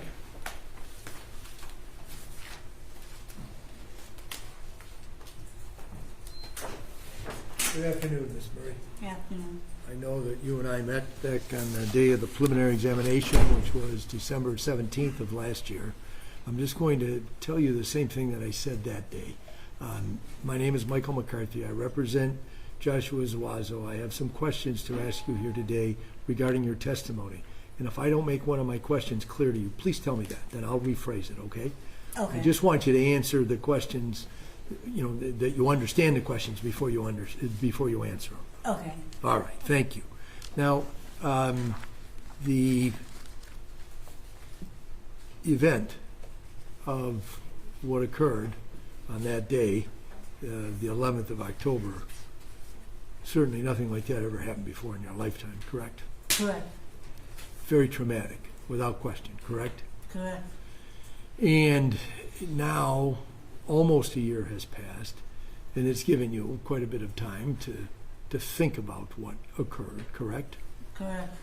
And whether you wanted to be thinking about it or not, you have this constantly on your mind, correct? Correct. And coming here to court again is something which, if you were able to have it fade from your memory, brought it all back to the foreground a second time, correct? Correct. And you're here now giving your testimony, and certainly this has been something you've been preparing for and weighing, and it's been weighing heavily on you as this day, the first day of October, approached, correct? Correct. Okay. And in order to be able to testify, you had to sit down and speak with the attorneys representing the prosecutor's office, correct? Correct. You had interviews with Mr. Petrofessa and perhaps with Mr. Magaro, correct? Correct. And you've also spoken with a number of law enforcement officers ever since the first day that this occurred, correct? Correct. They came to your house. Deputy Copeland was the first man through the door at your house. You remember that, right? Correct. And then that was a pretty upsetting thing when you were talking with him about, you didn't even know what had happened at that point, right? Correct. I mean, you knew that you got tied up. There was something that happened with your property, but you didn't know where your husband was. Correct. And as the day wore on, things just got worse. Correct. And then after you were asked to step outside of the house, another deputy came along, Deputy Hagelin, and he took you to his police car, so at least you could be sitting down away from the house instead of sitting on your front porch as you were when you first encountered him, right? Yes. And because when you were sitting on the porch, one of the things you observed, you were sitting right there, was all the other deputies that came to your home to see what happened, right? Yes. And they were heavily armed, correct? Yes. And obviously everybody was taking what happened at your house very seriously, correct? Yes. All right. And so then you didn't go back into your house. Instead, you ended up going to the hospital, correct? Yes, And you had those pictures taken at some point during the day before you got to the hospital or before you got into a hospital bed. Is that right? I'm not sure if it was the same day or the next day, but Okay. But those pictures were taken so that there would be a record of Yes. the injury you sustained, correct? yes, And you spent the night, at least, of the 11th and the 12th of October in the hospital, right? no. No? How did that go? I was released, and after they did CAT scan, I was released to go home. During the time you were in the hospital, you met with another detective, isn't that true? Yes, Detective Weitzman, I think his name is, or Wigeman, rather? I assume. Okay, but another detective Yes, came to see you while you were in the emergency room. Is that Yes. right? Okay. And then that same detective met with you some more times over the course of the next couple of days, correct? correct. And those meetings were conducted at your son's home, isn't that right? Repeat that? I said those meetings were conducted at your son's home, isn't that correct? Yes, Okay. And so there was a lot of discussion about this incident at your house in those first few days. You would agree with that, right? yes, And somewhere along the line, you learned what the name of the first person that had came to your door was, or had come to your door, rather, was Mr. Hernandez. You remember that? yes. Can you tell the jury how it is you came to know what his name was? Police officer told me. Okay. And then at some point, you came to know the name of Mr. Zawazo. Is that right? Yes, And how was it that you came to know his name? through the police officer. Okay. Now, did you learn those names on the same day, or did you learn those at different times? In other words, did you learn about Mr. Hernandez's name and Mr. Zawazo's name at the same time, or were those two separate occasions? At the same time. At the same time. Do you remember when that was? A day or two after. Okay, so somewhere, this occurred on a Friday, so somewhere over that weekend or the beginning of the following week. Is that correct? Yes, Because while you were interacting with the detectives that were working on this case, you were giving information to them. They had questions for you, correct? correct. But they were providing information to you. Isn't that correct? I'm not exactly sure what you mean. Well, they told you the names of the Yes. two people who were the suspects they were investigating. Isn't that correct? Yes, And you weren't able to provide them with those names, correct? correct. You didn't know the names of either of the men that came to your home, but at some point the detectives told you those names, correct? Yes, And at some point, did you become aware of the fact that Mr. Hernandez was in custody? yes, Okay. And that was because a detective told you that, right? yes, Okay. Now, there was some news coverage of this story. You remember that, correct? Did you pay any attention to that? yes, I mean, no one can blame you for doing that. I mean, this is something that affects you in the most severe way. So it would only be natural for you to be curious about seeing what the coverage was, right? yes, Okay. And when that coverage was being provided, if it was on TV or in some newspaper, there were photographs, right? yes, And photographs of Mr. Hernandez, right? yes, And a photograph of Mr. Zawazo, isn't that right? yes, And you've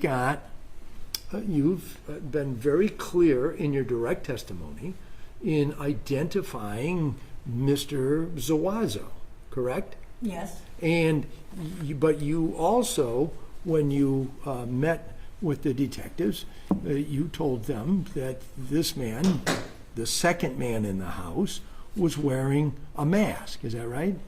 when he entered, yeah. Yes.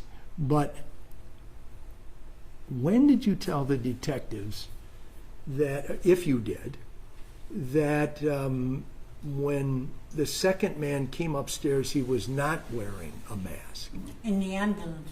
in the ambulance. And when you were in the ambulance, who rode with you? Was that Detective Haglund? I don't remember an officer riding with me. I remember the Oh. paramedic. You told it to a paramedic. No, I told it to the officer. Okay, that's what I'm asking. I just want to get clarification. The first time you told anybody that the second person didn't have a mask on when he came upstairs into your kitchen was when you were in the ambulance? Yes.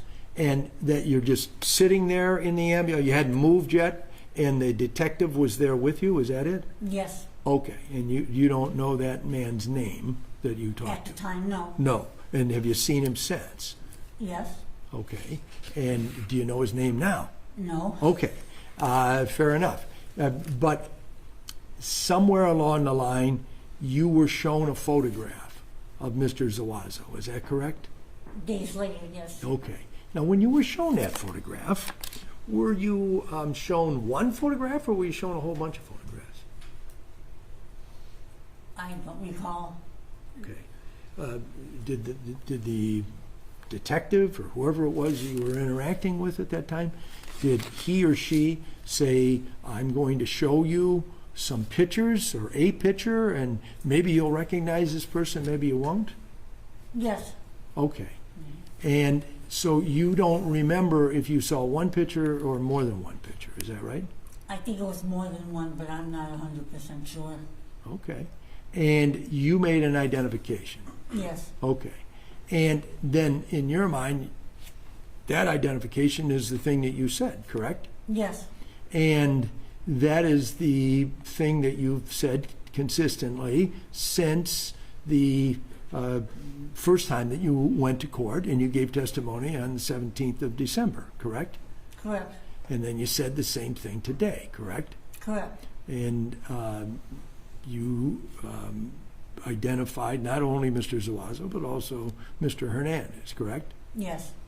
So in your statement to the police, and I think this is to Detective Wiggerman, who met with you a couple of times at the hospital and also at your son's house, you were being asked about the big man, and you were unable to provide a specific height range for him back on maybe October 12th or 13th, somewhere in there, in the days following the incident at your home. Do you remember that? I was unable. That's, well, I mean, that if the detective wrote that in his report, that you said that the Hispanic might have been 6 foot tall, that your husband was 6'2", and he was about as tall, and then... I was talking about Mr. Zuazo at the time. Okay, so you're saying that the person you were describing in the report was written down as the Hispanic man, but you're saying that you were talking about Mr. Zuazo? Yes. Okay, so you couldn't, and you said your husband was 6'2", and he might have been 6 foot? Yes. Okay. May I approach? I just want to show. Yes. And This is from the report that was written by Detective Wiggerman, and it's got contradictory information, and I just want to know if she can look at that, if this would refresh her memory about what she told him. Why don't you come on up, first bunch. Sure.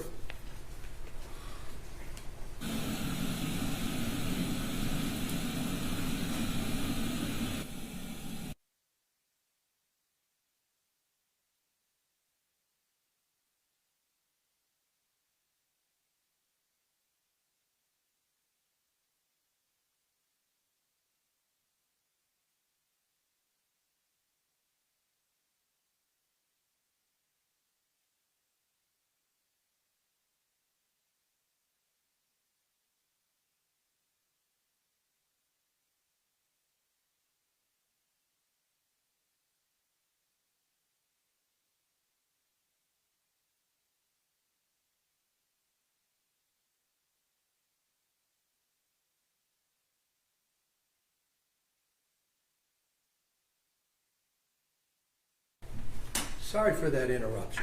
Let me just get this clear. You did not describe the man, the Hispanic man, to be 6 foot tall. Correct. I did. Okay. And if somebody wrote that down in their report that you said so, that person is wrong about what you told them. Yes. Is that right? Okay, that's fair enough. Thank you. Do you remember telling the same detective that the second man, who now you are identifying as Mr. Zuazo, had his face mostly covered? Yes. Okay, so which was it? Did the man have his face mostly covered, or was it uncovered at some point? I'm gonna object. She's already clarified. There's 2 different points in time. This is not a one-time question. Well, let me just make that very clear.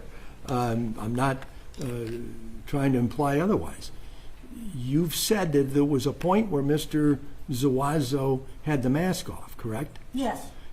Did you tell that to Detective Wegman, if you remember? And I know you might not, and that's fair. I get that. I'm just trying to make, I want to understand what your position is opposed to what it is he wrote down in this report I'm reading. Okay, the mask wasn't completely off. Okay, and so when he wrote down had his face mostly covered, that would be inaccurate based on what you were reporting to him. Yes. Judge, Okay. I object again to the form. You can ask questions on redirect, all right? It just, if we could be more specific about to whom she's talking to, because I don't know if she. And I'll do that. Insert that, but just making sure she knows who you're talking about. It's Detective Wigman, who you might not recognize or remember exactly. I know you saw a lot of police officers, or detectives, but this is during one of those interviews that you had either in the hospital or at your son's home. It wasn't at your home. I don't know if that helps to refresh your memory. It was in the ambulance. Okay. Then was this individual didn't write anything down about him having a mask off at a particular time. And so if you told that to him, he didn't write it down. Is that correct? I mean, you can't explain what he did, but what I'm saying is if it isn't in there, it isn't because you didn't tell him. Is that correct? Yes. Okay, fair enough. And it is your testimony today that he did not have, Mr. Zuazo did not have the mask on when he came up the steps. Is that right? What? Where was the mask? Do you know? I don't. Okay, was it like hanging? Recall. Pardon? I don't recall. Okay. Exactly. And I understand it's a very traumatic and upsetting thing that's going on, and you're very much involved in that. You didn't see anything hanging out of a pocket or anything like that. No. And it wasn't laying on the floor. No. Correct? And it isn't something that, to your knowledge, ever was found in your home, correct? Yes. Okay. Excuse me just one second.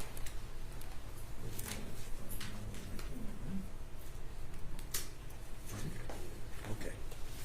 Thank you very much, Mrs. Murray. I appreciate your testimony. Cross-exam for Hernandez. Yes, thank you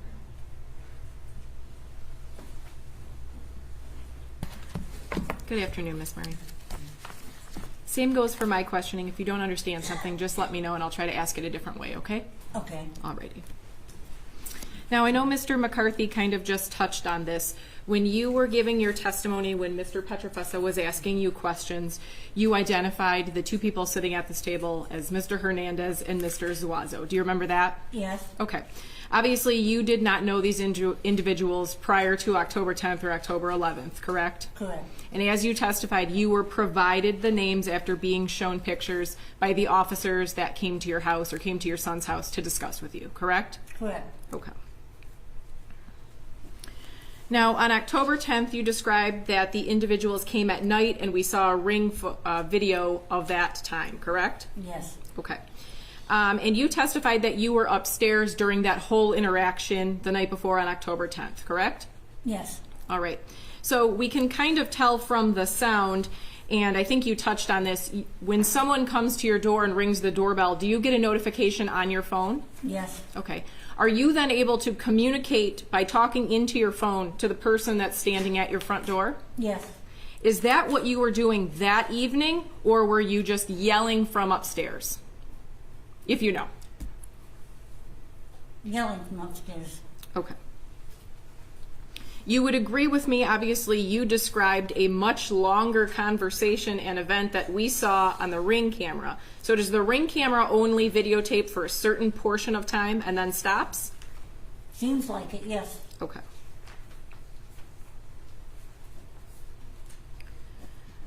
Now, you testified previously that at some point, due to the lateness in the evening, you yelled to your son, "Do you have your gun?" Correct? To my husband. To your yes. husband, I apologize.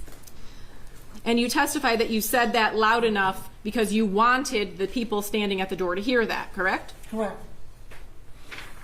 And your testimony was that shortly after you made that statement, the two individuals decided to leave, correct? Correct. They did not force their way in that evening, correct? Correct. Now, you didn't receive any Ring notifications throughout that night indicating that anyone else was around your home, correct? Correct. Now, let's fast forward to the next morning. As we saw, the doorbell was rung again, and that's when you got that notification on your phone, correct? Correct. Now, it seems from the Ring video that you may have come to the door first, and then your husband came. Is that accurate, or did your husband go to the door first? We're talking about the morning. Yeah. That part is a little unclear, but I think I was at the door also. Okay.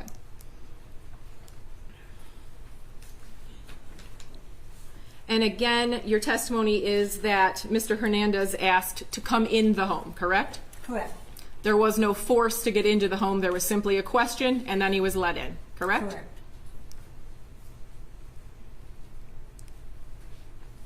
Now, you made mention about the security system that you have, and if a door is opened or closed, you kind of hear a chime. Is that correct? Yes.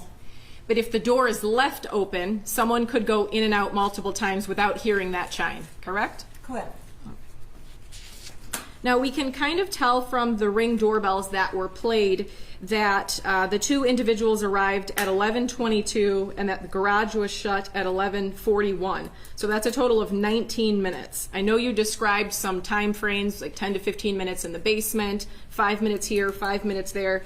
Does the 19 minutes that I am using based on the Ring camera sound accurate? Yes.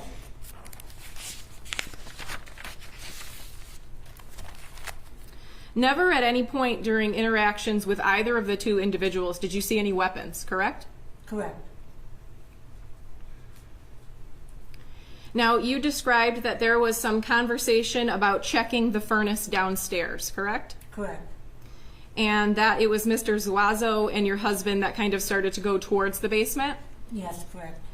And it was at that point that you testified Mr. Hernandez said that he had to go back outside and retrieve something from the truck. Correct. Now, you testified that you did not know whether or not he actually went outside because you didn't hear the chime, correct? Correct. But as we established previously, if the door had been left open, you would not have heard that chime. Fair to say? Yes.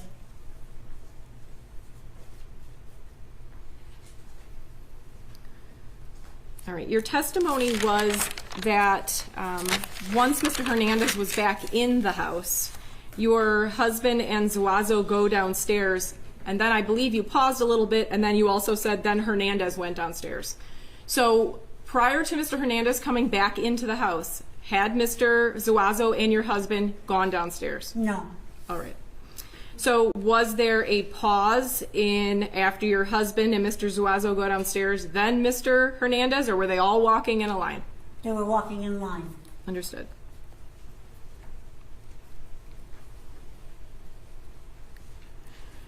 Now, you testified that you did not hear anything out of the ordinary in the basement, correct? Correct.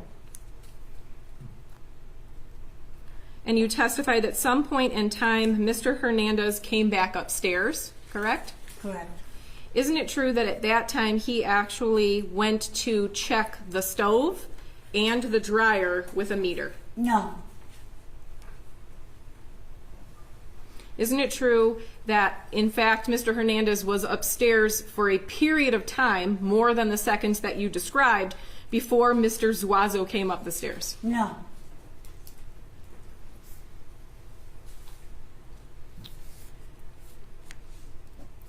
So your testimony is that once Mr. Hernandez and once Mr. Zuazo were back upstairs, that is when Mr. Hernandez started asking you about jewelry or money, correct? Correct. Okay.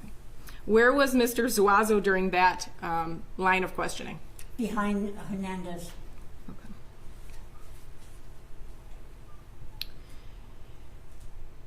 Now, I know that you had mentioned at some point in time during that conversation you asked where your husband was. Is that before or after you saw blood on Mr. Zuazo's clothing? Before and after. Okay. Now, you described that you were not necessarily given an answer of where your husband was, correct, at first. And then I believe your testimony was following that you were able to look at what Mr. Zuazo was wearing and you saw blood, correct? Correct. Can you describe that? There was a stripe of red blood on his right side of his vest. Okay. And at that point in time, I believe that you indicated that you let out a scream, correct? Correct. Okay. I see that you are wearing glasses today. Do you remember if you were wearing glasses during this time frame that we're talking about right now? Yes. Okay. You indicated that you were hit in the face. Were you wearing glasses at that time? Yes. Were your glasses pushed into your face? Yes.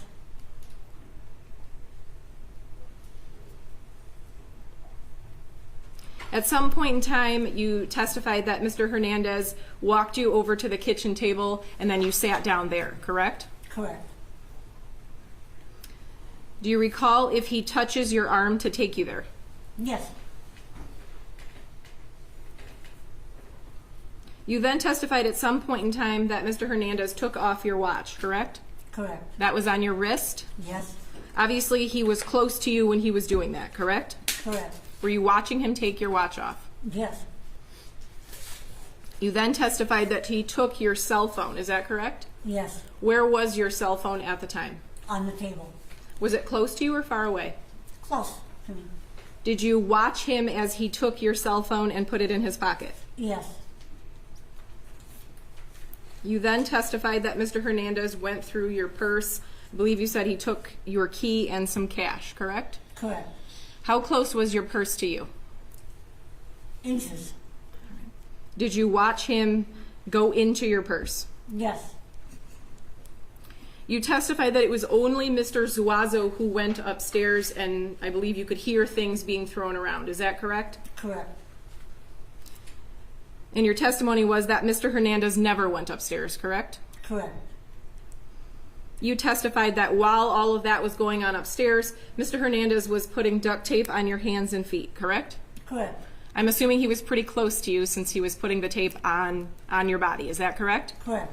Were you watching him as he put the duct tape on your hands and your ankles? Yes.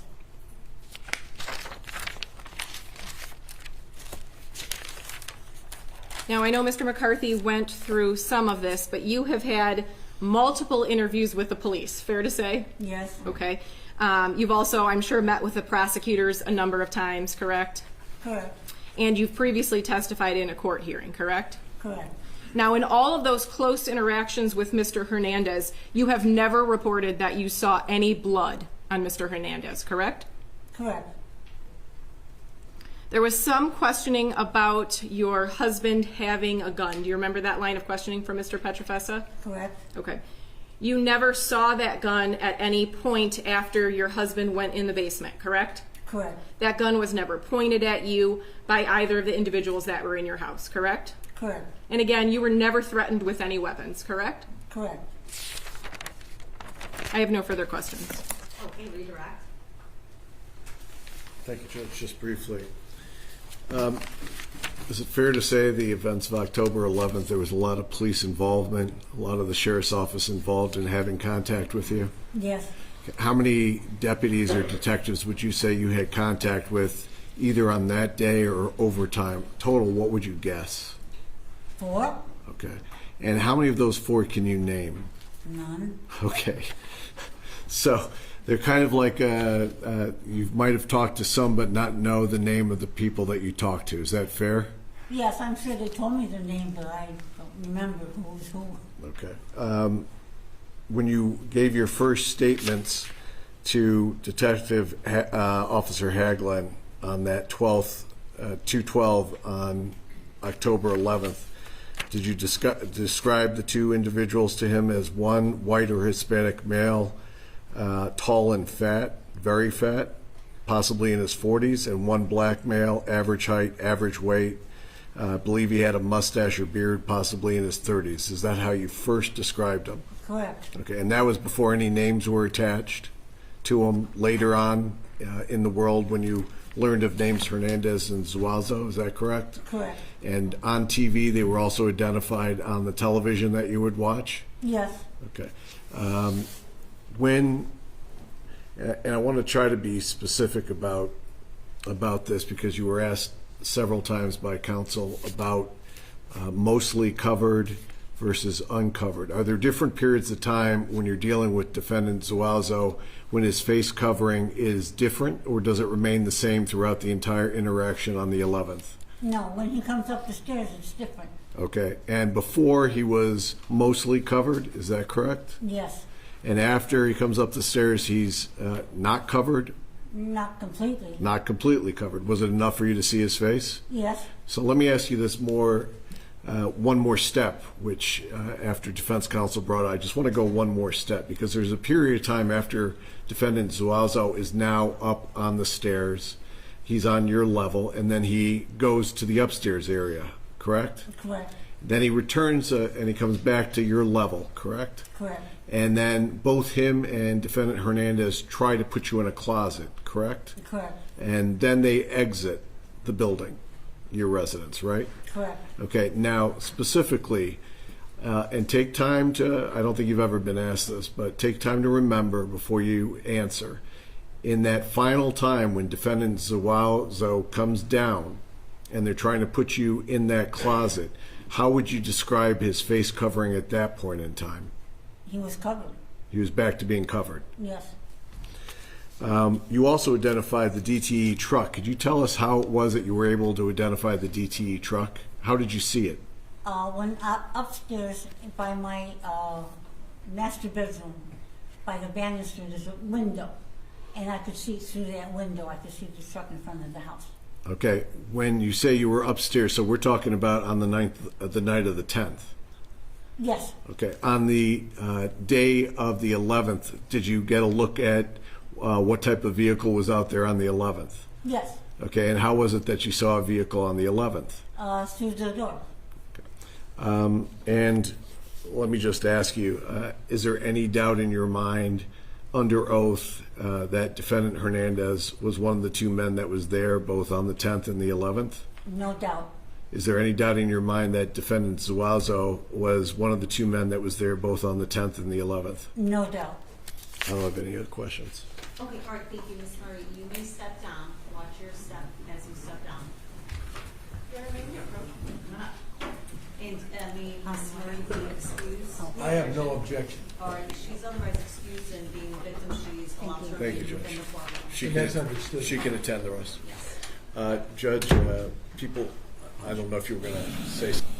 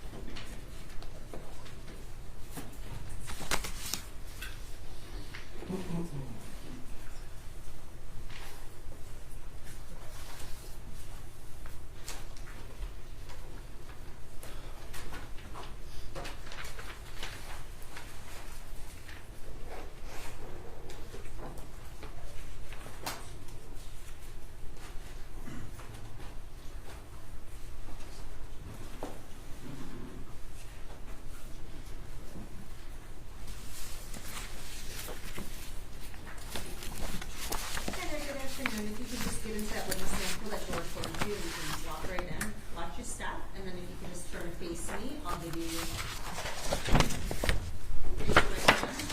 You swear that any testimony that you're going to provide is the truth, the whole truth, nothing but the truth, so help you God? Yes. All right, thank you. Please be seated and tell us your name. My name is Hannah Hussein. All right, you're with us. Thank you, Judge. Good afternoon. Good afternoon. And can you tell us your connection with the family of the victims in this case? We're family members. Okay. And how are you connected to the family? He's my uncle's son. Let me direct your attention back to last year. Were you employed in connection with the family? Yes. And how were you employed? I was employed as the sales at Hamtramck.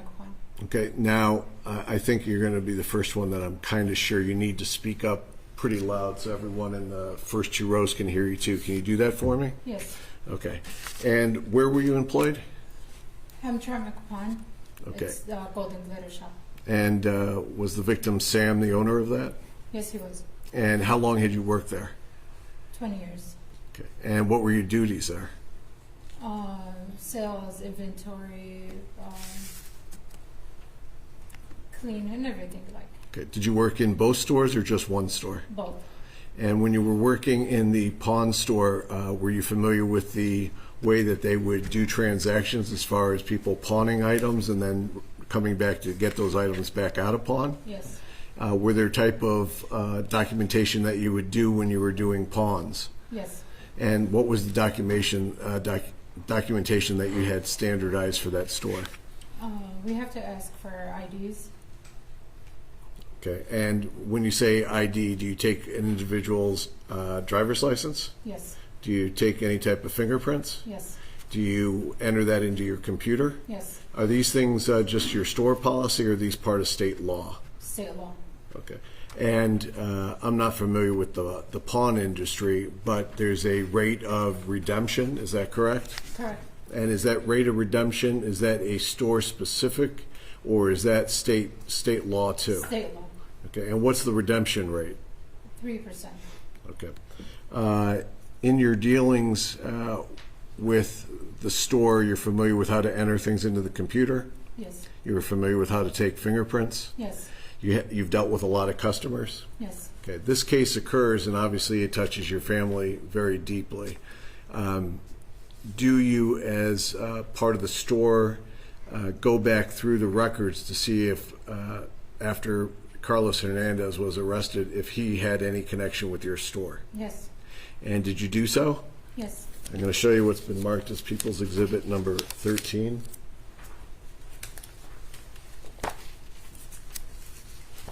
Come on. If I can approach, Judge. Yes.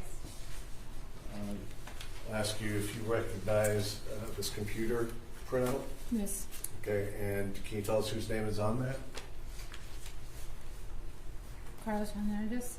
Okay, and do you have more documentation of pawns that were conducted by Carlos Hernandez and your store? Yes. Can you please look through those and tell us what you see in there as far as the documentation and the dates?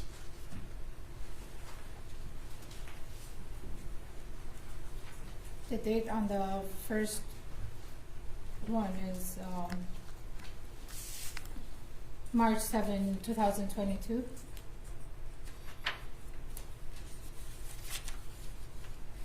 And the second page is a picture of his picture in the system, the ID.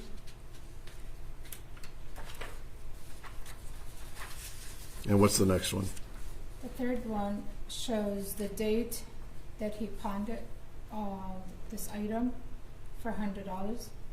Okay. It was October 18, 2023, and it was at 2 o'clock, and it was 2:02:47. And does it say how much was pawned? It was pawned for $100. And the next page?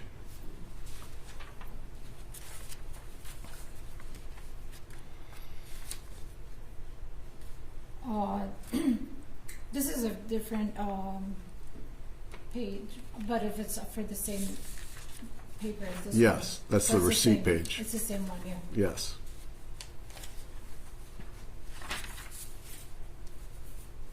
And This ticket was also pawned on October 18, 206, $400. And what was that? What was the item? This page does not show me what was the item, but there should be another paper that shows each one, each ticket. And the next transaction? This page also goes for that. The third transaction was on October 18, 2023 for $1,200. And does it say the item? On this page it doesn't. Does it say it on the next page? On this page, it should say right over here in the red, but to be honest, I cannot read it. Okay. Oh, I do see, actually, sorry. I do see it's a pair of glasses. Are those Cartier glasses? Cartier glasses, yes. Okay. Is there another transaction?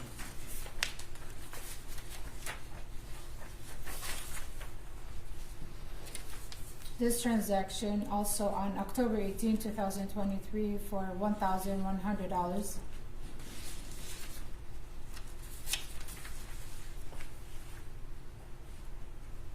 This is a charm, 10-karat gold charm. Okay. And what date was that?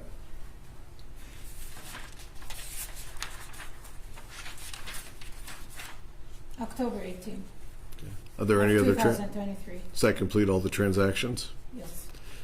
Are there any redemption documentation when he came back in to redeem any of those items?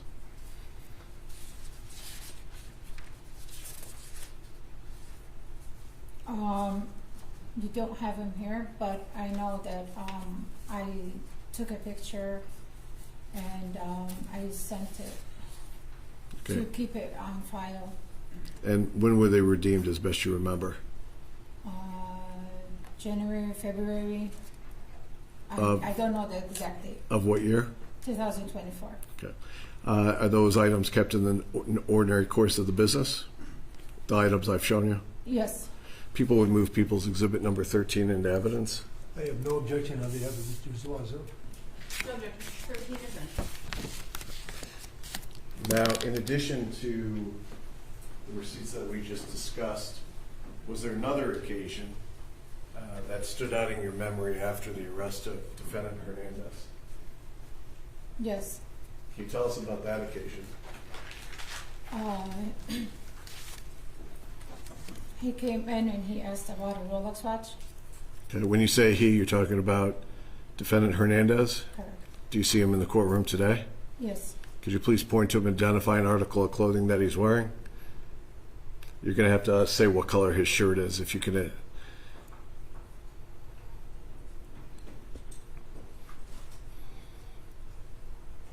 Beige. May the record reflect this witness has identified the defendant, Hernandez? The record reflect the witness has identified the defendant, Hernandez. Can you tell us what you recall about that occasion?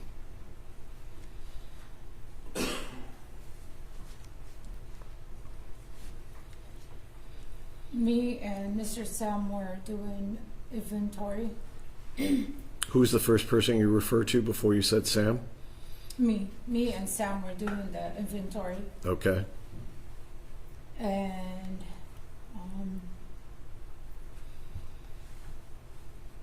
he walked in towards us and asked about Rolex watches. Do you have a special section in the store where the Rolex watches are kept? Yes.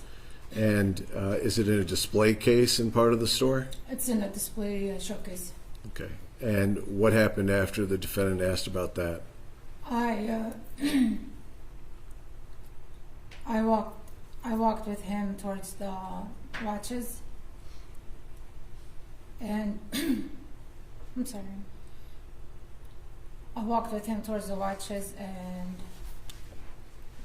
we talked a little bit about the watches. Then he asked me about the owner, and I pointed at Sam. Then I called Sam towards us. And did Sam come over towards you? Yes. And what happened when Sam came over towards you? They shook hands and they talked, but about that time I walked away. Okay.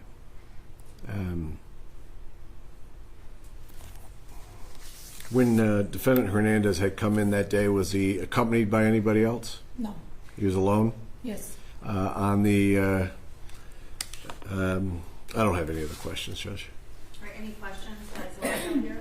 Yes, I do. Just to get some clarification. When this introduction was conducted with the Rolex watches, when did that occur? I don't remember the date. Okay, without a specific date, just in time. Was it before the transactions that are recorded in Exhibit number 13 that you went through? I don't remember the dates. It could have been beforehand or afterwards? I don't remember. But you don't have any doubt remembering that Mr. Murray and Mr. Hernandez shook hands in Mr. Murray's pawn store? I do remember that. Okay. You just can't tell us when it occurred. Mm-hmm. Is Yes, that a I yes? can remember. So you recognized Mr. Hernandez because of them shaking hands and you talking to him about Rolex watches, correct? Correct. All right.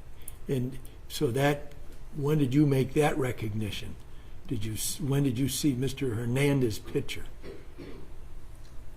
When we looked him up on the computer to see if he was one of our customers. And you saw it, the identification card? Correct. Okay, thank you. I've got nothing further.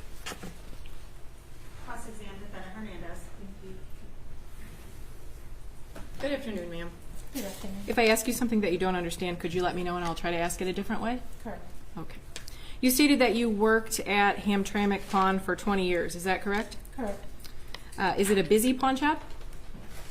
Not really. How many customers do you usually have on a day? It depends on the season. What's the busiest season? Around Christmas. Okay. So on an average day during Christmas, how many customers do you have per day? I really don't know. Okay. 4, 10, 50? No. Something around that. Around what? Around the 50. So 50 people per day during Christmas. What's the average in a non-busy season? 10.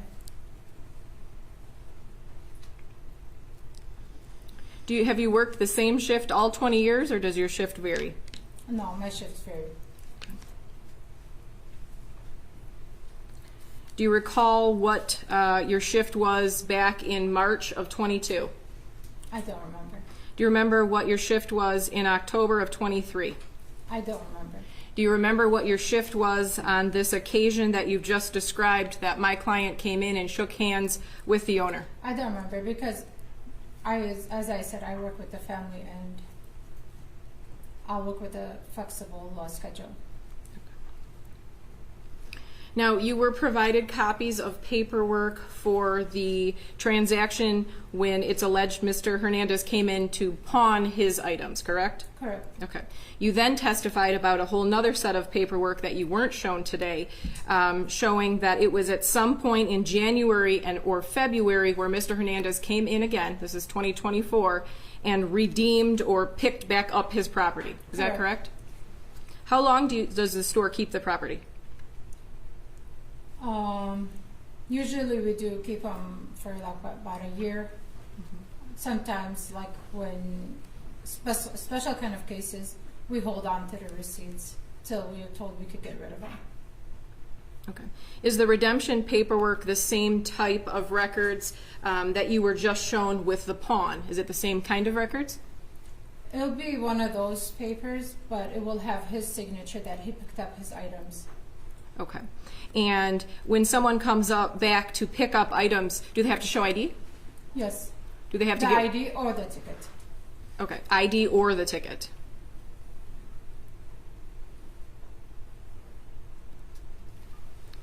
So this conversation that you are describing, you are not sure if it's January of 2024 or February of 2024, correct? I'm not sure. Okay. Now the conversation, let me back up, and I may have confused myself, so I probably confused you. The conversation where you are alleging Mr. Hernandez came into the store and shook the hand of the owner, Sam, you have absolutely no idea what year, month, anything about that interaction, correct? I know it was 2024, but what month, what date exactly, I don't know. How do you know that it was in 2024? Because when the accident happened, I know it wasn't too long when the time that I have seen him. Do you remember if it was cold outside, warm outside? It was cold.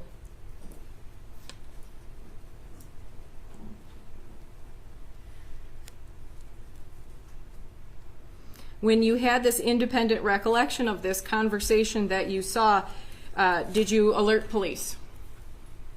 No. Did you ever write out a statement and send it to the police saying, I think this is very important, here is what I know? About what? About him? About this shaking hands situation over a Rolex? No. You obviously think that detail is extremely important, correct? Yes. I have nothing further. Any redirect?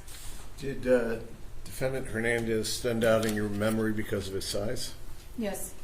I don't have any other questions. Okay, all right, thank you. You may step down. Any objection to the release of this witness? Oh, no objection at all. Can she remain in the courtroom to watch the rest of the proceedings if she desires to? Sure, there's no objection by Ms. Lawton. Recall. Your Honor, if we could reserve that for a potential argument at some further time, we could do that now. I would approach. Well, all right, why don't we ask Ms. Hussein out of the courtroom right now? And what we'll do, ladies and gentlemen, it's been about a couple hours, so I'd like to swap the juries as well. So let's take about a 15-minute break, and then we'll bring everyone back.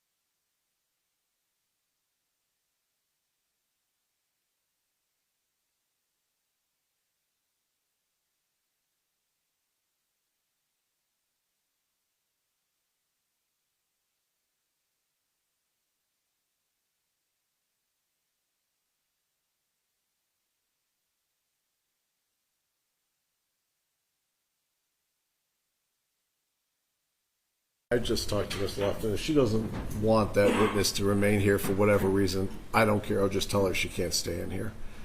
I'm more than happy to give the reason on the record, Your Honor. Ms. Hussein testified that there are documents that she sent to the police or sent to someone about the redemption period that I want to make sure that I have. Or if that isn't true, that the prosecutor's office or the sheriff's department did not receive those documents, I do think they're extremely relevant, especially since they are trying to put my client in the store in 2024. So I do think that's relevant. So I would like to know if those documents were actually received, and if so, I will put on the record I don't believe I have them. So I want to make sure that we have everything we need. Obviously, the prosecutor is not intending to admit those, which is a little difficult to understand since he's admitting the other records that he received from the store. So you might recall her based on that, or would you question a detective regarding that? So I think I would probably question a detective unless all of a sudden I am presented with this document that I would like to cross-examine this witness with that document. Understood. All right, so Ms. Hussein will stay outside of the courtroom until that's determined, and just let me know at any time that that's not your position anymore, and we'll allow her back in because it is an open courtroom. Absolutely. Okay, and so we'll take our break now, about 15 minutes. Thank you. All rise.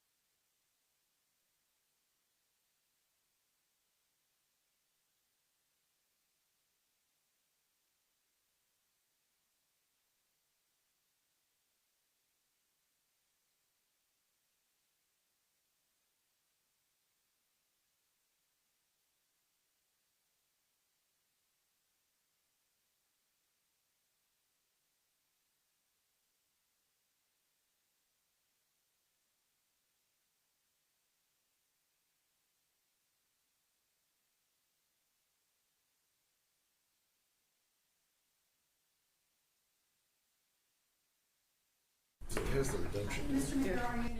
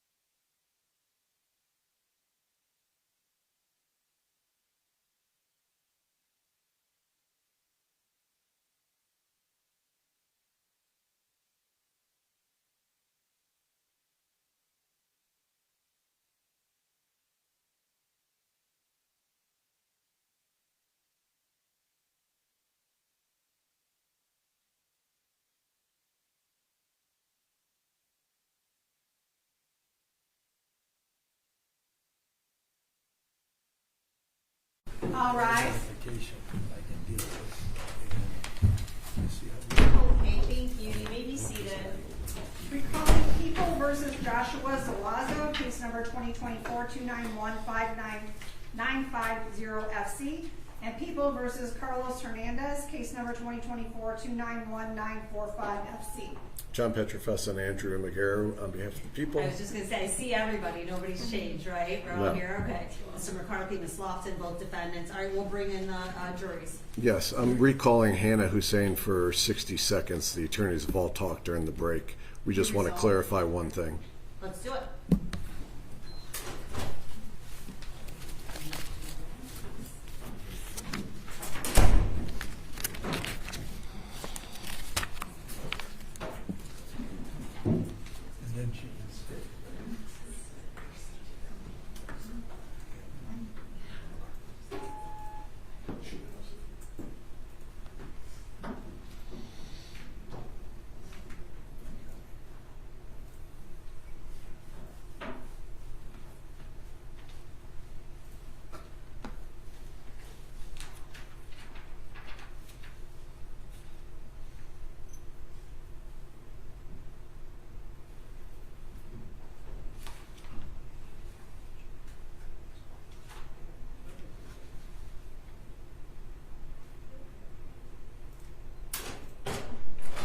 All rise for the jury, please.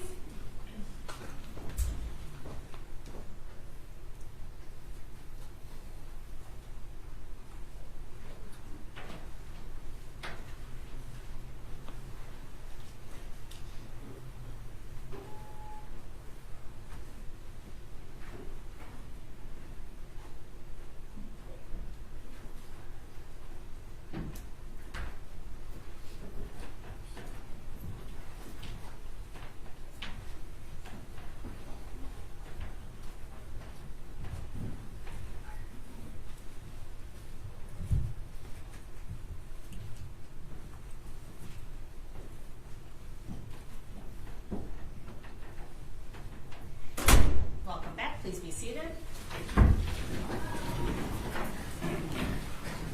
People are recalling Hannah Hussein. All right, we're calling Ms. Hussein.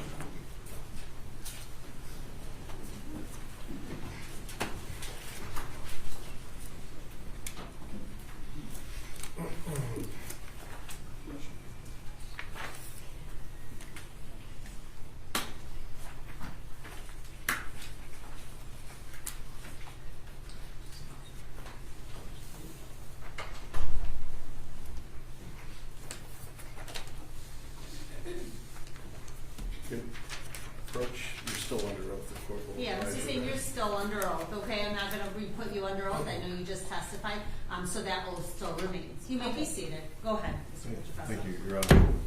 Hannah, at the break, the attorneys discussed exhibit number 13, and we just want you to clarify a couple things for the jury, okay? Sure. We talked to you about the redemption payments, and I think maybe we need to clarify that for the record.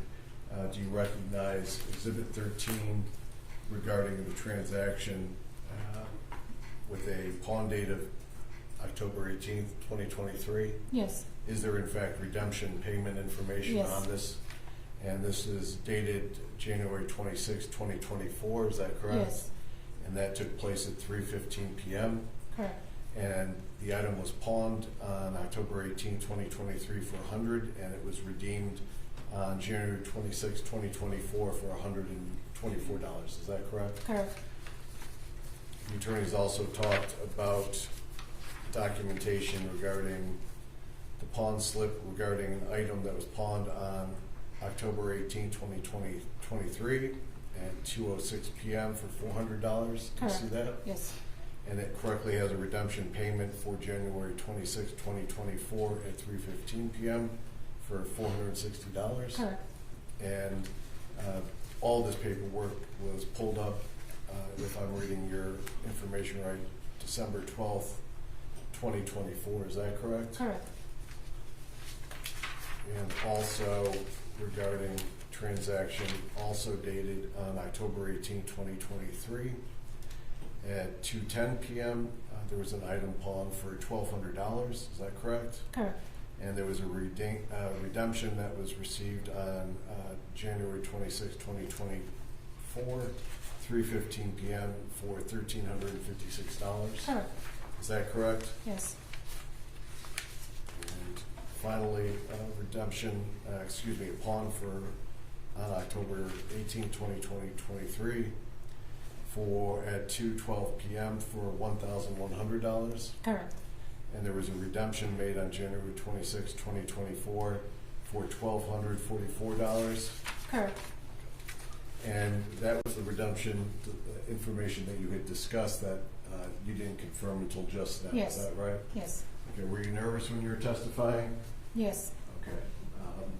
Is there anything else that you want to add to what we just discussed? No. I don't have any other questions. Do we have any cross here? I have no cross. I just.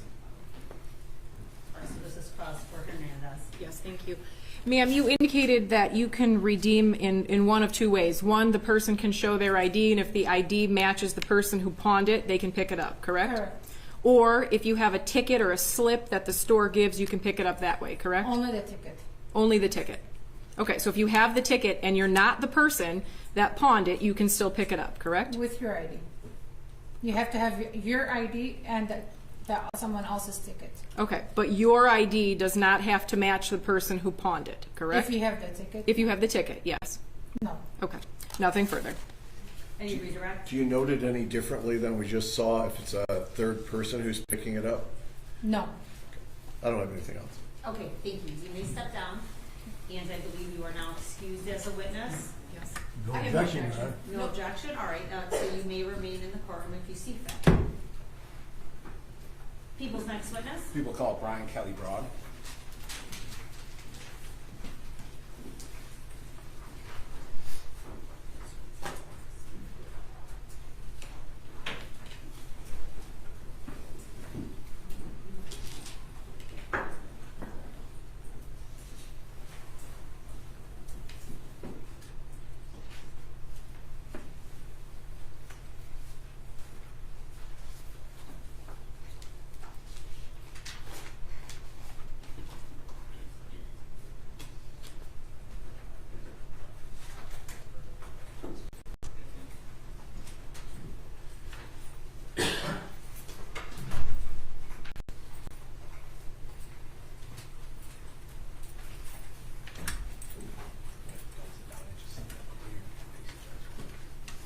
Good afternoon, sir. Go ahead and raise your right hand. I'll get you sworn in. Do you swear to affirm the testimony you're going to provide today is the truth, the whole truth, nothing but the truth, so help you God? Yes.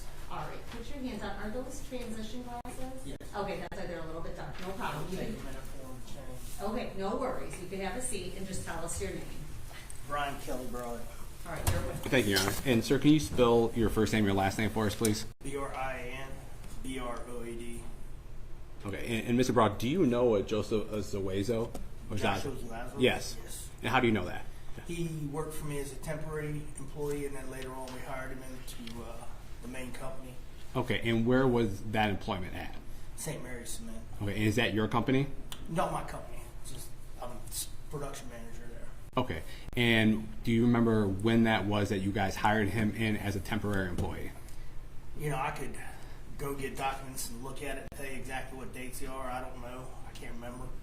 Okay. It's been probably a year and a half ago. Okay, so would it be fair to say it was sometime in 2024 that he was employed there? Yes, sir. Okay, and when he was employed, he was a temp employee, or was he an actual employee of the cement company? He was a temporary employee. We initially hire people into the through a temporary service, and they do some cleanup activities and stuff like that for us. Gives us a chance to evaluate the employees. You know, what's their work ethic like? You know, what kind of person are they? Do they get along well with other people? And then from there, we take the next step and bring them up into the employment of the company itself. Okay. St. Mary's Cement. And with Mr. Zawazo, did you do the actual hiring of him as a temp, or was that just done outside of you? Well, they come in and they have to go through a certain amount of training, and we also interact with them, you know, kind of walk them through, kind of walk them around, kind of give them an initial interview and that stuff. And we have to do that because it costs us so much to train them. And we've had quite a few people. It's not a job for everybody. It's dirty. It's it's hard, it's nasty, it's hot in summer, cold in winter, and it's not for everybody. So we've had a lot of temporary employees that come in and take the training at $500 a crack and then not come back the next day. So we use a process where we walk them out into the field so they can see what the other temps are doing, and so on like that. So would it be fair to say the temporary employees that are hired there during this process, are you intimately involved with their supervision and training at that time? Yeah, quite a bit. I actually have a supervisor that runs the crew, but I interact with them quite often.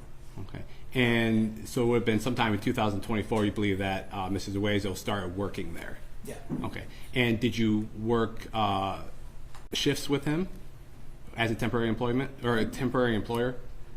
I worked shifts. Yeah, shift. Were you when he worked? Were you working? The temps worked pretty much straight Monday through Friday, 7 to 3:30. Okay. And was he working with you at that time? Yes. Okay. Did he remain a temporary employer or employee during that time, or was he ever hired in through your company? He did get hired in. So he was a temporary employee for 90 days. It gives us a look at them, how they're doing, like I said, what's their work ethic? Do they get up and get it? Are they on time every day? Do they come every day? Right. So at some point he was hired on. He was. Okay. And did he remain employed there? No, he didn't. Do you recall how long he was actually employed as a employee of that company? It was approximately 60 days. They go through a 90-day probation period for the union, and within that 90 days, we have an opportunity to look at him. Josh, even though he was a good worker, you could ask him to go out and do stuff for you. He had a problem with wearing safety gear and sometimes not doing the right things when it came to safety. He was, and I had several complaints about him being. Well, I'm going to object to complaints. What this witness knows that he observed, that's one thing, but talking about what somebody else says, it's hearsay. I agree. Redirect the witness. And Mr. Broad, at some point he was no longer retained through your company. That'd be fair to say. Okay. And do you recall how often during that time period, during that 90-day probationary period, did you work with him? I saw him usually every day. Did you have lunch with him? No, I'm a manager. Okay. So I don't eat lunch with the guys. Matter of fact, I don't eat lunch at all most of it. So, okay. No, but I would see him in the field when he was working, passing by, so on and so on. Did you talk with him? Yeah, sure. Did you make small talk, become friendly with him? I try to be friendly with all the guys that work with me. It works out better that way. Okay. And as part as while he is a temporary employee, is he given materials of the company like clothes, boots, work tools, anything like that? Not as a temp, but once they hire into the company, into St. Mary's Cement, then we give them uniforms, steel-toe boots. They're issued at least one pair a year. Safety glasses, they needed them, and that was something that he needed, so we got him some safety glasses. And that not the kind that you just the Plano ones. We bought him prescription glasses, specific. So not like the cheap plastic ones you get at Home Depot. No, these were well, I say very nice. They're prescription safety glasses, right? They're a step above just the normal plastic ones that folks are getting. And he was given those glasses? Yes, sir. Right. And you said that employees would get work boots. Did he receive work boots as well? Yes, he did. And then did he receive any sort of clothing that would signify St. Mary's Cement or anything like that? Yeah, we have fire resistant, fire retardant clothing that are uniforms that they're required to wear. They're high visibility, and then they have stripes on them that are reflective. And then usually the guys get like a blue colored, I don't know, looks like a Carhartt class. They're actually Carhartt, but they look like khakis or something like that, or work pants, right? And if their services aren't retained after the period, do they give those items back, or do they retain them? Well, we request that they give them back, but the circumstances in which Mr. Zuazo left employment were less than. He was pretty upset. So it would be fair to say. It would be fair to say that he probably had uniforms that he hadn't turned in, or he was actually in a uniform when he left, I believe. So you're unaware if you were able to collect those items from him? Okay. And while he was working with you, did you become familiar with his voice? Yes. Right. How about the way he walked? Yeah. Was that distinctive in any way to you? Different than, well, I mean, everybody walks different and has a different manner which they. Okay. And at some point back in October of 2024, did you see Ring video camera through the media that caught your attention? Yes. Okay. And when you saw that, did you recognize, how did it draw your attention? When I saw it, I thought to myself, gosh, that looks like Joshua Zuazo. He had that same black hat, that floppy hat that he always wore to work, and that black satchel. And the uniform, I was like, God, that's our shirts. And when you saw that, that immediately sparked a memory for you? Yeah, it did. Okay. And when you saw that, what did you do with that information? I talked to Packmeyer. Would that be Detective Packmeyer? Yeah. And would that be of the Oakland County Sheriff's Office? Yes. Okay. And did you explain to him what you saw and who you thought that was? Yeah. Okay. And while you were working with him during that period, did you know him to have any other nicknames or names? Well, I'd heard guys talk about. Well, I'm going to object again. If it's hearsay, then I don't think he should be telling me, this jury, what he heard other people say. What's your position about that? I don't believe it's hearsay. May I follow up real quick? Well, why don't you believe it's hearsay?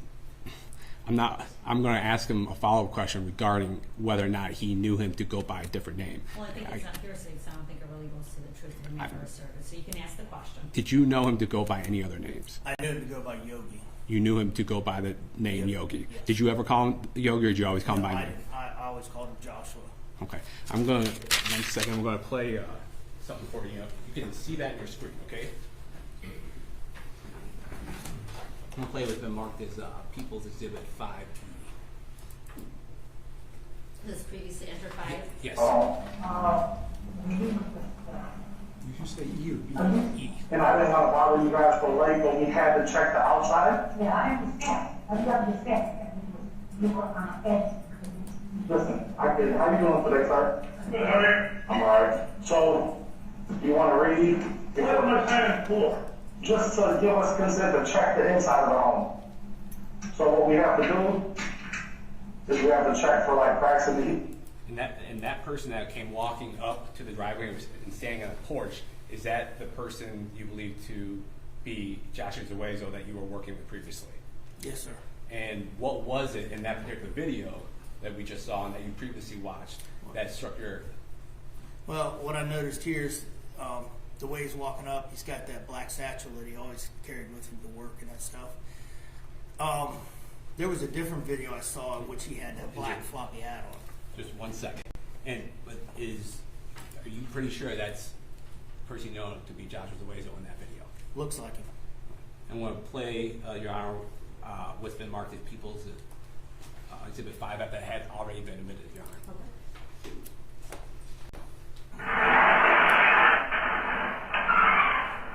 Come on, man. Let's keep Did you just hear that voice in there? Mm-hmm. Is that a yes? Yes. Okay. I'm sorry. Does that voice sound familiar to you? Sounds like Joshua. That's Joshua. Okay. And that person that you help supervise and you work with, that you know to be Joshua Zuazo, is he in the courtroom today? Yes, he is. Can you please point to him, identify by something he's wearing? He's wearing a dark blue shirt and glasses. Now, let the record reflect an inquiry that he's been made defendant Zuazo. The record reflect the witness says identified defendant Zuazo. I have no further question, Your Honor. All right, cross-exam Zuazo. Thank you, Your Honor.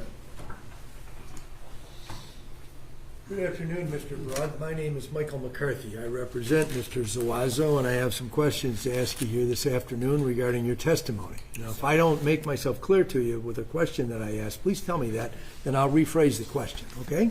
Mm-hmm. Is that a yes? Okay, I understand it's a little hard to get used to this, but we are making a record. We got to use yes and no's for answers. So Mr. Zuazo was brought to the St. Mary Cement Company as a temporary employee through some agency that your company works with. Is that correct? Yes, sir. And so you said that, excuse me, when he was hired in as an employee, after 90 days, your company issued things such as boots to him. Is that correct? So, yes, the 90 days that I was speaking of originally was as a temporary employee. While they're temporary employees, there are some folks that we've had to buy boots for because they couldn't afford to buy boots and they were in horrible condition. That wasn't the case for Joshua. He made the 90 days. He always had his, his boots and all that stuff and clothing. He did use, can't remember whose it was, but sometimes we'll have extra clothing there, and he would use those shirts that were not being used by somebody else, right? You mean while he was a temporary employee? Yes. Okay.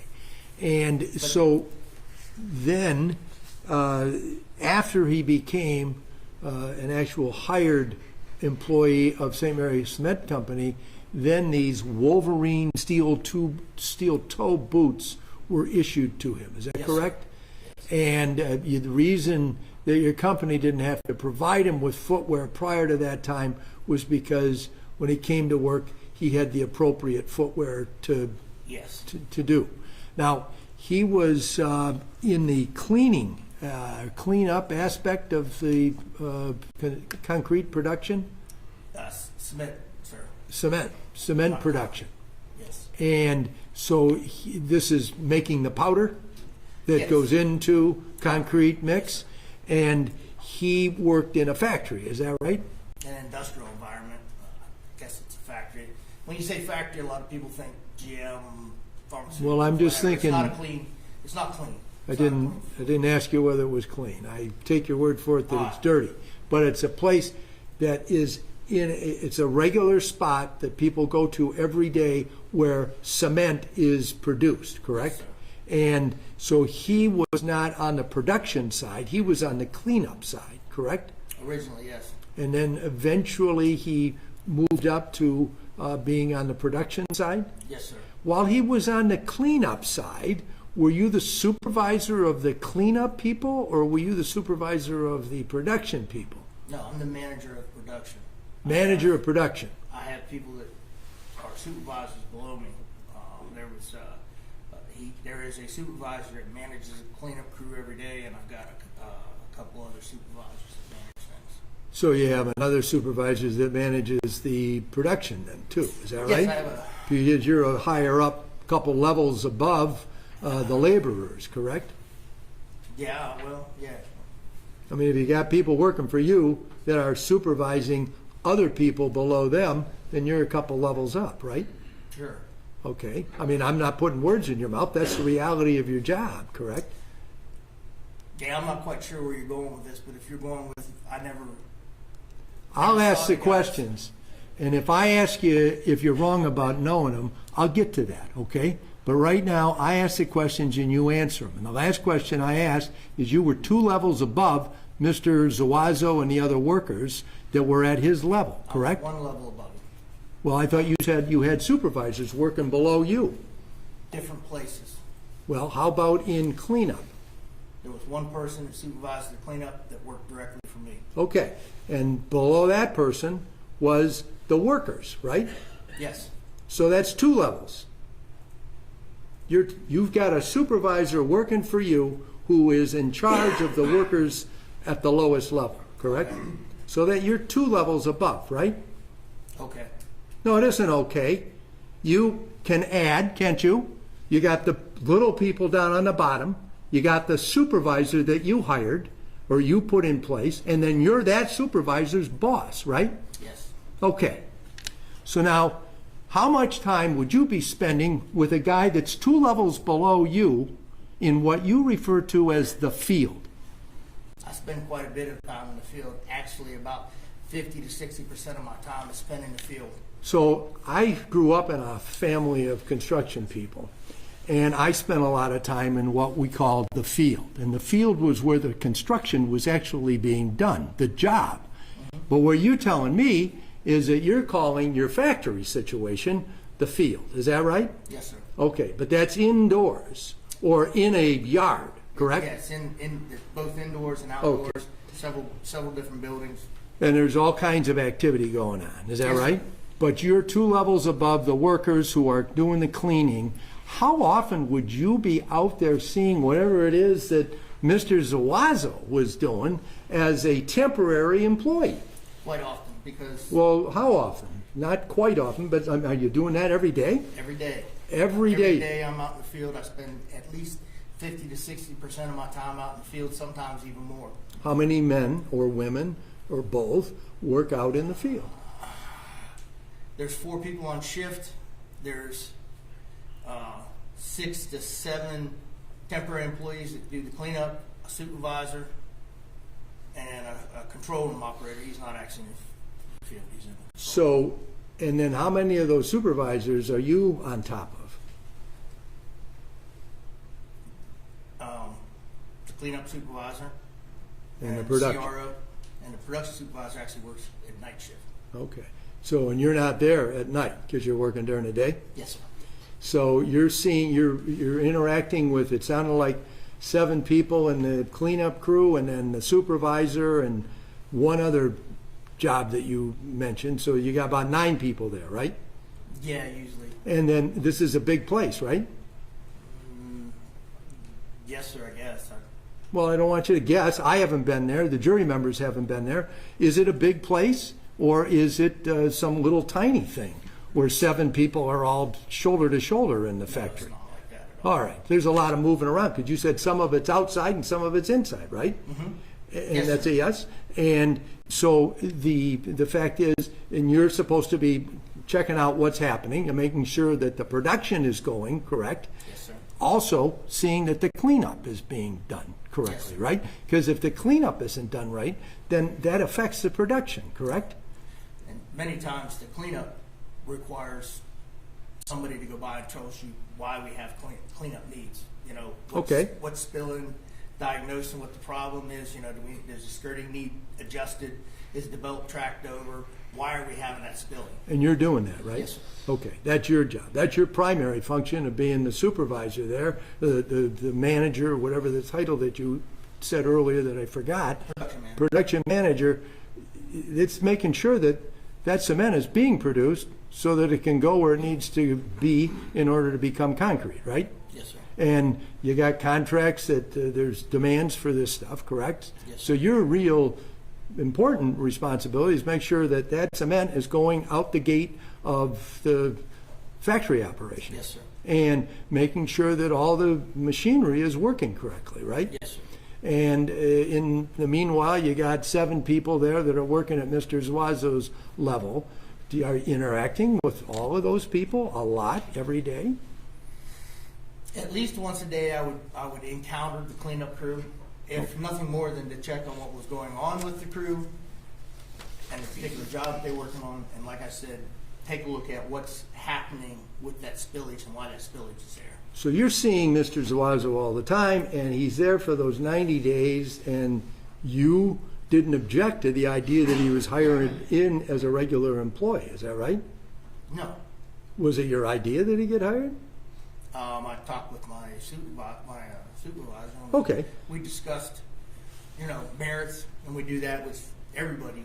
Okay. That we hire in, just so that we have a sounding board for, if what I'm seeing is what he's seeing, right? Okay.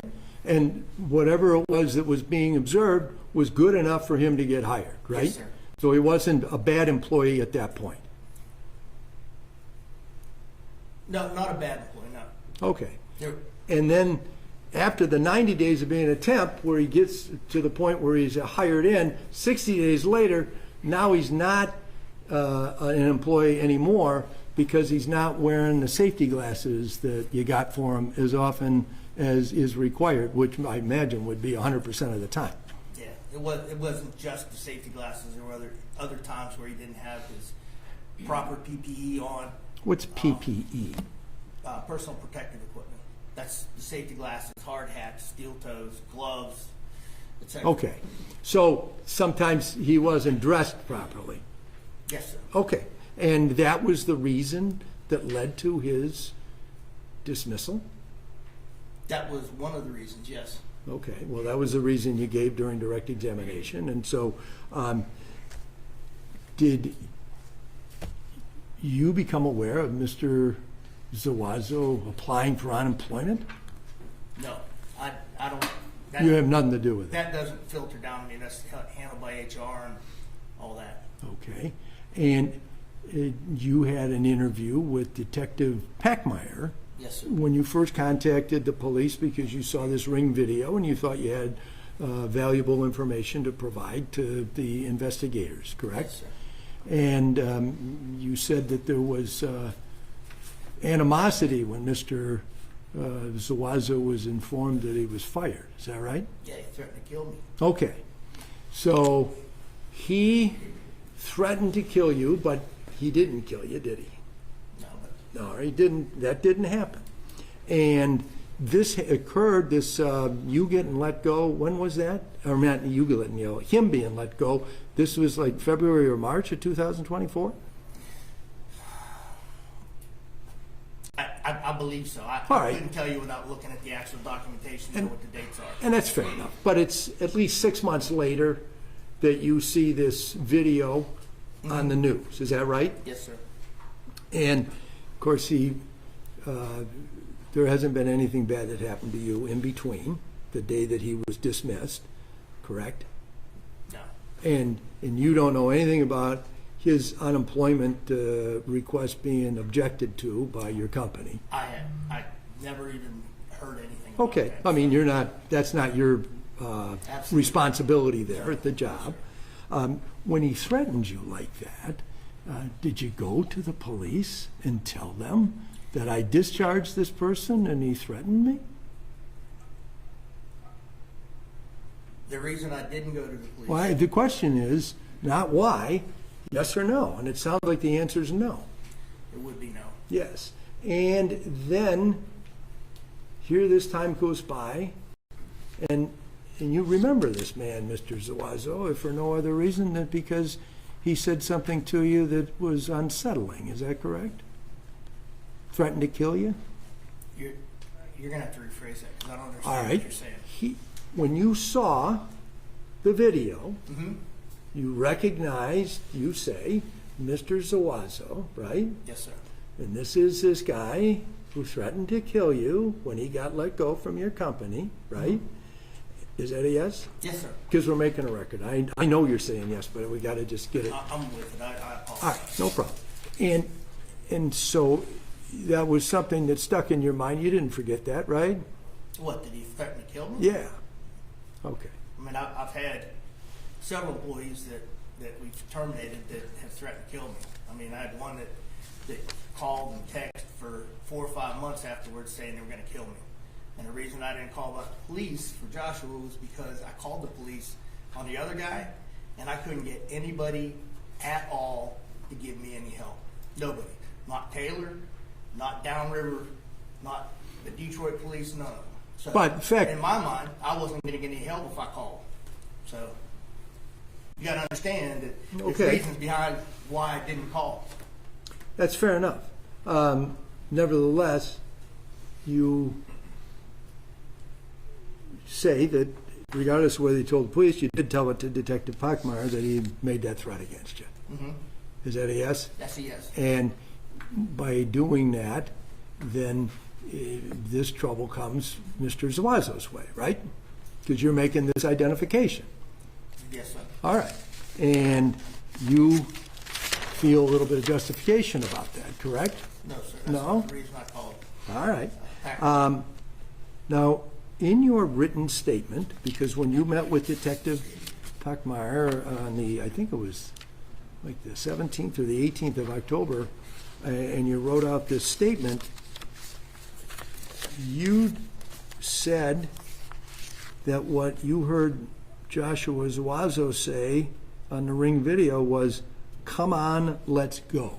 You remember that? Yes, sir. All right. But the person who's doing the speaking You saw the video just a few moments ago, right? Mm-hmm. Is that a yes? Yes. And what the person who's doing the speaking and walking away from the garage says is, "Come on, man." Did you hear that? Yes. I mean, it was in the video. Well, did you note that? Did it impress you that he said that? "Come on, man." That's the only statement that's made by whoever that speaker is.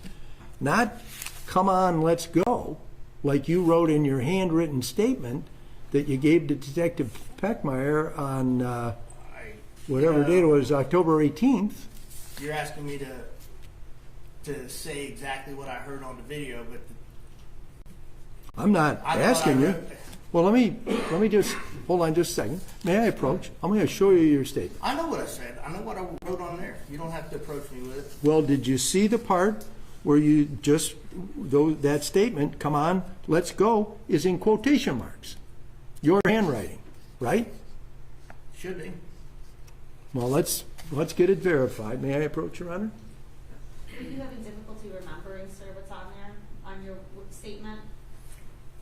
I don't know. I wrote the statement a year ago. Okay, all right, if that helps refresh your memory, you may approach. Take a look at that. I'm just going to ask you, is that the statement or a copy of the statement you wrote for Detective Peckmeyer? Sure looks like my handwriting. Well, you remember writing it, right? I remember writing the statement, yes. Okay. And, Exactly what I wrote in the statement, I don't remember from a year ago, but well, is it your handwriting that says, "Come on, let's go"? yes, Those quotation marks, were those yours? yes. Is that the way that you customarily would quote somebody, by using quotation marks, if you were writing something out? Usually that's what they taught me in English in school. Well, I understand that. I'm just asking you because you meant that to be a direct quote, correct? Otherwise, you wouldn't have put those quotation marks around it, right? Okay. Yes.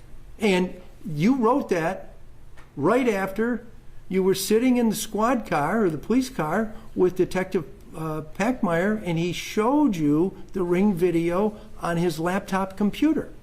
Isn't that right? Yes. And that was bright and early, or not bright and early, it was before sunrise on the morning of the 18th of October. Yes. Okay.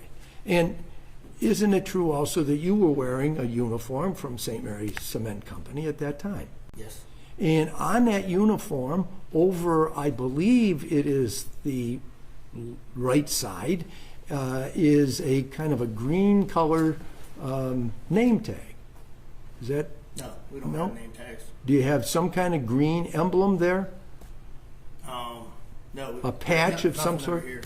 How about up on the upper left side? Yeah, there's a St. Mary's tag up here. Okay, so it's not your name. I watched the video. I couldn't read it. I could just see it. But that does identify it as St. Mary's, correct? The uniform that you wear, the shirt that you wear. Yes. Okay, thank you.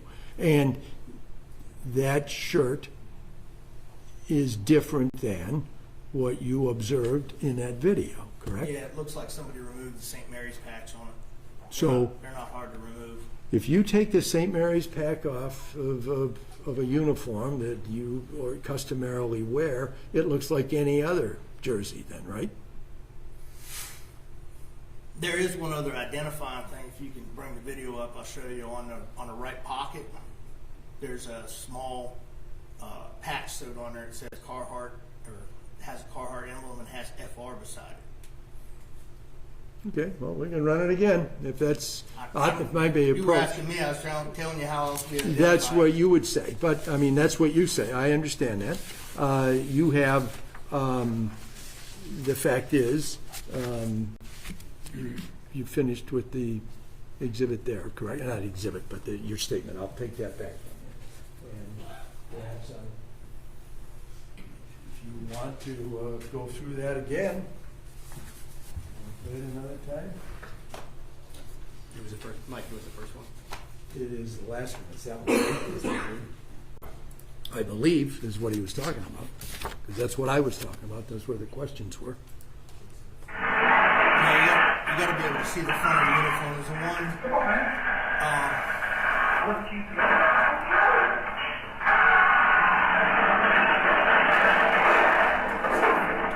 So on that one, there's no front of the uniform? No, sir. All right.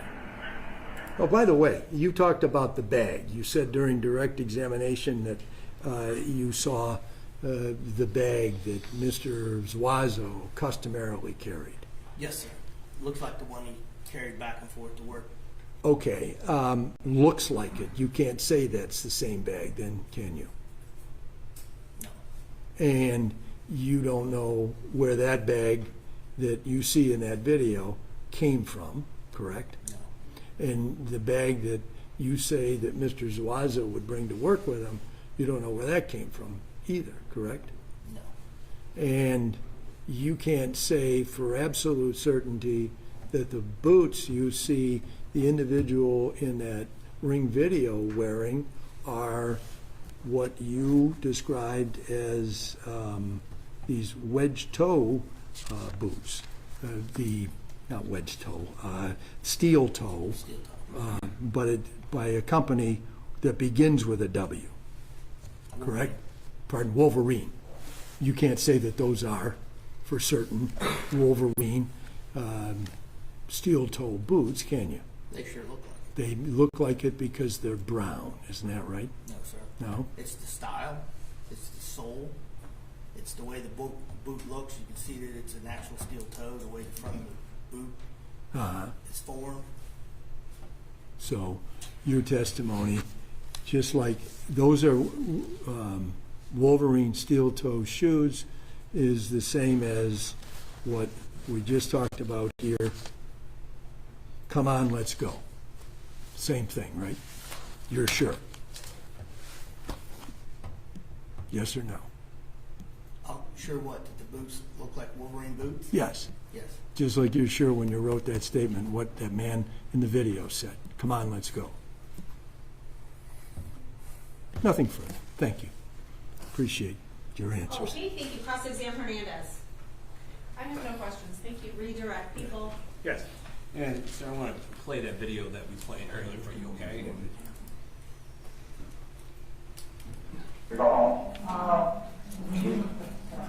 Excuse me, do you have the video where he's already I don't know why we drive the lake when we haven't checked the outside. Yeah, I understand. I've got the set.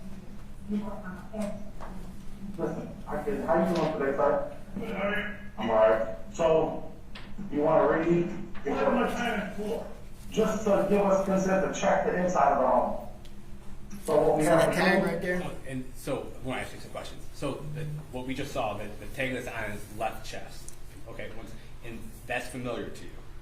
Yes, the Carhartt tag right here on the flap. Yes, and why is that familiar to you? Because it's on every last one of our shirts. Okay, and then you mentioned on cross-examination something about the letters FR. Yes, which makes those pretty unique because they're fire resistant, fire retardant, and most places don't buy fire retardant clothing for their guys. We do because they have to energize, de-energize breakers, which puts them in risk of an arc flash explosion when they're doing that. So we buy and require everybody to wear fire resistant shirts and pants. So you're the temporary employees and then the employees who the attempts to eventually become employees, your company buys the fire retardant Carhartt shirts. Yes, sir. Once they're hired in. And based on your time with St. Mary's Cement, employees are given those shirts. Yes. And was Mr. Zuazo given one of those shirts? Yes, he was. He was given 11 shirts and 11 pants. And then you testified on direct that you aren't aware that those shirts were given back to the company. No. Okay.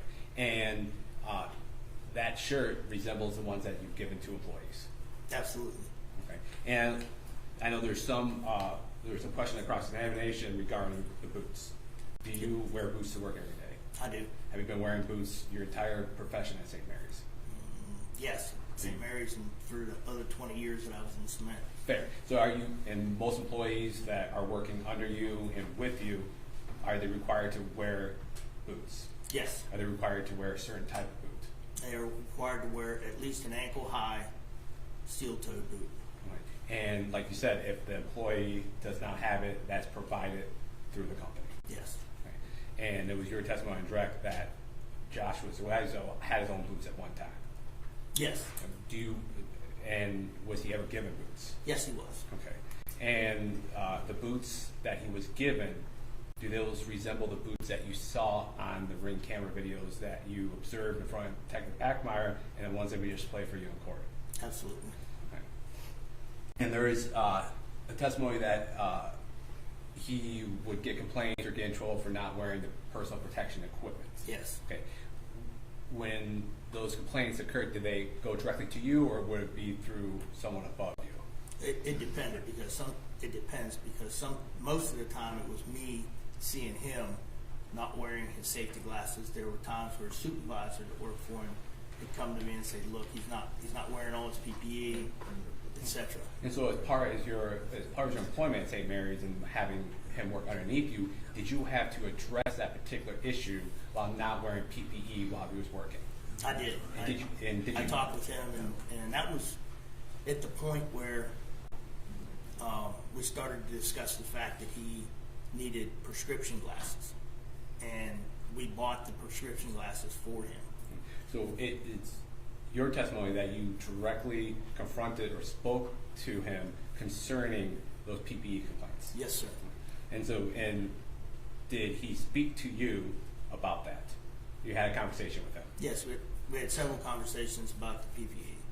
And the other thing you got to understand is that within that 90-day period that they're working for St. Mary's, I don't have to have a reason to let somebody go. If they're not working out for whatever reason, we can allow them to go their own way. So. Okay.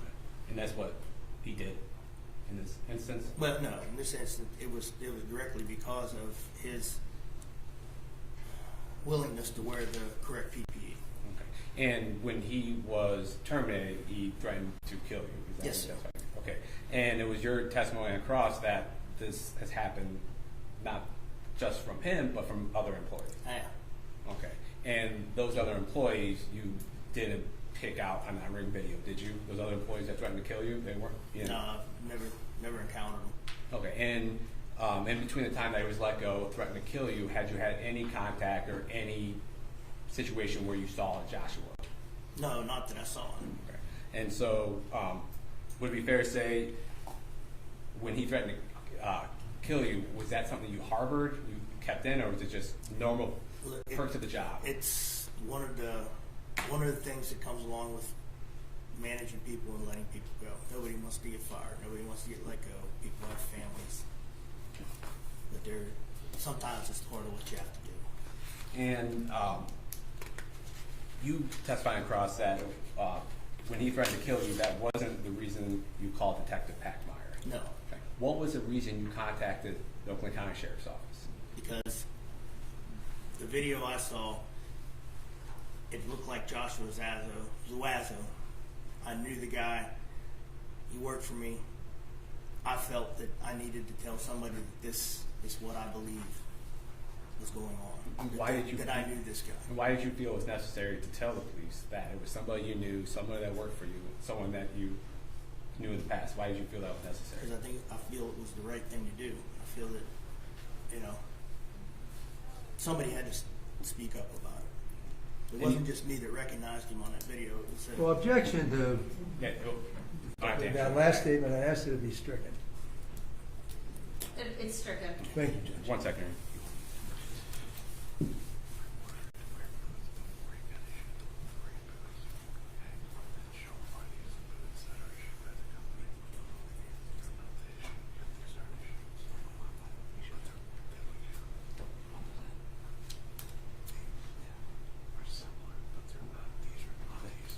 Your Honor, may I approach the witness? You may with what? Exhibits. All right, which ones? There'd be exhibits 3JJ, 3KK, 3LL, 3MM, and 3NN. All right, come on. So I'm going to hand you all those numbers that I just said. You just take a look at these for me, please. You let me know when you're done looking at those.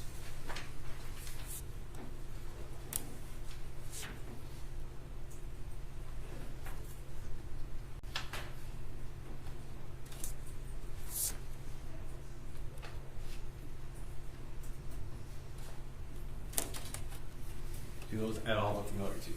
Yeah.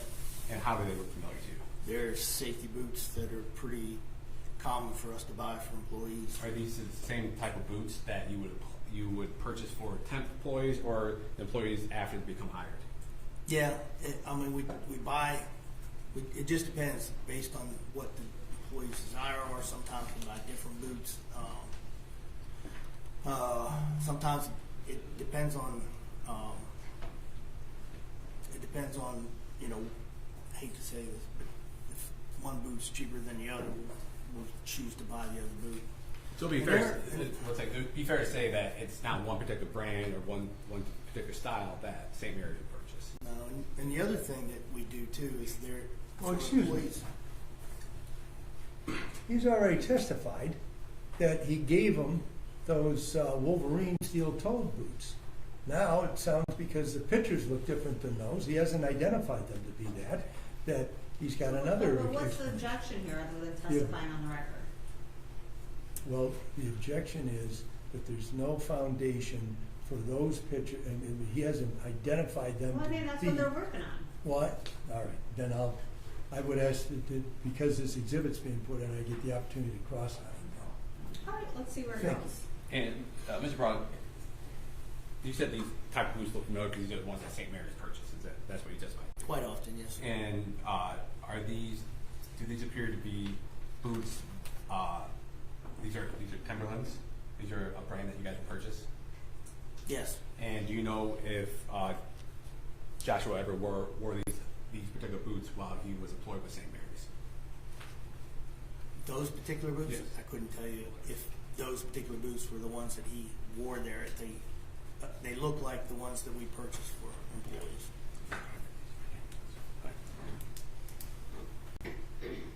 And there's a third method by which they get boots through us too. They can go out and buy their own boots and then get reimbursed for them. And then St. Mary's would pay reimburse them for it. Yeah. Okay, that was the questioning was outside the scope of your original direct. And so I'll allow I'm follow-up questioning. I'm not going to move to them if these. Okay, so I'll allow follow-up questioning by Defendant Salazzo. Thank you, Your Honor. So I understood in your at least cross-examination testimony that Mr. Zuazo came to the job with proper clothing in the way of footwear, and that you didn't have to provide anything to him like you would other temporary employees, correct? Yes. And then when it was decided that he would actually be employed, then the Wolverine steel-toed boots were purchased for his benefit and given to him, correct? Yes. I actually have the receipt for purchasing the boots, and I can tell you exactly what boot was purchased for. Well, but your testimony today, unless you have that receipt with you, your testimony today was that it was Wolverine steel-toed boots. You can't look it up right now. You can't all look right. it up. Yeah. Okay. Go ahead. So are you changing your testimony about the Wolverine steel-toed boots that you bought for Mr. Zuazo when he began working as a full-time employee? No. Okay. And he had his own shoes when he came on the job, correct? He did. And you said that you couldn't say that the pictures that you just were shown were pictures of boots that you ever saw Mr. Zuazo wear, correct? No.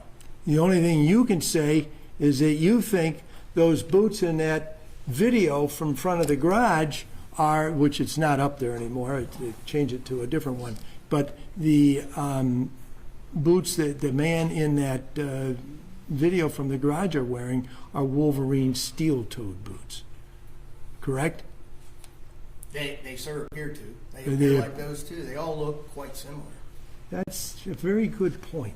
Brown boots look pretty similar, don't they? Especially when all you're seeing is the toes part of it and the heel part of it, because the individual wearing the boots is also wearing long pants. So let's go back to the video's right there. The question was... So if we look at those boots right Excuse here, me. look at those boots, they look identical. All right, we're doing question-answer format here, and let's not keep asking the same question over and over again, Mr. McCarthy. Is there another question? Well, I'd like to get an answer to the one that I just asked, which was the reason the boots look similar is because all you're seeing is the toes and the heel part, the soles And because the person who's wearing them is wearing long pants too, right?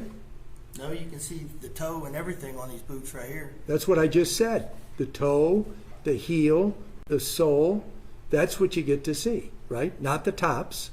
Yes, sir.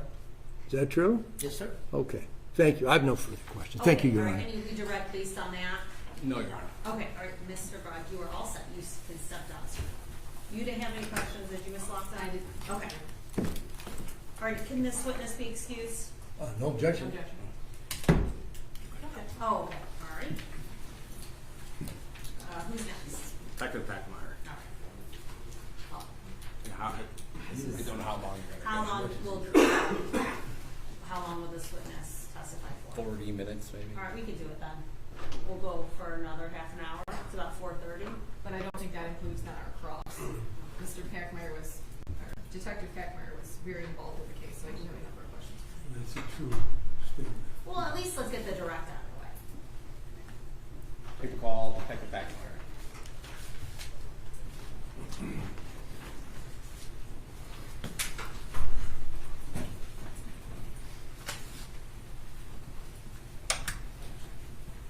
Good afternoon, Detective. I'll get you sworn in. Go ahead and raise your right hand. Do you swear from the testimony you're going to provide today's the truth, the whole truth, nothing but the truth, so help you God? Yes. All right, thank you. Please be seated and tell us your name. David Packmeyer.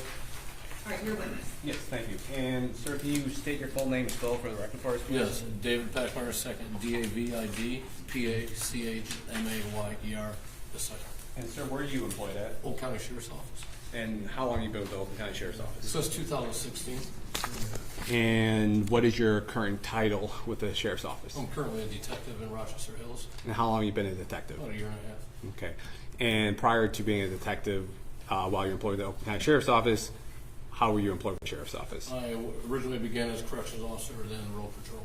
Okay. And prior to your employment with the Oakland County Sheriff's Office, did you have any other law enforcement experience? I was a reserve of Macomb County. And how long was that for? Probably about 7 years, 6 years. Okay. And back in October 2024, were you assigned to the Rochester Hills substation? Yes. Were you a detective at that time as well? Correct. Okay. On October 10 or October 11, 2024, were you one of the detectives that arrived on scene to the house at Newcastle Drive? Yes. Okay. And as a detective that was involved in this case, can you describe some of your duties or what was your responsibilities when you arrived on scene? I initially arrived on the scene, started the investigation with other detectives there. Eventually, I handled a lot of the work on the case, retrieving videos, finding evidence for the case. And how do you get assigned those particular tasks? Usually there was an OIC. Originally it was Detective Connolly, and then I kind of helped him out with it because I think he was ill. And then our Detective Sergeant assigned a lot of details.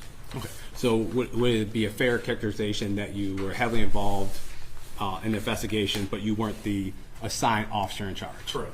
Okay. During your investigation, were you made aware of a vehicle that may have been involved with the incident at Newcastle? Yes. How did you become aware of that? Detective Downey actually received a call from Officer Hill from DPD. He mentioned that earlier in the day, around 12:15, he came across a vehicle fire. Right, so there was you got a contact by the Detroit Police Department about a vehicle that was on fire. Correct. And how did it come to be that this particular car that you thought to be involved with this incident? That officer there on scene took some pictures at that time while it was burning because he thought it was suspicious, and he sent it to us. Right. And prior to that, did you guys put out any information regarding what type of vehicle it could possibly be? I believe there was a vehicle put out. Okay. And then you were contacted by another law enforcement agency that vehicle may be important in your investigation? Correct. Okay. And when another detective in your office received that information, what did you do personally with that information? Actually, myself and Detective Downey went down to the DPD impound yard to look at the vehicle. And where is that impound yard at? I can't recall the exact crossroads on it. It was in the city of Detroit? It is. Okay. And do you recall what day you went down there? It would have been the same day, October 11th. Okay. And what did you observe about this vehicle that you saw in that impound lot in the city of Detroit? The vehicle matched the description that was captured on a Ring camera on Newcastle. The vehicle also had a DTE license plate on it. I found out through Lean and SOS. And when you say Lean and SOS, I know what that is considering what I do for a living, but what is that? That's our law enforcement information network. It stores all the SOS information on vehicles, meaning registration of the cars, your driver's license information, things like that. And when you say SOS, what is that? Secretary of State. Okay, so this lien that has data regarding license plates, registration, cars, things like that. And when you got that license plate number off of that car that was in an impound lot, what was the information that you gathered from that? That plate came back to a DTE truck. Okay. At that time, it came back to a DTE truck. Correct. Okay. And I think it was a Freightliner. Okay. And did that car or that truck remain at the impound lot? No, actually, I stayed there with Detective Downey. We watched it get loaded up on a flatbed. It was taken to Buyers Towing in Rochester City. Okay, so it came back to your jurisdiction. Yes. And there, did you look through the car, or did you notice anything about that car? Did you take time to investigate it? We did look at it, yes. Okay. Were you able to receive a VIN number off of that car? Yes, the truck was poor. It was badly burnt out, but we were able to find a hidden VIN on it and recover that. Okay. One moment, Your Honor.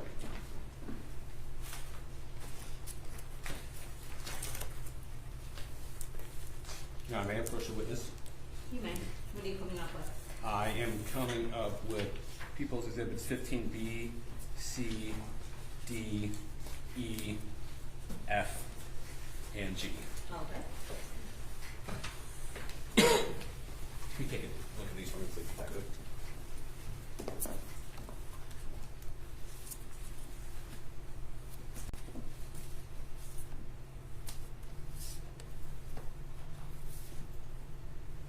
And do you recognize those photographs? Yes. How do you recognize those? These are photographs taken from the scene by the original tow truck driver that took it to the DPD lot. But is that fair and accurate description of the truck that you saw that day that was in the impound lot and eventually made its way to Buyers Towing lot in Rochester? It is. Okay, they haven't been changed or altered? No. Okay. No. You know, the people need to admit these. So it's 15B through 15G. Any objection? No, Your Honor. No objection. Okay, they're in. Okay. And may I just stay up here and ask a couple questions? Yeah, of course. Detective, in this one, what is that depicting? That would be the inside cab of the truck, where the steering wheel, dashboard would be, the front seat. Were you saying where it would be? It's not in there? No, it's not. And why is that not in there? It is burnt out. Okay. I'm handing you what's already been marked, or admitted as 15F. Is that the license plate that was attached to the vehicle when you observed it? It is. And is that the license plate that you ran through your lien system that corresponded to a DTE truck? It is. Okay. And 15E, is that, fair to say, just another picture of the burnt truck? Correct. In the same state that you saw it? Yes. And then 15D? Driver's side, same state. And 15C? And the passenger side, same state. And then 15B? Yes. That would be the, underneath the hood where the engine would be. Okay. And so it was your testimony that this car was pretty badly burned? Yes. Okay. Was there, when you were observing this vehicle, was there any DTE markings or anything on there? Not when I observed it, no. Okay. And after observing this truck and going through there, when you got the VIN number, what did you do with that VIN number? At that point in time, when I got the VIN number, I ran it through Lean SOS again, and it came back to a stolen truck. Right. And so this lien information, when a car is stolen, how does that get in? If there's a report made, not that the car is stolen, but if a report is made, how does that get placed in lien? Yes, if your car is stolen, you make a report. Law enforcement will enter the information for that vehicle into our system, Lean, and we'll get notified if we enter that VIN number in that the vehicle is stolen. And so the vehicle VIN number on that truck that was burned came back stolen? Correct. Okay. And do you recall what the reporting agency was out of? I believe it was reported on September 30th out of Dearborn Heights. Okay. And then based on the information that you have with the lien information, the stolen vehicle information and lien, and this plate that was on that vehicle, did that plate register to that VIN number? No, it did not. It did not, okay. And were you eventually able to figure out via the lien system where that plate belonged to? I did. And where did it belong to? It did belong to DTE on Freightliner down at their Trombley station. And so, but it was not registered or associated with the truck that you were reviewing? No. Okay. And then you said you recovered this truck at tow lot in Detroit. Did you go to the scene where it was reported to have been recovered? I did. Okay. And do you recall what area that was recovered in? Yes, it was, I want to say it was 18200 John R. Okay. Which is between 6 and 7 Mile and John R. Okay. And you drove past that. What type of area is that? It's very desolate. Okay. It's kind of vacant. Would it be fair to say there's a lot of vacant lots? Yes. Okay. So it's not like an industrial complex or okay. And part of your investigation, did the sheriff's office request or go look for any sort of surveillance videos from any houses or businesses that were located there? Yeah, I think the day of the incident, our FAT team was sent down there to look for video on houses, the few that are down there. Okay. And you said the few that were down there? Yes. And based on your investigation, were you and your team able to recover any videos in that area? Yes. Okay. And where was that video located? The video is located about 2 blocks north of where the truck was found on 90 East Greendale. And that's in the city of Detroit as well? Yeah. Actually, that's Hamtramck, I believe, zip code.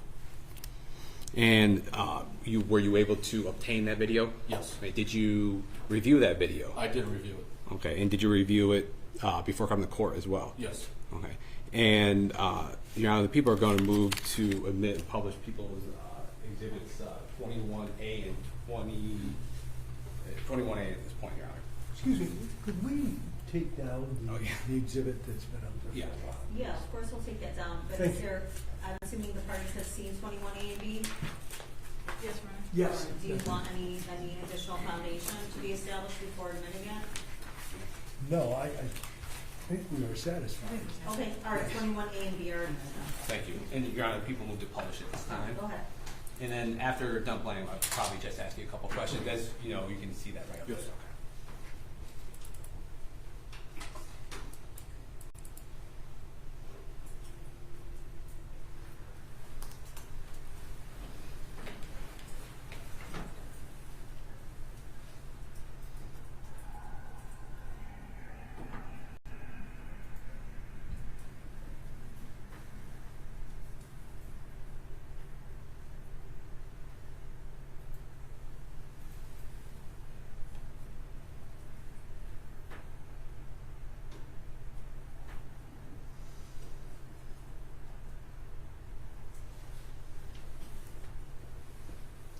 And Detective, do you recall what time of day this video was that was recording?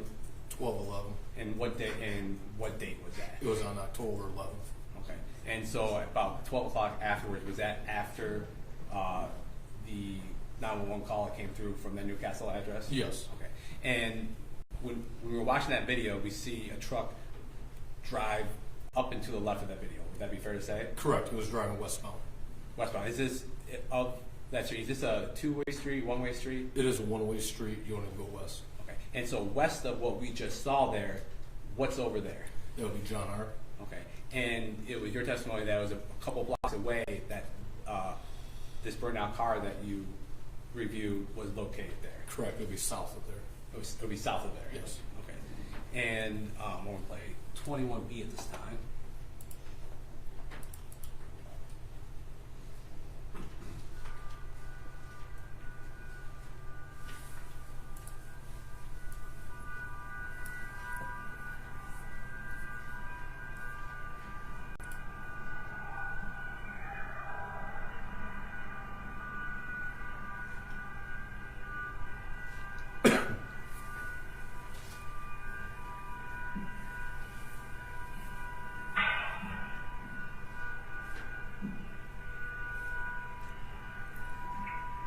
Detective Packmeyer, was that the car that we just saw, was it traveling in the same direction that we just saw that white truck? Correct, at 1216. Okay. And based on the information you have in your investigation, that car that we just saw, was that significant in your investigation of this particular crime? Yes. And how did that particular car that we just saw in there, how did that become important to your investigation? That car was eventually identified as defendant Hernandez's Jeep. Right. And what type of car was that? It's a Grand Jeep Cherokee, I think it was a 2020. Okay. And so during your investigation, that car came to be linked to the defendant Hernandez? Correct. Okay. And do you recall what time of day, this clip that we just watched, what time of day that was after the first one that we saw? That was 5 minutes after the DTE truck went by, 1216. Right. So the first video showed the DTE truck, and then the second video shows a car that resembles a car that was associated with Ms. Hernandez. Correct. Okay. And then just off the screen, a little while later, that car is recovered, burned out. Correct. You know, you would hear the explosion in the video. That's the sound that you believe you were hearing? Yes. Okay.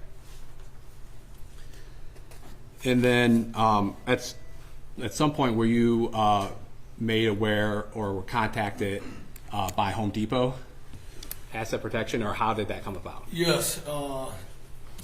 Detective Durfee actually contacted Home Depot Asset Protection to see if they could link up purchases of certain items at the same time, which he requested a high-vis vest in Gorilla Tape. Okay, so would it be fair to say you had information or items that would potentially be associated with the Newcastle address or your investigation? Correct. And that information was then relayed to Home Depot? Correct. Okay.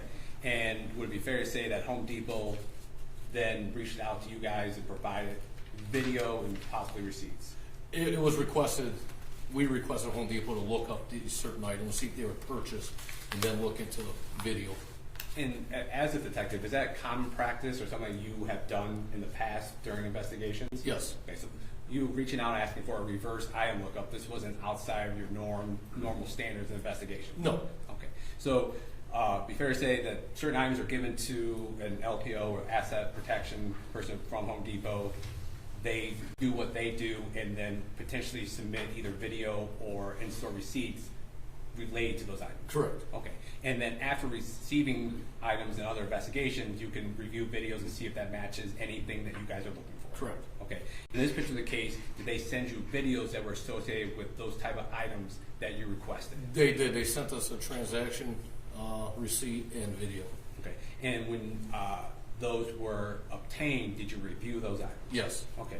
And Your Honor, the people are going to move to admit and publish People's Exhibit 19A at this time, and I'll hold off on 19B after a couple questions.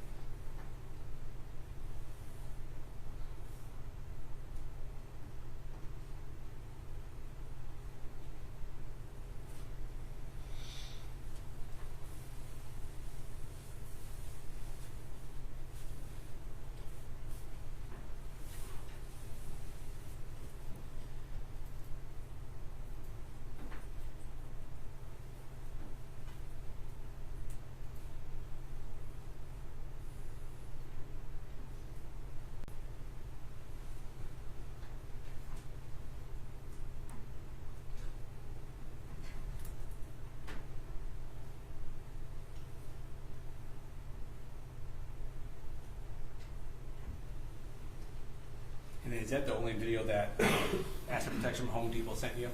No. Is that the one from, this is the one from Allen Park, though, right? Correct. And then were you, Your Honor, may I approach? Okay. I'm handing you what they marked as People's Exhibit 19B. Yes. Do you recognize this? That is a receipt that they supplied. When you say they, is that the Asset Protection from Home Depot? Correct, from Home Okay. Depot. And and then has that been changed or altered or any way since Home Depot Asset Protection sent that over to you? No. So that's a fair and accurate copy of what they gave you concerning transactions that you guys were looking for? Correct. Okay. And based on information you had, that based on the video they sent you, those transactions correspond to the people that were on who you were looking for at that date and time? Correct. Okay. People moved to admit and to publish at this time. This is 19B. Any objection? No, Your Honor. No objection. All right, it's in. And I'm going to publish on here so you can see. Not too clear a copy. What on this receipt, Detective Packmeyer, based on your investigation, are there any items of note during your investigation on this receipt? There's multiple items. The Gorilla Black duct tape, the respirators, cotton spray socks with hood, safety vest, the gloves,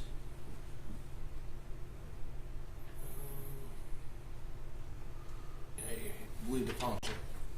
And why were those important or significant to your investigation? The Gorilla Black duct tape was used at the scene of the crime. The suspects were wearing the respirator with the high-vis safety vest and the gloves, along with the cotton spray sock. And that's based on your observation of the Ring video camera that was taken from the Murray's household from the night of the 10th and the 11th. Correct. The morning of the 11th. Okay. Yeah, may I approach the call? Okay.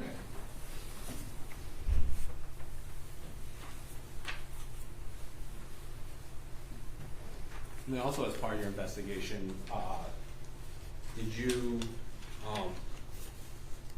reach out or was contacted by Lowe's? We did reach out to Lowe's after learning information. Yeah, and why did you reach out to Lowe's? I ran the white Grand Cherokee that belonged to Hernandez through our flock system. And then real quick, what is, I know we had someone testify a little bit for flock. What is flock and what is that used for in investigations? It is a license plate reader camera, so it'll tell us where people are that have warrants, or maybe if we're looking for a certain vehicle such that we were in this incident. There's public ones, there is private owned ones also, like Lowe's has. You said Lowe's has their own flock system? Yes. How would you have access to that? We do get access to it, but they put them in on their grounds. Okay, so if you're looking for something, you can reach out to Lowe's and say, hey, see if there's a flock hit on a particular license plate. Actually, I didn't look it up myself. We can view their cameras. Okay, and so you have the license plate belonging to that vehicle, that Cherokee that associated with Defendant Hernandez? Correct. Okay, and tell us how you went about using the flock system to find out about Lowe's. I did enter it into the flock system. I can't remember how many days. In the morning of October 11th, it revealed that vehicle went to that Lowe's location. I believe that was also in Ellen Park. Their cameras capture images going in and out of their parking lot of vehicles from their driveways. So you plug in or type in the license plate Correct. into their Lowe's system, and this particular occurrence that you're about to testify to pops up. Yes. And then with pictures of the vehicle. Okay, and then once you receive that, what do you do with that information? At that point in time, I believe Detective Durfee contacted Lowe's, and we were able to recover surveillance videos of the subjects in that vehicle there. Okay. That time that is recorded on flock through a low security video, do you recall what day it was and what time of day it was? It was October 11th. I want to say it was around 9:30 in the morning, 9:34. And based on your information that you had from the investigation and responding to the Newcastle address, would that be before the incident that you were responding to? That would be before. Okay. And do you recall what city this Lowe's was located in that was that Hernandez's vehicle was spotted on the flock I camera? believe it was Allen Park. Allen Park, okay. Now, the people are going to move to omit and publish people's exhibits 20A and 20B at this time, Your Honor. Any objection? No, I have none. No objection. All right, the A and B are in and you may publish. Thank you. And Detective, when you received the videos, did you review those videos? I did. Okay. And when those videos came to you, were they broken up in clips and things like that? Yes. Okay.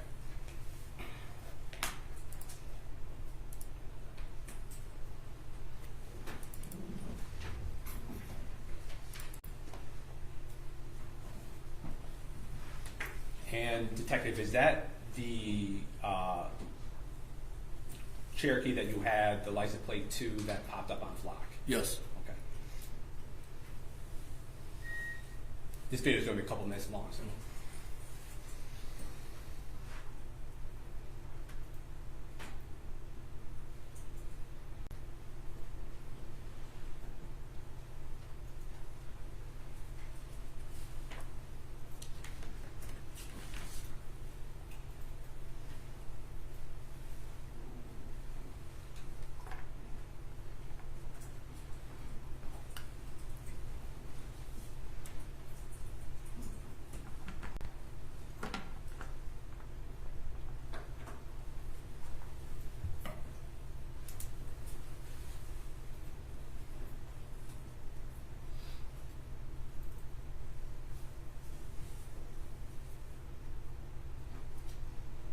And Detective Packmeyer, is that a timestamp down the bottom of the screen? It is. And what is that? It is right now currently at 9:27 a.m. on October 11, 2024. Thank you.